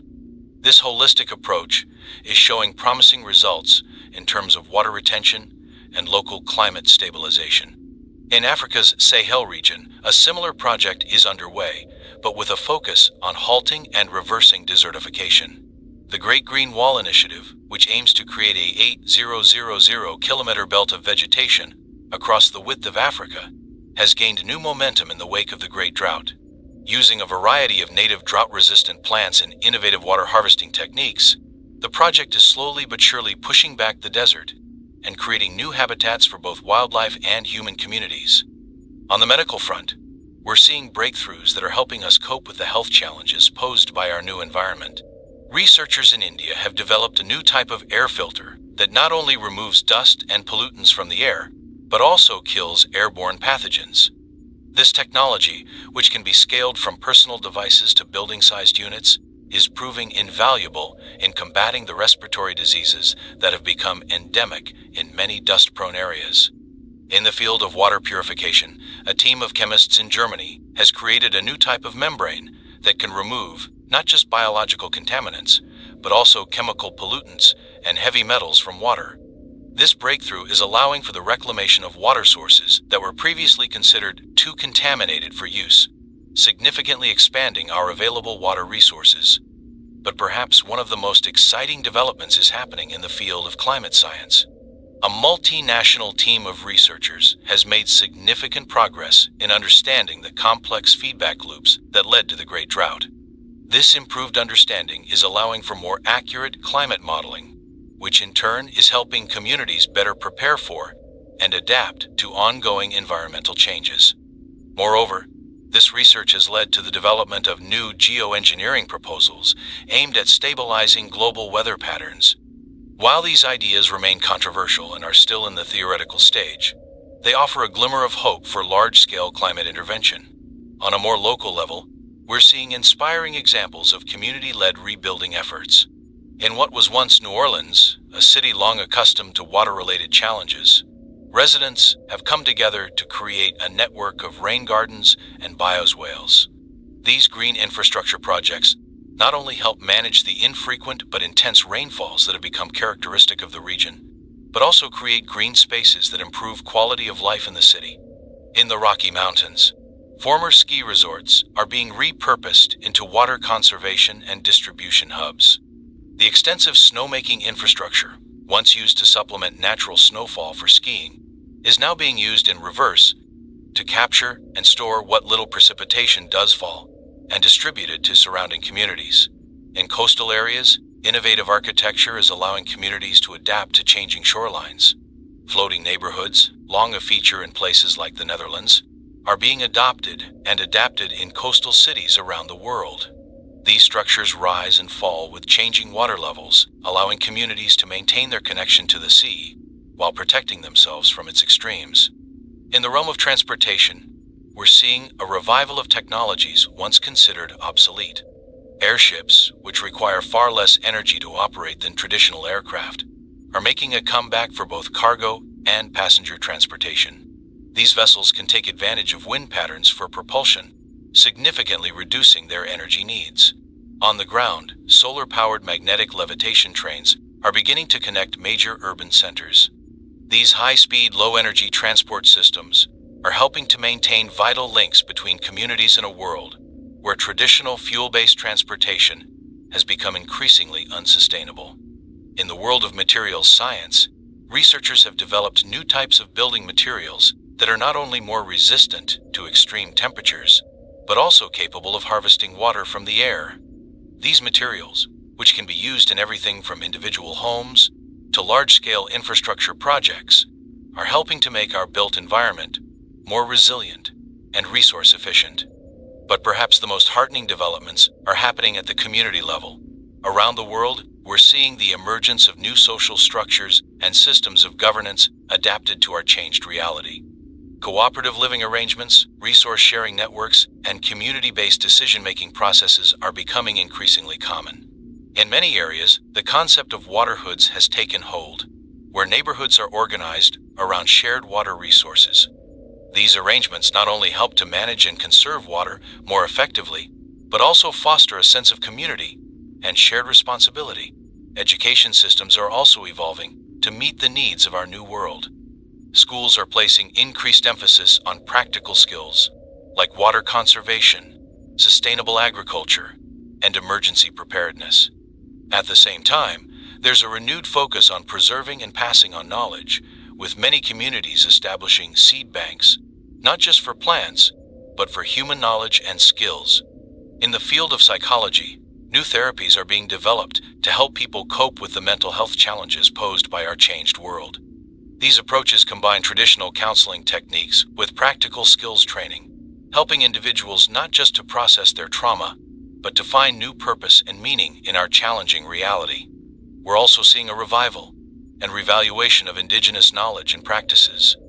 Many traditional techniques for water harvesting, drought-resistant agriculture, and sustainable living are proving invaluable in our water-scarce world. This is leading to a new era of collaboration between scientific institutions and indigenous communities, combining ancient wisdom with modern technology to create sustainable solutions. In the realm of art and culture, we're witnessing a renaissance of creative expression.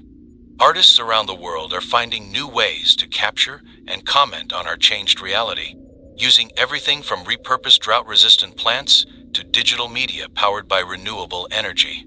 This outpouring of creativity is not just providing much-needed beauty and reflection in our harsh world, but also helping to forge new cultural identities adapted to our new reality.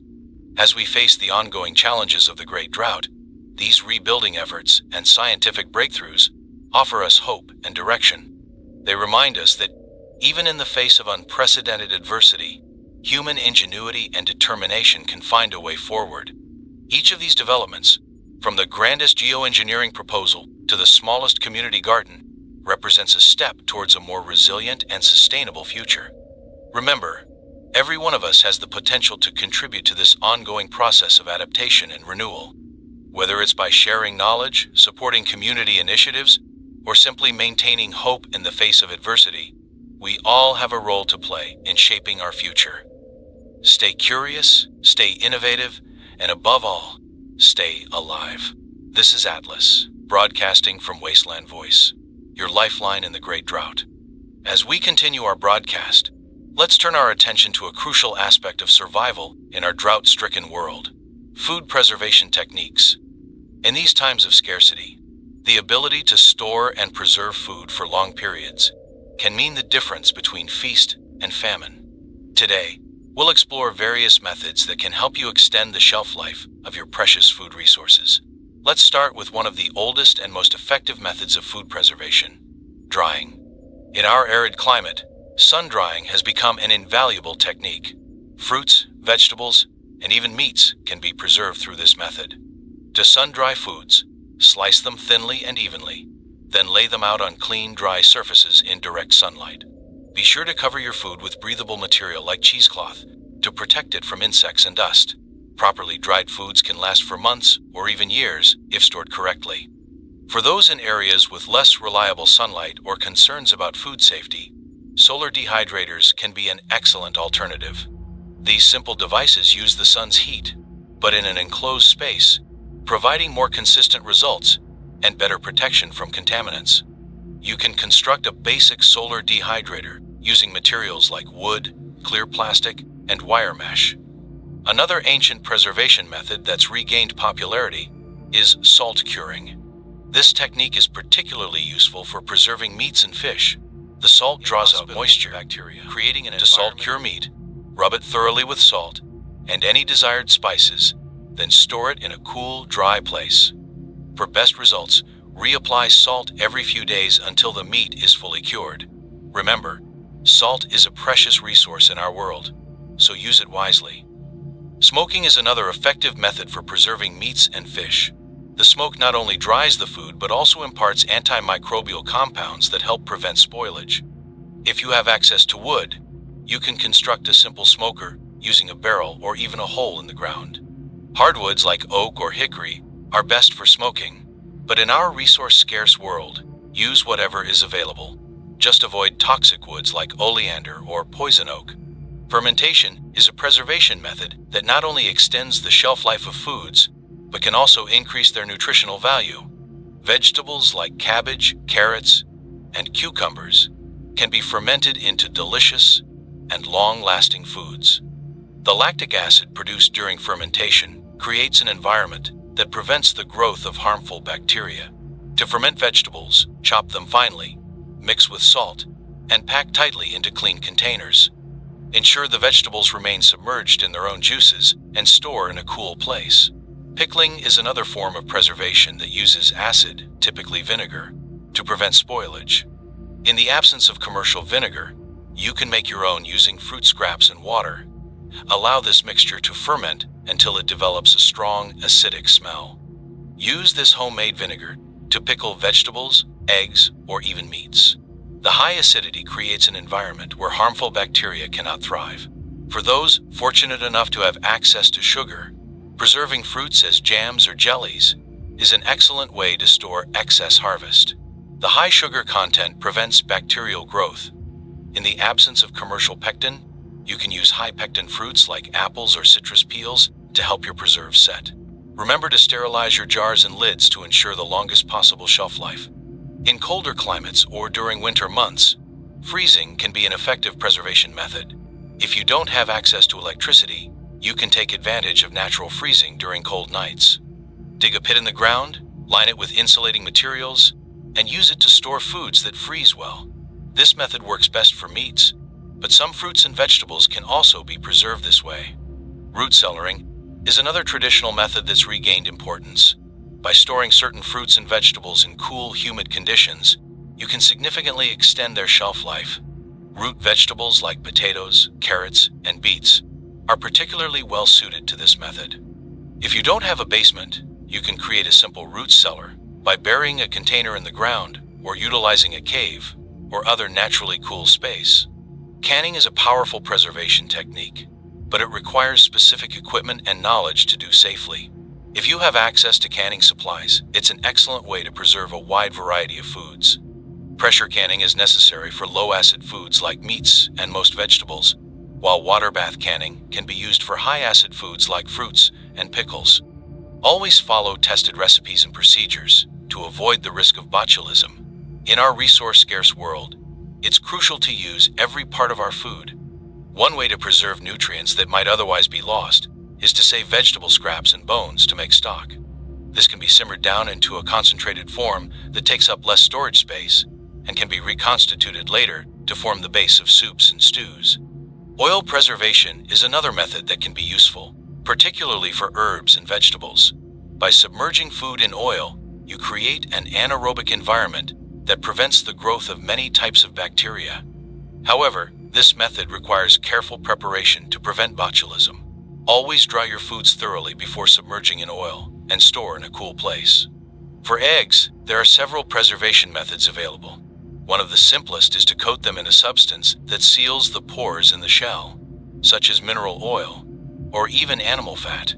Another method is water glassing, which involves submerging eggs in a solution of water and lime. Both these methods can extend the shelf life of eggs for several months. In areas where temperatures drop below freezing, ice houses can be an effective way to preserve food. During the coldest part of the year, cut blocks of ice from frozen bodies of water and store them in an insulated structure packed with sawdust or straw. This ice can last well into the warm months, providing refrigeration for perishable foods. Pemmican, a traditional food of many Native American tribes, is an excellent survival food that can last for years if prepared correctly. It's made by drying lean meat until brittle, pounding it into a powder and mixing it with rendered fat and sometimes dried berries. The high fat content seals out air, preventing spoilage. Another useful preservation technique is to create your own MREs, meals ready to eat. Combine dehydrated foods into complete meals, then package them in airtight containers with oxygen absorbers. This not only preserves the food, but also makes it easy to portion and transport. For grains and legumes, proper storage is key to long-term preservation. Store them in airtight containers with oxygen absorbers. If you have access to food-grade diatomaceous earth, adding a small amount to your stored grains can help prevent insect infestations without making the food inedible. In some regions, people have revived the ancient practice of storing grain in underground silos. By burying grain in airtight containers, you can create an environment with stable temperature and humidity, ideal for long-term storage. Remember, regardless of the preservation method you use, proper storage is crucial. Keep your preserved foods in a cool, dry, dark place whenever possible. Regularly inspect your stores for any signs of spoilage or pest infestation. Lastly, it's important to rotate your food stores. Use the oldest items first and continually replenish your supplies as you're able. This ensures that you're always eating food at its best quality and prevents waste. By mastering these food preservation techniques, you can make the most of whatever food resources are available to you. In our uncertain world, the ability to store food for lean times is more than just a survival skill. It's a source of security and peace of mind. Stay resourceful, stay prepared, and above all, stay alive. This is Atlas, broadcasting from Wasteland Voice, your lifeline in the Great Drought. As we continue our broadcast, let's turn our attention to a crucial aspect of survival in our drought-stricken world: energy alternatives. In these times of scarcity, the ability to generate and store power can make a significant difference in our quality of life and even our chances of survival. Today, we'll explore various methods of harnessing renewable energy sources that are still viable in our changed environment. Let's start with solar power, which has become increasingly important in our sun-scorched world. The intense sunlight that now bathes much of the planet can be harnessed to generate electricity through photovoltaic panels. If you have access to solar panels, even damaged ones, they can still be useful. Many communities have become adept at repairing and repurposing old panels to create smaller, functional units. For those without access to commercial solar panels, it's possible to create simple solar cells using materials like copper sheeting, salt water, and scrap metal. While these homemade cells won't be as efficient as commercial panels, they can still generate enough power for small electronics or to charge batteries. Solar thermal energy is another way to harness the sun's power. Simple solar water heaters can be constructed using black-painted containers and reflective surfaces. These can provide hot water for sanitation and cooking, reducing the need for other fuel sources. Wind power is another viable energy alternative in many regions. The changing climate patterns have altered wind currents in some areas, making wind power more viable than ever before. Simple wind turbines can be constructed using scavenged materials like car alternators, PVC pipes, and wooden blades. Even a small wind turbine can generate enough power to charge batteries or run small appliances. In areas with flowing water, micro-hydro power systems can be an excellent source of consistent energy. These systems can be as simple as a water wheel connected to a generator, or more complex setups using pipes to direct water flow. Even in our drought-stricken world, some regions still have streams or rivers that can be harnessed for power generation. Biogas is another energy alternative that's gained popularity. By fermenting organic waste in an anaerobic environment, it's possible to produce methane gas that can be used for cooking or even to power small generators. This not only provides energy, but also helps manage waste, which is crucial for sanitation in our resource-scarce world. For those in coastal areas, tidal power is worth considering. The ebb and flow of the tides can be harnessed to generate electricity. While large-scale tidal power plants are beyond the reach of most communities, small-scale systems can be constructed using salvaged materials and ingenuity. Geothermal energy, where available, can provide a constant source of power. In regions with geothermal activity, simple heat exchangers can be used to generate electricity or provide heating. Even in areas without obvious geothermal features, Ground source heat pumps can take advantage of the stable temperatures below the Earth's surface for heating and cooling. Human power should not be overlooked as an energy source. Charge small devices or batteries. Bicycle generators, created by connecting a bicycle to an alternator, can produce significant amounts of power with sustained pedaling. These human-powered generators not only provide electricity, but also offer a form of exercise, which is important for maintaining health in our challenging environment. Thermal electric generators, which produce electricity from temperature differences, can be a useful power source in some situations. These can be constructed using materials like bismuth telluride, often found in old computer components. While not highly efficient, they can produce small amounts of power from sources like campfires or even body heat. Biomass energy, derived from burning organic materials, remains a viable option in many areas. However, in our drought-stricken world, it's crucial to use this resource wisely. Efficient rocket stoves and gasifier designs can extract maximum energy from minimal fuel, reducing the strain on limited biomass resources. For storing the energy generated by these alternative sources, battery technology remains crucial. While commercial batteries may be scarce, it's possible to construct simple batteries using materials like copper, zinc, and electrolyte solutions.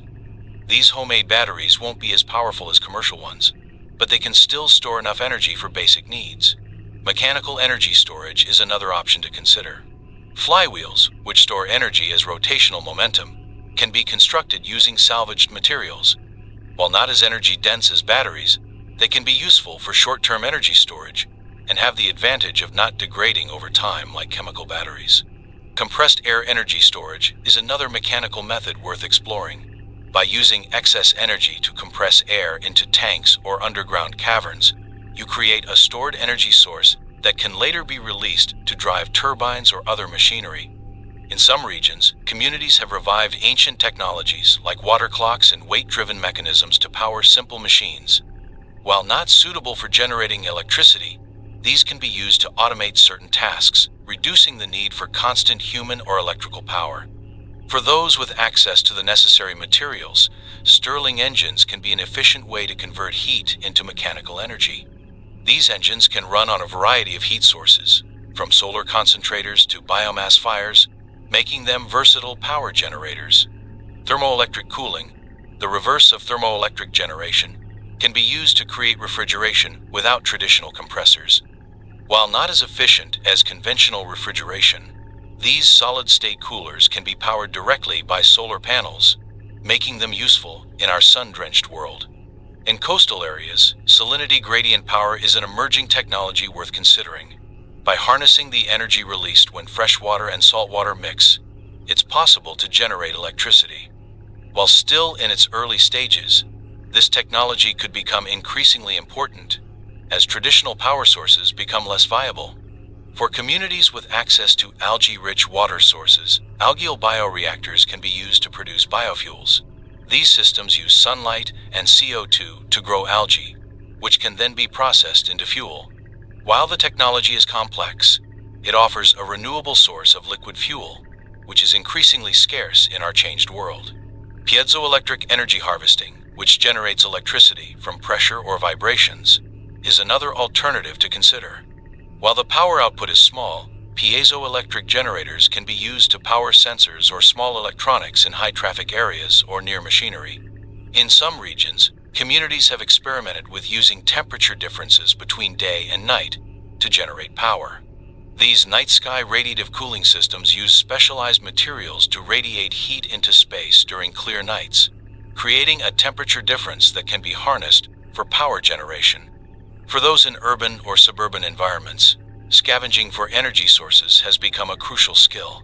Old electronics can be salvaged for solar cells, batteries, and other useful components.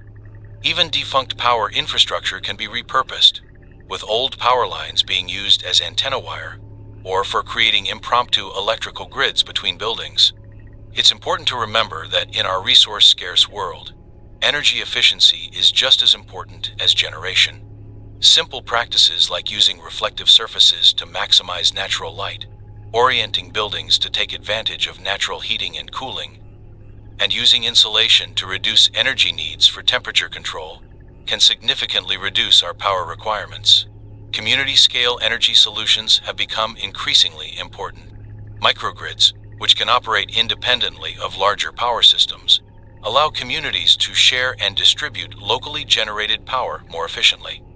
These systems often combine multiple energy sources for greater reliability. Education and skill sharing around energy alternatives have become crucial for survival. Many communities have established power schools, where people can learn about different energy technologies and how to implement them. These knowledge hubs are vital for spreading and preserving the expertise needed to maintain our power systems in this challenging new world. As we navigate the complexities of generating and using power in our drought-stricken world, it's crucial to remain adaptable and open to new ideas. The energy landscape is constantly evolving as we discover new methods and refine existing ones. What works in one region or situation may not be suitable for another, so always be ready to experiment and innovate. Remember, in our new reality, energy is more than just a convenience, it's a lifeline. The ability to generate and store power can mean the difference between thriving and merely surviving.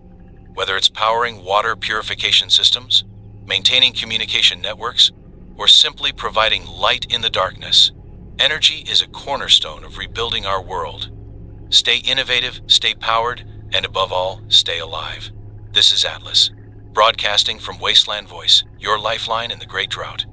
As we continue our broadcast, it's crucial that we address a topic that affects us all in these challenging times: mental health in the apocalypse. The Great Drought has not only changed our physical environment, but has also taken a significant toll on our psychological well-being. Understanding and managing our mental health is just as important for survival as securing water and food. First, let's acknowledge that feeling stressed, anxious, or depressed in our current situation is entirely normal. We've all experienced profound loss, whether it's the loss of loved ones, our former way of life, or the world as we knew it. It's natural to grieve for what we've lost. Allowing ourselves to feel these emotions, rather than suppressing them, is an important part of maintaining our mental health. However, it's crucial to find ways to cope with these feelings so they don't overwhelm us. One effective strategy is to maintain a routine. In a world where so much is uncertain, having a daily schedule can provide a sense of normalcy and control. This routine doesn't have to be complex. It could be as simple as waking up at the same time each day, having regular meal times, and setting aside time for work and rest. Physical activity is another vital component of mental health. Regular exercise releases endorphins, which can improve mood and reduce stress. In our water-scarce world, it's important to balance the need for exercise with the need to conserve energy and water. Low-impact exercises like stretching, yoga, or bodyweight exercises can be effective without causing excessive water loss through sweating. Maintaining social connections is more important than ever. Isolation can exacerbate feelings of anxiety and depression. Even if we can't be physically close to others due to resource scarcity or safety concerns, finding ways to connect is crucial. This could involve regular community meetings, sharing meals when possible, or even developing a system of signals to check in on neighbors from a distance. Mindfulness and meditation practices can be powerful tools for managing stress and anxiety. These techniques can help us stay grounded in the present moment, rather than getting lost in worries about the future or regrets about the past. Even a few minutes of focused breathing each day can make a significant difference in our mental state. It's also important to find meaning and purpose in our new reality. For many, this comes through contributing to their community's survival. Whether it's by sharing skills, helping with resource management, or simply offering emotional support to others, feeling that we're making a difference can significantly boost our mental health.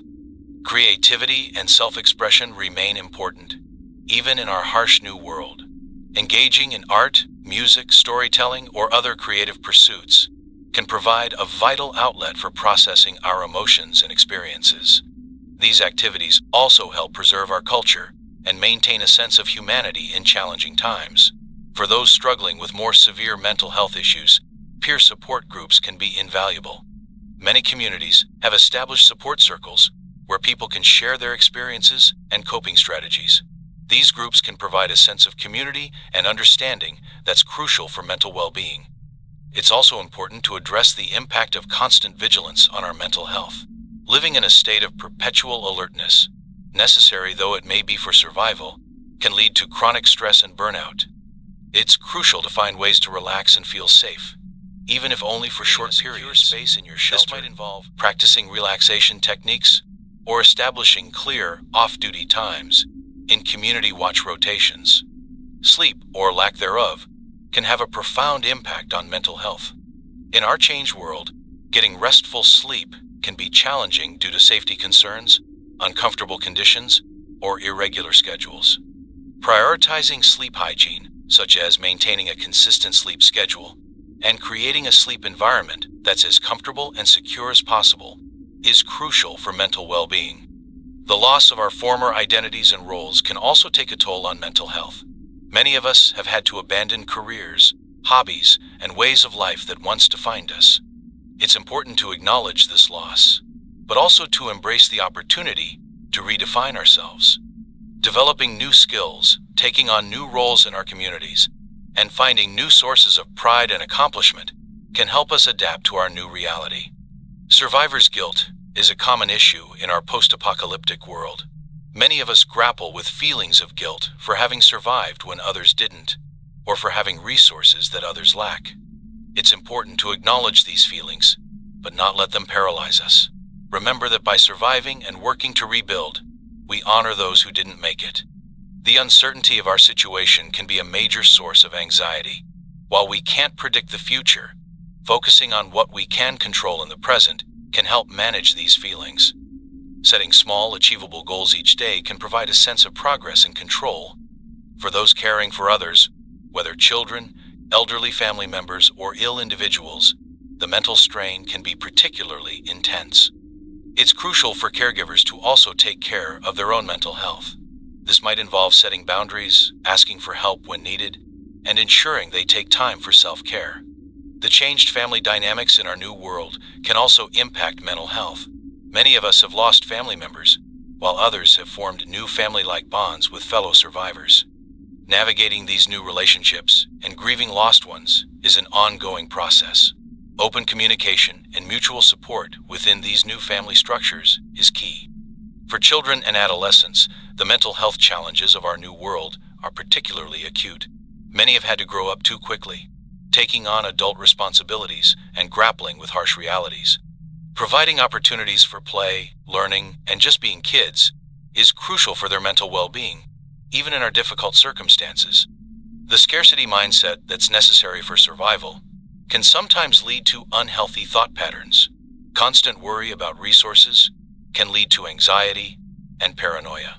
While vigilance is necessary, it's also important to cultivate moments of abundance, even if they're small, to counterbalance this scarcity mindset. Substance abuse has become a concern in many communities, as people turn to whatever intoxicants are available to escape the harsh realities of our world. While the desire to numb difficult emotions is understandable, substance abuse ultimately compounds mental health issues.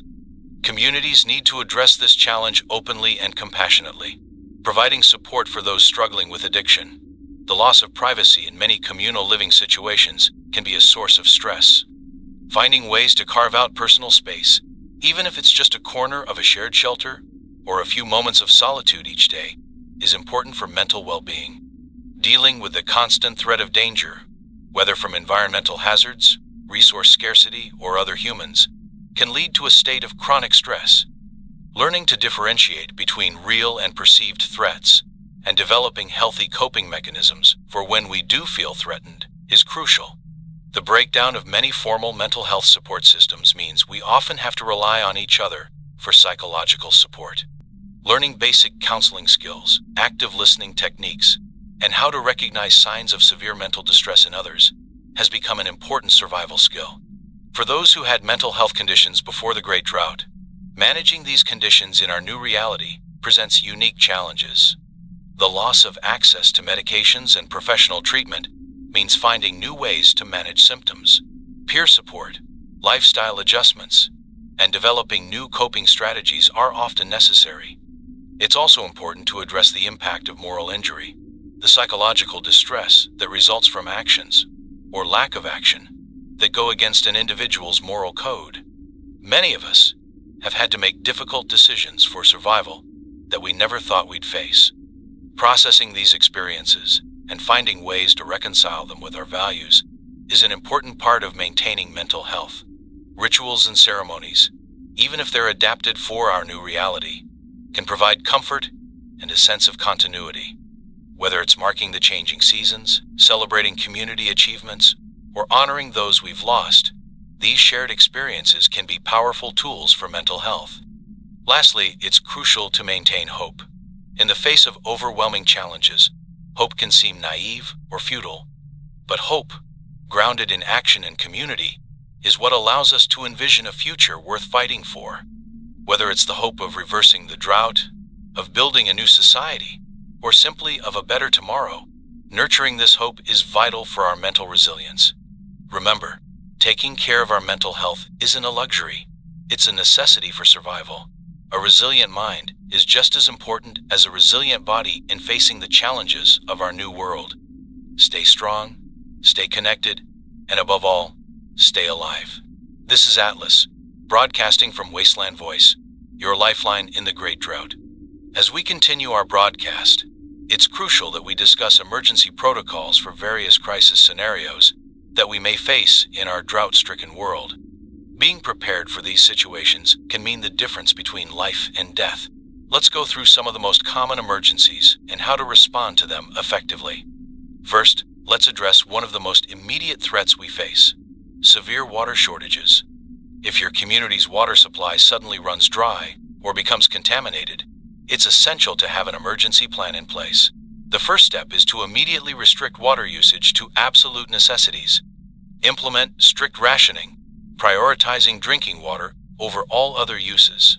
Activate any emergency water collection systems you have in place, such as rainwater harvesting setups or condensation traps.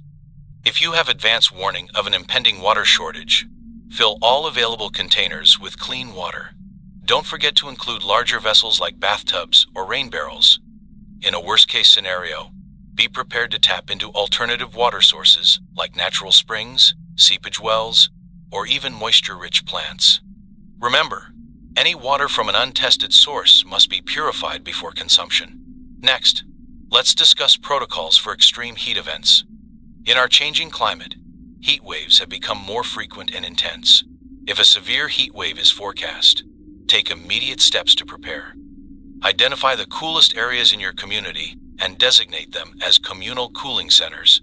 These could be basements, caves, or buildings with thick, insulating walls. During a heat wave, implement a buddy system to check on vulnerable community members, especially the elderly, young children, and those with health conditions. Adjust work schedules to avoid outdoor activities during the hottest parts of the day, typically from 10 in the morning to 4 in the afternoon.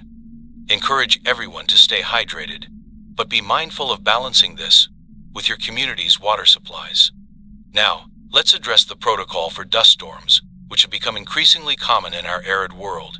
If you see a wall of dust approaching, immediately seek shelter in a sealed environment. If you're caught outside, cover your nose and mouth with a damp cloth if possible, and find the nearest sturdy structure. If no buildings are available, lie flat on the ground, preferably behind a solid object that can block the wind. After the storm passes, be cautious about venturing out immediately. The air will still be filled with fine particles that can cause respiratory issues. Wait for the dust to settle if possible. Once it's safe to do so, check your surroundings for any damage or shifts in the landscape that the storm may have caused. Let's move on to wildfire protocols. In our dry environment, wildfires can spread with frightening speed. If you spot smoke or flames, don't wait for an official evacuation order. Start preparing to leave immediately. Have an emergency kit ready at all times, including water, non-perishable food, any crucial medications, and important documents. If evacuation is necessary, move perpendicular to the fire's path and towards large open areas with little vegetation. If you're trapped by fire, look for bodies of water, large parking lots, or areas of bare earth. As a last resort, creating a fire break by clearing vegetation around you can provide some protection, but this should only be attempted if there's no other option. Now, let's discuss flash flood protocols. Despite the overall drought conditions, when rain does come, it often arrives in short, intense bursts that can lead to sudden and violent flooding. If you hear reports of heavy rainfall upstream, or if you notice a sudden rise in water levels, move to higher ground immediately. Never attempt to cross flowing water, either on foot or in a vehicle. The current can be much stronger than it appears. After a flash flood, be cautious about returning to low-lying areas. The water may be contaminated, and structures may have been weakened before returning to affected areas. Let's address the protocol for earthquakes, which can still occur despite our changed climate.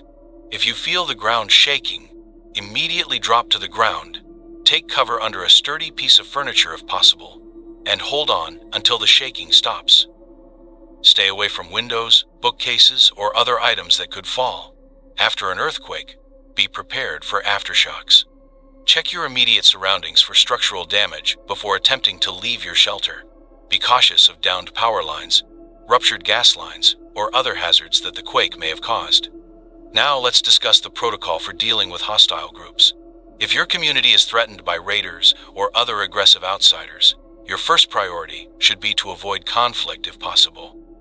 Implement pre-arranged alert systems to warn all community members of the threat. Those not involved in community defense should move to designated safe areas. If conflict is unavoidable, follow your community's established defense plans. This might involve fortifying key positions, deploying security teams, or even evacuating to a predetermined fallback position. Remember, in our resource-scarce world, a violent confrontation often leads to losses on both sides. Diplomatic solutions, where possible, are always preferable. Let's move on to disease outbreak protocols. In our changed world, diseases can spread rapidly due to compromised immune systems and limited medical resources.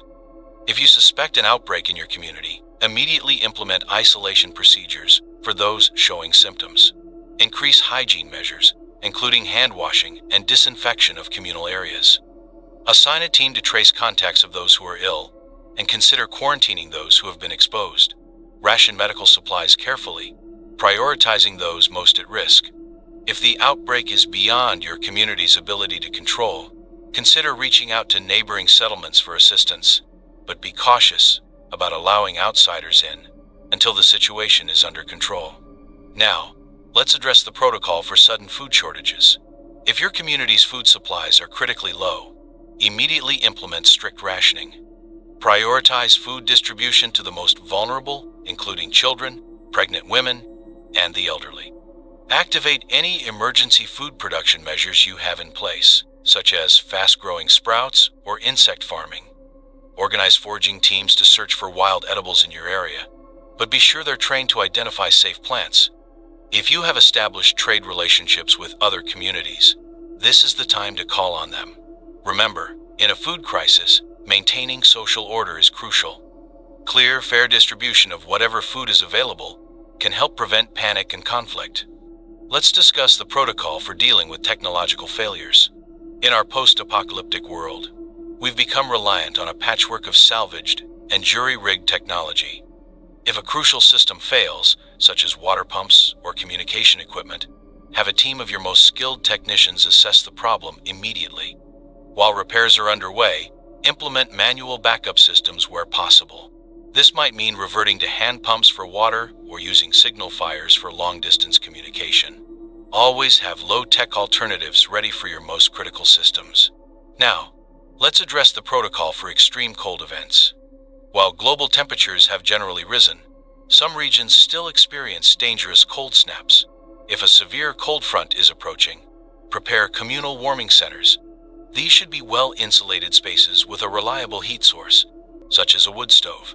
Ensure all community members have adequate clothing and blankets. Implement a buddy system to check on vulnerable individuals. Be aware of the signs of hypothermia and frostbite. In extreme cold, preventing heat loss becomes just as important as finding water in our usual hot conditions. Let's move on to the protocol for handling internal community conflicts. In the high-stress environment of our post-apocalyptic world, disagreements can quickly escalate into serious conflicts. Have a clearly defined conflict resolution process in place. This might involve a council of elders, a democratically elected committee, or a rotating group of mediators. The key is to address conflicts quickly and fairly before they can grow into larger issues that threaten community cohesion. In severe cases, have procedures in place for removing individuals who pose a persistent threat to community safety, but always try to resolve conflicts peacefully first. Now, let's discuss the protocol for dealing with dangerous wildlife encounters. As animals adapt to our changed world, interactions between humans and wildlife have become more frequent and often more dangerous. If dangerous animals are spotted near your community, implement a warning system to alert all members. Organize wildlife response teams equipped to deal with different types of animals. This might include using noisemakers to scare away predators or employing traps for problematic smaller animals. Always prioritize human safety, but remember that in our fragile ecosystem, every species plays a crucial role. Lethal measures should only be a last resort. Let's address the protocol for handling hazardous material spills. As infrastructure continues to degrade, the risk of exposure to dangerous chemicals increases. If you discover a spill or leak of unknown substances, do not approach or attempt to clean it up without proper protection. Evacuate the immediate area and establish a safety perimeter. If you have community members with expertise in chemistry or hazardous materials, consult them immediately. In the absence of professional cleanup equipment, the safest course of action may be to cordon off the affected area permanently. Always prioritize human safety over resource recovery. Finally, let's discuss the importance of regular emergency drills. It's not enough to have protocols in place. Your community needs to practice them regularly. Conduct drills for different scenarios, rotating the types of emergencies you prepare for. This not only ensures everyone knows what to do in a crisis, but also helps identify weaknesses in your plans before real emergencies occur. Remember, in our uncertain world, being prepared for emergencies is not paranoia, it's a necessity. Regular review and updating of your protocols is crucial as conditions continue to change. Stay vigilant, stay prepared, and above all, stay alive. This is Atlas, broadcasting from Wasteland Voice, your lifeline in the Great Drought. As we reach the end of our broadcast, I want to take a moment to reflect on all we've discussed and look towards the future. We've covered a vast array of topics, from survival techniques and scientific breakthroughs to the challenges of maintaining our humanity in this harsh new world. Through it all, one thing has remained clear: our resilience as a species. The Great Drought has tested us in ways we could never have imagined. It has stripped away the comforts and certainties of our old lives, forcing us to adapt or perish. Yet, here we are, surviving, innovating, and in some cases, even thriving in the face of adversity. We've learned to extract water from the air, to grow food in the most inhospitable conditions, and to generate power from the relentless sun that once seemed our enemy. We've rediscovered ancient techniques and combined them with modern knowledge to create new ways of living in harmony with our changed environment. But perhaps more importantly, we've learned the true value of community. In a world where every drop of water and every morsel of food is precious, we've come to understand that our survival depends on cooperation and mutual support. The communities that have fared best in this new world are those that have pulled together, sharing resources, knowledge, and the burden of survival. We've seen inspiring examples of human ingenuity and compassion, from the urban gardeners transforming concrete jungles into oases of green, to the scientists working tirelessly to understand and mitigate the effects of the drought. We've witnessed acts of heroism both grand and small, from those who risk their lives to protect their communities from raiders, to those who share their last cup of water with a stranger in need. Yet, we must also acknowledge the darkness that this crisis has brought out in some. We've seen the rise of water barons and warlords, those who would exploit the desperation of others for their own gain. We've witnessed communities torn apart by fear and scarcity, and individuals driven to unthinkable acts in the name of survival. These challenges remind us of the importance of holding on to our humanity, even in the darkest of times. It's not enough merely to survive. We must strive to create a world worth living in. This means not only developing sustainable ways of meeting our physical needs, but also nurturing our spirits and maintaining our ethical standards. As we look to the future, there are glimmers of hope on the horizon. The scientific community continues to make strides in understanding the causes of the Great Drought and developing potential solutions. While we may never return to the world we once knew, there is reason to believe that we can create a new equilibrium, a way of life that is sustainable in the long term. We're seeing promising developments in climate remediation technologies, from large-scale carbon capture projects to experimental methods of altering cloud formation. Scientists are exploring every avenue to address the root causes of our changed climate. While many of these technologies are still in their infancy, they offer hope that we may one day be able to reverse some of the damage done to our planet. In the realm of agriculture, vertical farms, using a fraction of the water of traditional agriculture, are springing up in repurposed skyscrapers. Geneticists are developing new crop varieties that can thrive in our arid world, while ecologists are working to restore degraded ecosystems, creating green buffers against the encroaching desert. Perhaps most encouragingly, we're seeing a shift in human consciousness. The Great Drought has forced us to confront the consequences of our actions on a global scale. There's a growing recognition that we are all in this together, that the fate of each of us is inextricably linked to the fate of all. This understanding is fostering a new ethic of global cooperation and environmental stewardship. Of course, significant challenges remain. The scarcity of water continues to be a source of conflict in many regions. The loss of biodiversity and the collapse of many ecosystems will have long-lasting effects that we're only beginning to understand. And the psychological toll of living in this changed world is something we'll be grappling with for generations to come. But as I look at what we've accomplished, at the ways we've adapted and grown in the face of this crisis, I can't help but feel a sense of cautious optimism. We have within us the capacity not just to survive, but to create a new way of life that is in balance with the realities of our planet. This will require continued innovation, cooperation, and a commitment to the long-term well-being of both humanity and the Earth we call home. It will mean making difficult choices and sacrifices, but also presents an opportunity to build a more just and sustainable world. As we move forward, let us carry with us the lessons we've learned. Let us remember the value of every drop of water, every grain of food. Let us hold on to the spirit of community and mutual aid that has seen us through the darkest times. And let us never lose sight of our shared humanity, even in the face of scarcity and hardship. To all of you listening, whether you're in a thriving community or struggling alone in the wasteland, know that you are not alone. Your struggles, your triumphs, your very survival is a testament to the indomitable spirit of our species. Every day that you continue to fight, to adapt, to help your fellow human beings, you are contributing to the great project of ensuring humanity's future.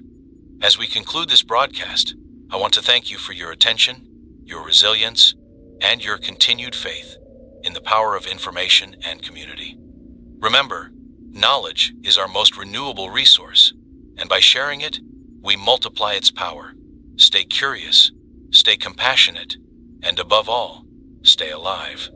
This is Atlas signing off from Wasteland Voice, your lifeline in the Great Drought. Until next time, keep looking towards the horizon, for that is where hope lies.